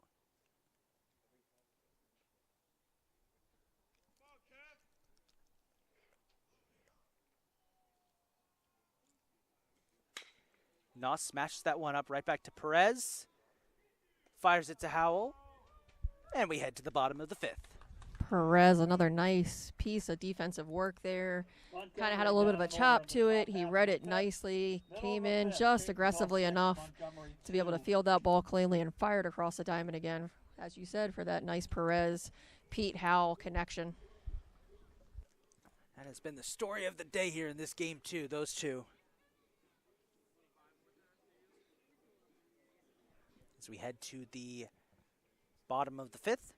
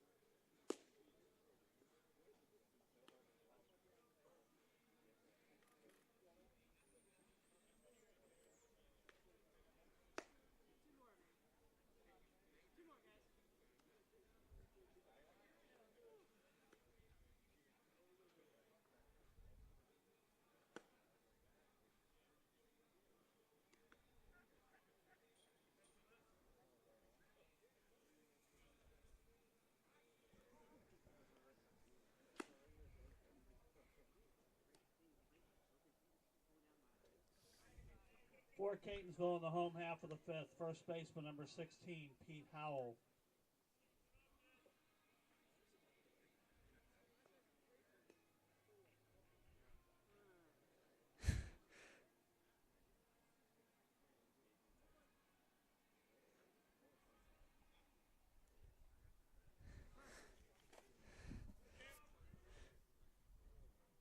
Pete Howell will lead off this inning for the Cardinals. He gets ball one there.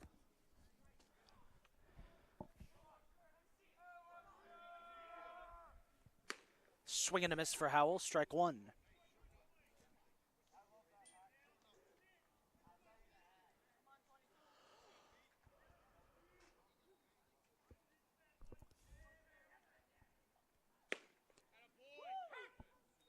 Strike two.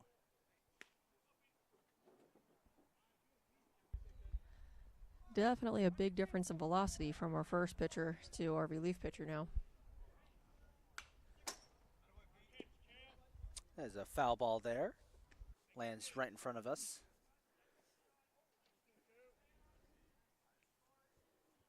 As this is your first time commentating with me, Melissa, I will say this. There's nothing more soul-wrenching than having a foul ball knocked right into your face here in our little booth. And that's going to be a hit-by pitch as Howell gets hit right in the upper arm and will trot to first.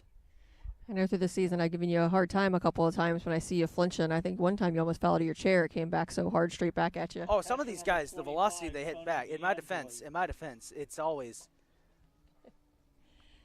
I think I've become a little immune to it. A lot of years spent on the softball and baseball field, so I've gotten pretty immune to it. So I might pay for that one day if the fence ever gives way, but... The fences here are strong. It's the softball fence that gives me the heebie-jeebies. As here's Tony DeAngeli. And the foul balls that get hit there, you have no right to laugh when I flinch at those. You definitely get a lot more there at softball too, because you're elevated there in that press box. You're getting a lot of those ones that are coming off the high part of the backstop there. Speaking of softball, be sure to check in on our CCBC Catonsville YouTube channel Tuesday. We got a softball home doubleheader Haven't had a lot of those this year due to a combination of bad weather and injuries, but closing out the season good. Trying to get some updates to see what the score is over at Delaware Tech, as there is a 3-0 count for Tony DeAngeli.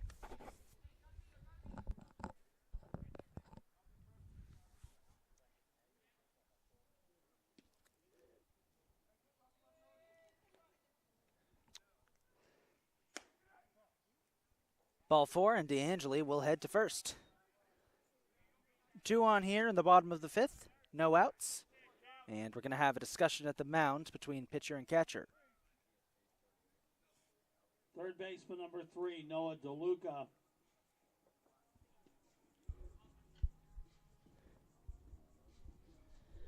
Looks like Coach Blue and Deluca are going to have a little conversation as the Montgomery Raptors bring it in on the bump. You got to be feeling pretty good about Coach Blue right now with Deluca coming up the plate, with having walked 2 batters here and having him come up. Got somebody again that's going to be patient, so hopefully this can pay off. We can get lucky, get a little pond full of Cardinals here. A pond full of Cardinals? This is baseball logo. I'm going to have to teach you, Isaac. Pond full of Cardinals. I don't know if I... All right. Typically we'd say ducks on the pond, but since we're talking Cardinals, I had to say a pond full of Cardinals. We're not ducks, we're Cardinals. I think I'd go with a nest full of Cardinals. Whatever suits, as long as it happens, I don't care what we call it. That is true. Here's Noah Deluca.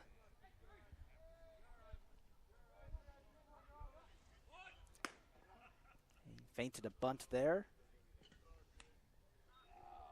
1-0 count.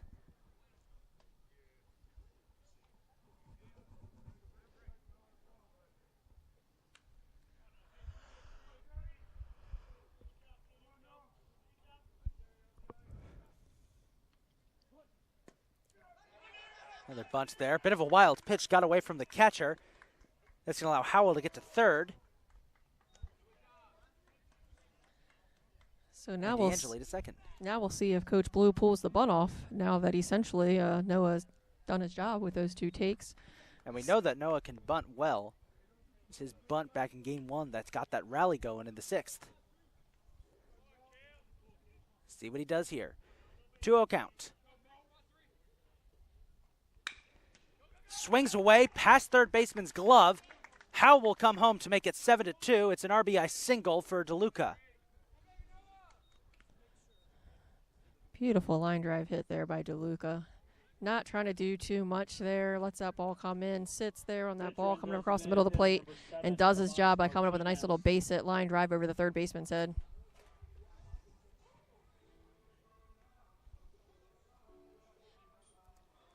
So this will bring up Thomas Martinez, designated hitter.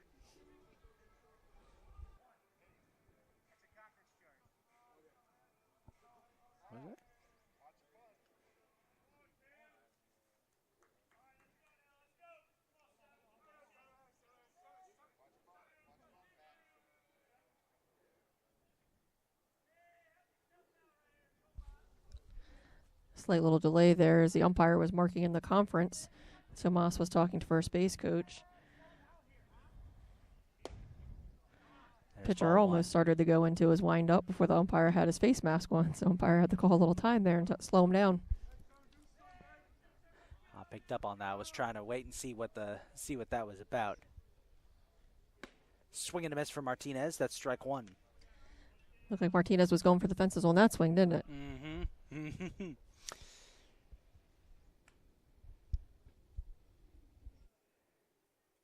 It's an interesting dichotomy of batters here. We had Noah Deluca, a bit of a smaller guy, small, speedy, fast, and right after this, Thomas Martinez, big, bulky power hitter type player. Catonsville's lineup kind of alternates between that. Here's another ball. That was a great dig there by the catcher behind the plate to keep that one from getting back to the backstop, because that would have been another run across the plate. Say it would.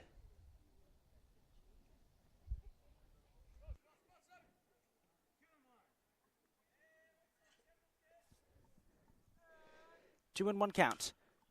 Martinez definitely got a piece of that one as it slams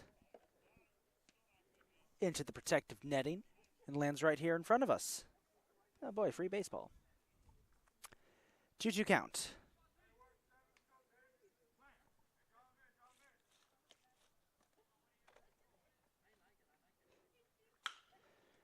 Ground ball up to second base. Chance for a double play. And they'll get it. Tony DeAngeli does score, though, to make it 8-2. But a double play will send Deluca and Martinez Christian Figueroa. back to the dugout as Christian Figueroa comes up next.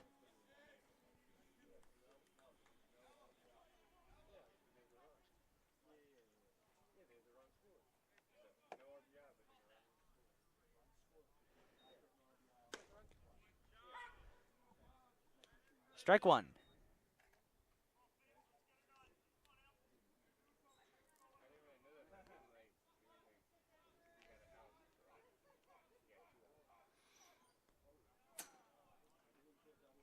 That's well short of the plate, and about third or fourth time today that we've seen a ball just bounce over the heads of the catcher.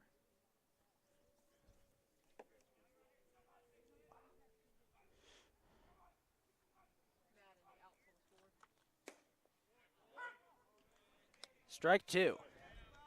It's showing 0 left on the scoreboard. There you go.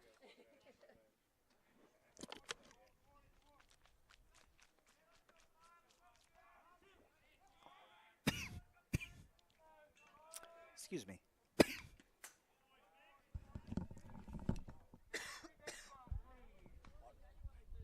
Isaac took a little drink of water. I think it's going down the wrong pipe here. You know, you don't have to inform them. It's all good.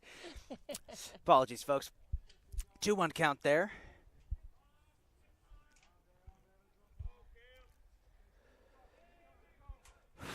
Don't worry, Isaac. It happens to the best of us.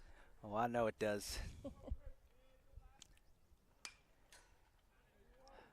Foul ball. Just luckily, most of us aren't on a microphone when it happens to us. So. That's true. There we go. Fresh delivery of baseballs. So it's a 1-2 count here.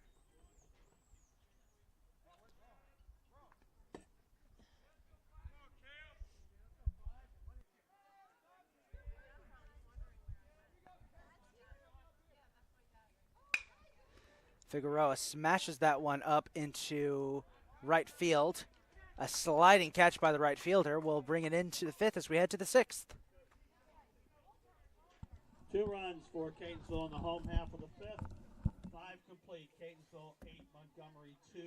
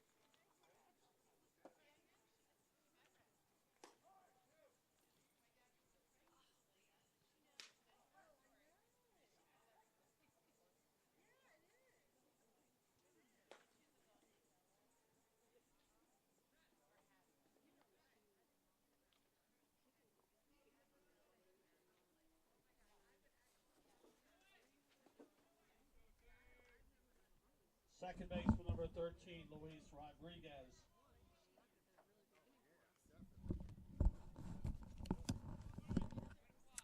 Luis Rodriguez will lead off this inning for the Raptors. As Montgomery looking for something, anything, as they trail 8-2 here in the sixth.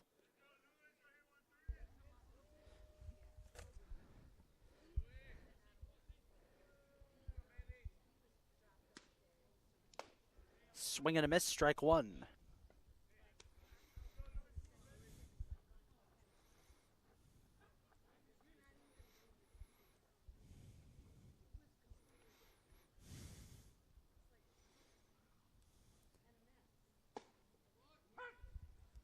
Strike two.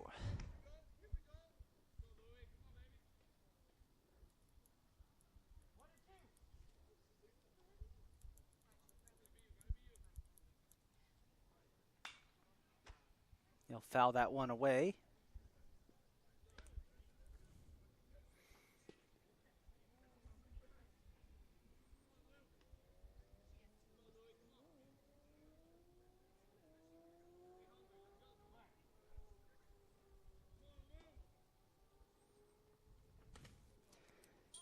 Rodriguez had to dodge away from that one.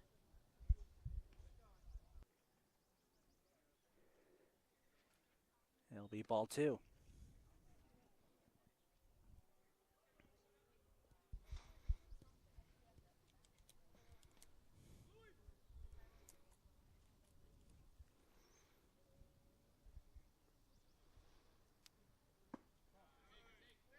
Ball three, and we got a full count.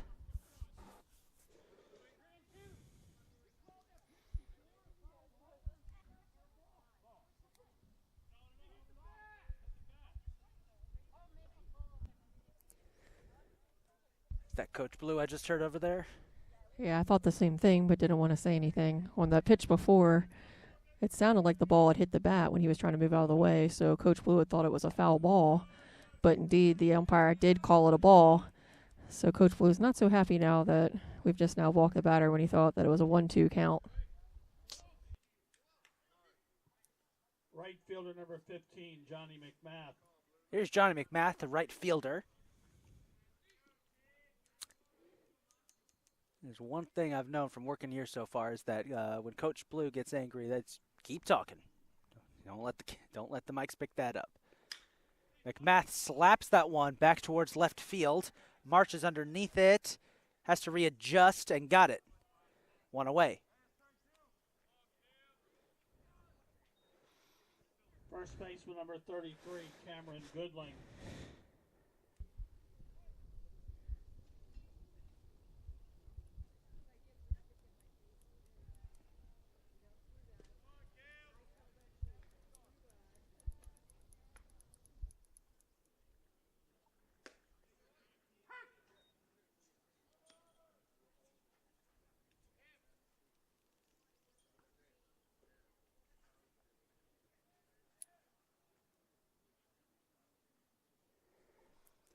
Strike one here for Cam Goodling, the first baseman. And he'll foul that one away for strike two.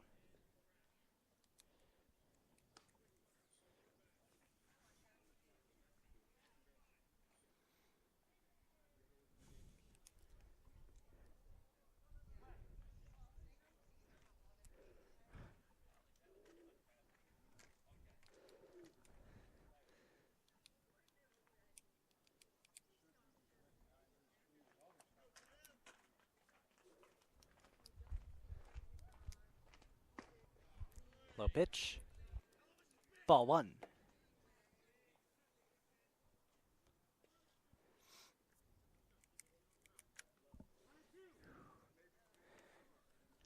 Boy, I shouldn't have said it was cooling off earlier. It's starting to heat up again out here. Bit of a swing there.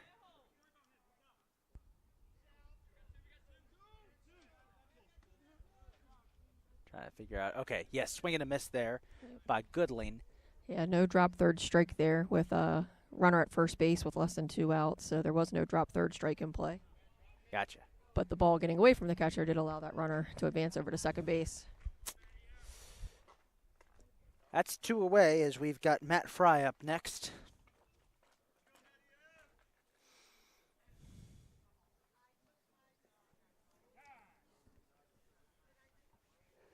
And a quick time here. Catcher number 6, Matt Fry.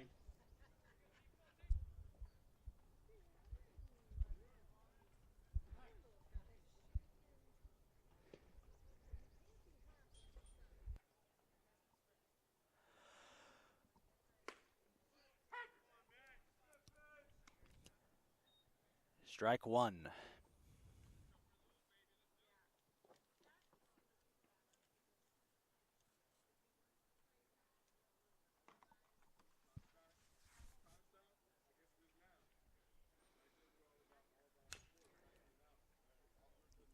That'll be strike 2 as that one is fouled off towards the dugout.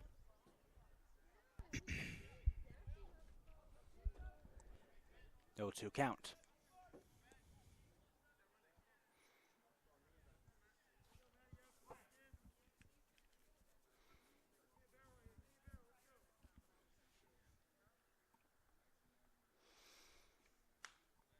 Another foul ball.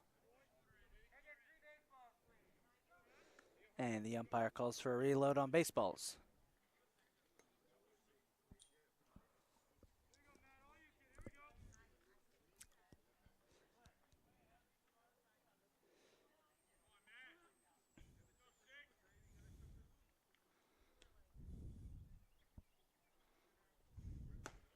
High pitch, ball 1.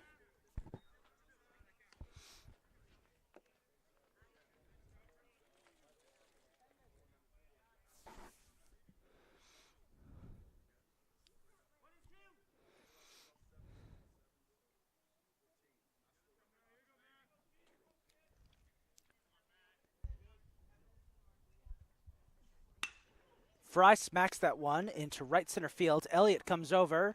Got it. We head to the bottom of the 6th. Catonsville up 8-2. You try extend the lead here a little bit. Walk and 1 left. 5.5. Catonsville 8. Montgomery 2.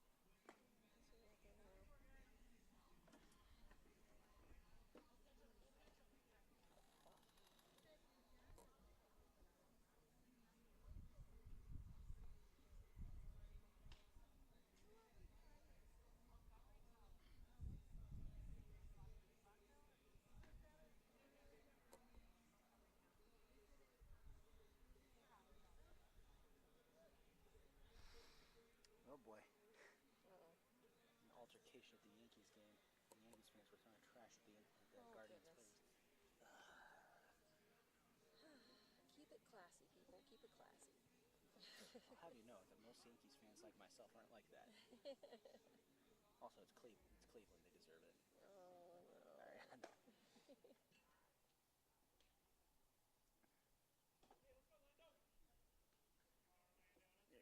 In the 6th for Catonsville, shortstop number 1, Orlando Perez Jr.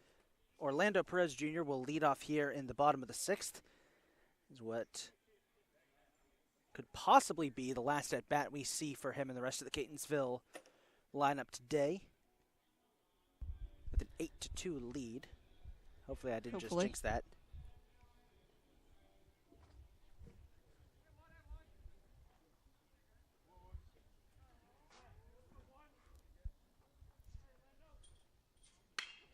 And he smashes that one fair into left field. Single, double at most. A double right off the bat for Orlando Perez Jr. Tell you, the bottom part of this Catonsville Cardinals lineup today has just done a phenomenal job of getting on base.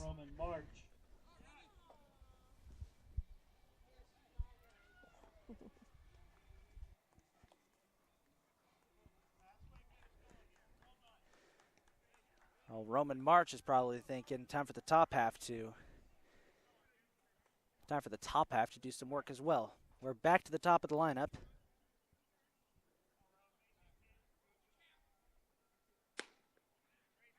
There's strike 1.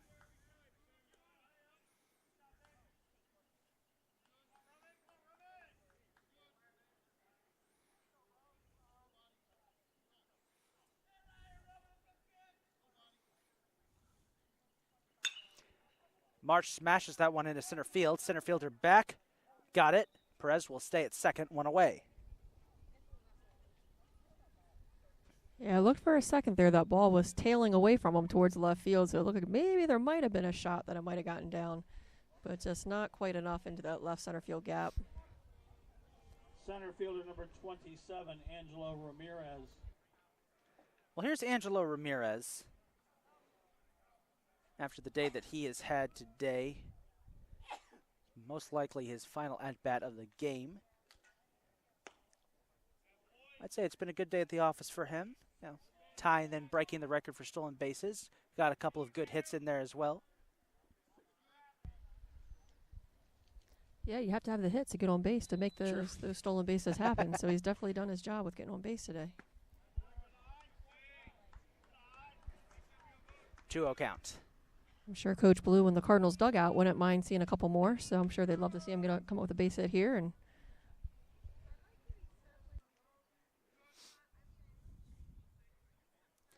2-0 pitch.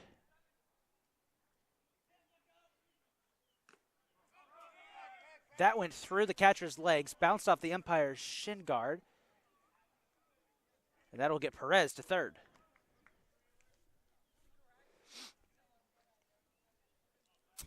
Just feels like the Raptors catchers have been having some difficulty hanging on to the ball today. There's been multiple occasions in both games where they've lost track of where the ball was. Allowed Catonsville to get runners in scoring position as they are now. yeah, when that ball hits the dirt, it's not easy to necessarily pick up and keep in front. There's strike one.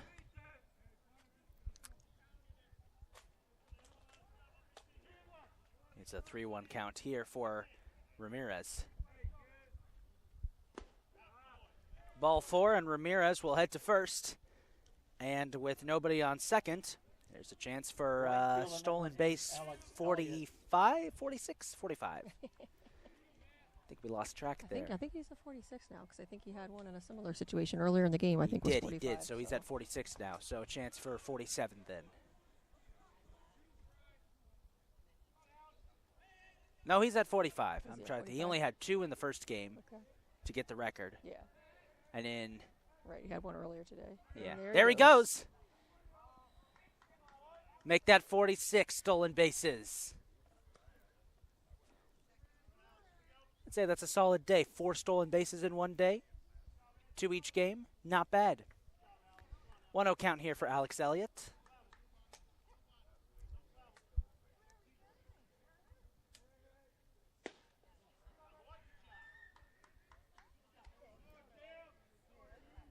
Oh my goodness.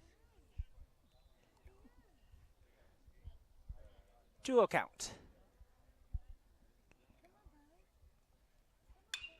Elliott will foul that one away for strike one.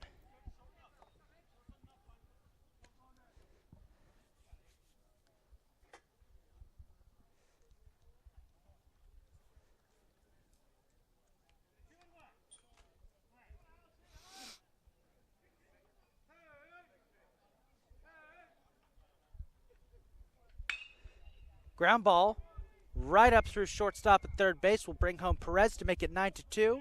It's an RBI single for Alex Elliott.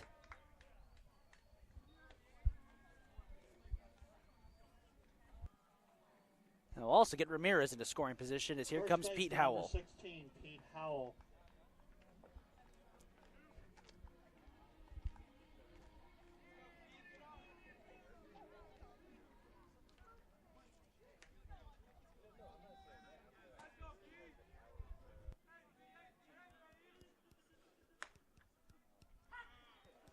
Strike one.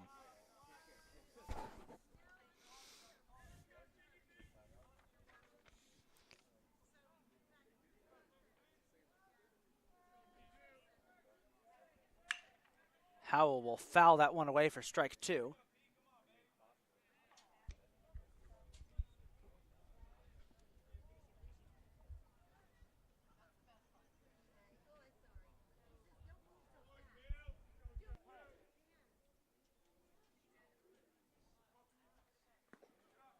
Bit of a low pitch. Elliott will take second. As the catcher once again lost track of where the ball was.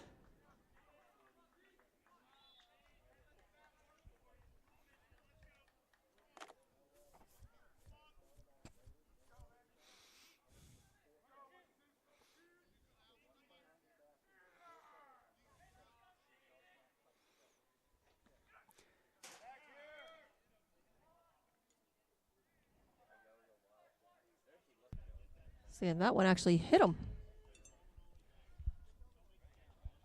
Yes, it did. That's the second time that Howell has been hit by a pitch today.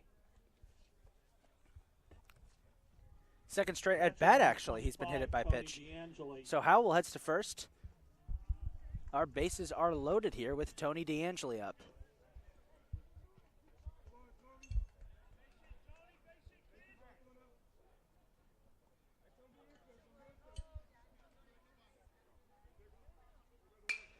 DeAngeli smacks that one very foul. A lot of oomph on that one.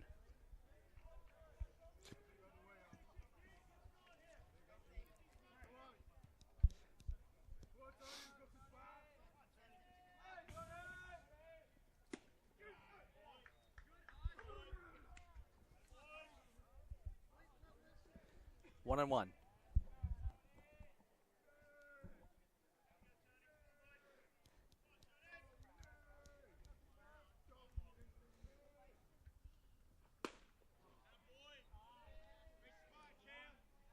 Two and one.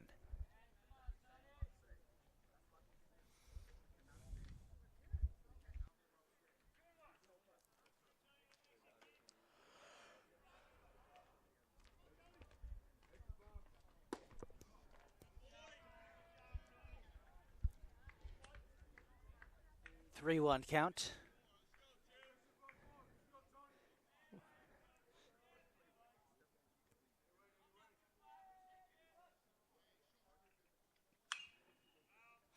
DeAngeli will foul that one away for strike two, bring us to a full count. Full count, bases loaded in the bottom of the sixth. Catonsville didn't already have a 7-run lead. Say that you could cut the tension with a knife. Ball four. DeAngeli will head to first. That'll bring home Ramirez. Makes it 10-2. Third baseman number 3, Noah Deluca. Noah Deluca up next for the Cardinals with the bases still loaded.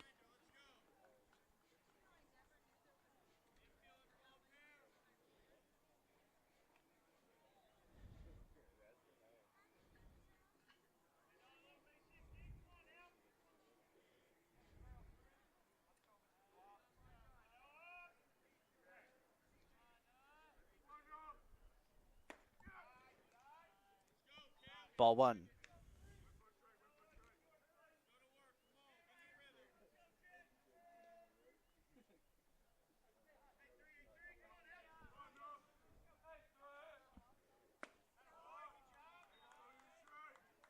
Low in the dirt for ball two.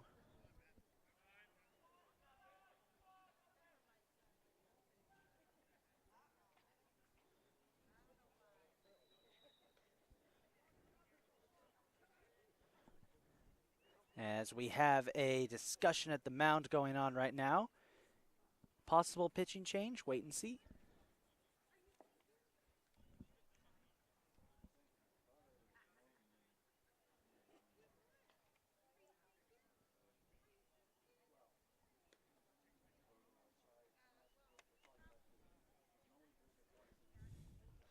Oh, to be a fly buzzing around that conversation.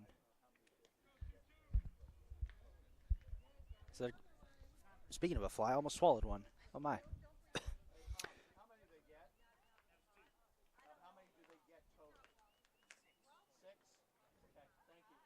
thank you. That's for my education. Thank you. No problem.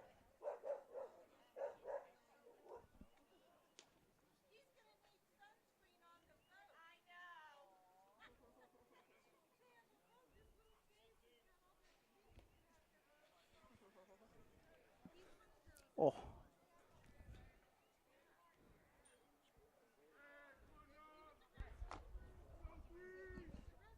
2-0 count.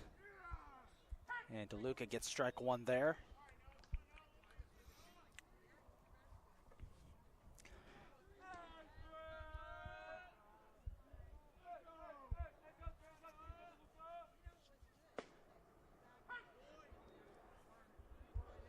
There's number 2. 2-2 count.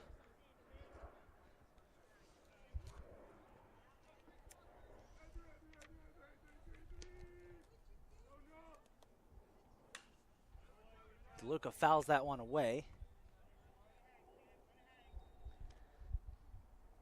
Good little piece of defensive hitting there. Took that ball. Might have been a little bit off the plate. Might not have been.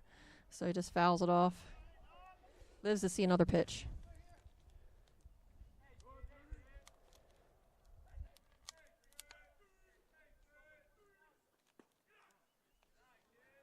Ball 3, and we've reached another full count.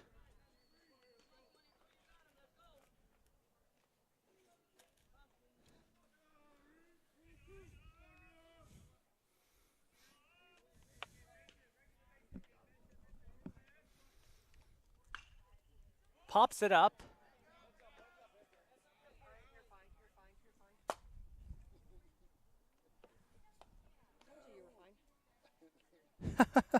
That one goes landing foul right behind us. I was ready if it bounced back this way, but I didn't want you to take a step backwards to try to move out of the way, because then you would have moved into it. I thought about it for a second. I lost I track. know, I saw the that's why- catcher come right That's why I towards said, us. no, you're fine. You're I fine. saw the catcher come right towards us and thought, oh boy. High pitch, ball 4 for the second time. Cardinals get walked with the bases loaded. It's 11-2 now, as Alex Elliott comes home. Pitcher and designated hitter number 7, Tomas Martinez. So bring up Thomas Martinez.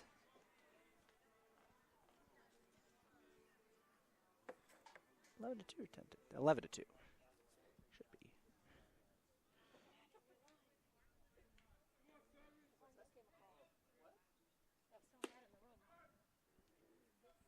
There's ball 1.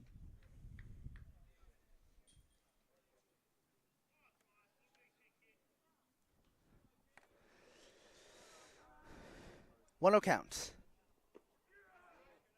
Bit of a low pitch there. Got away from the catcher again. It's ball 2.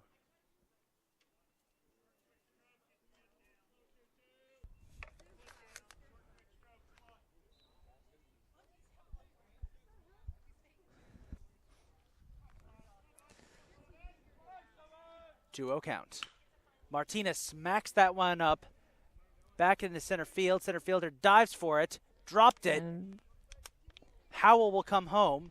that'll be it. It's 12-2, and that should do it. It's a 10-run lead, mercy rule in effect, and this game is over. Catonsville wins it 12-2. They get the sweep on the doubleheader. Final score, Catonsville 12, Montgomery 2. An impressive display from the Cardinals, I'd say so. Melissa, Melissa, thank you for joining us today. My pleasure. It was great to have some added context to the commentary. Folks, if you're ready for the next game, tune in tomorrow as the Cardinals take on the College of Southern Maryland, I believe. I think actually tomorrow is Del Tech. Del Tech. Del Tech for Del Tech, baseball excuse me, I tomorrow. was a week Yep. off. College of That's Southern okay. Maryland is next Sunday. Yes, sir. Check in tomorrow. Same place, same YouTube channel. Until then, folks, thank you for joining us this afternoon. Have a good evening. This is Isaac Donsky signing off.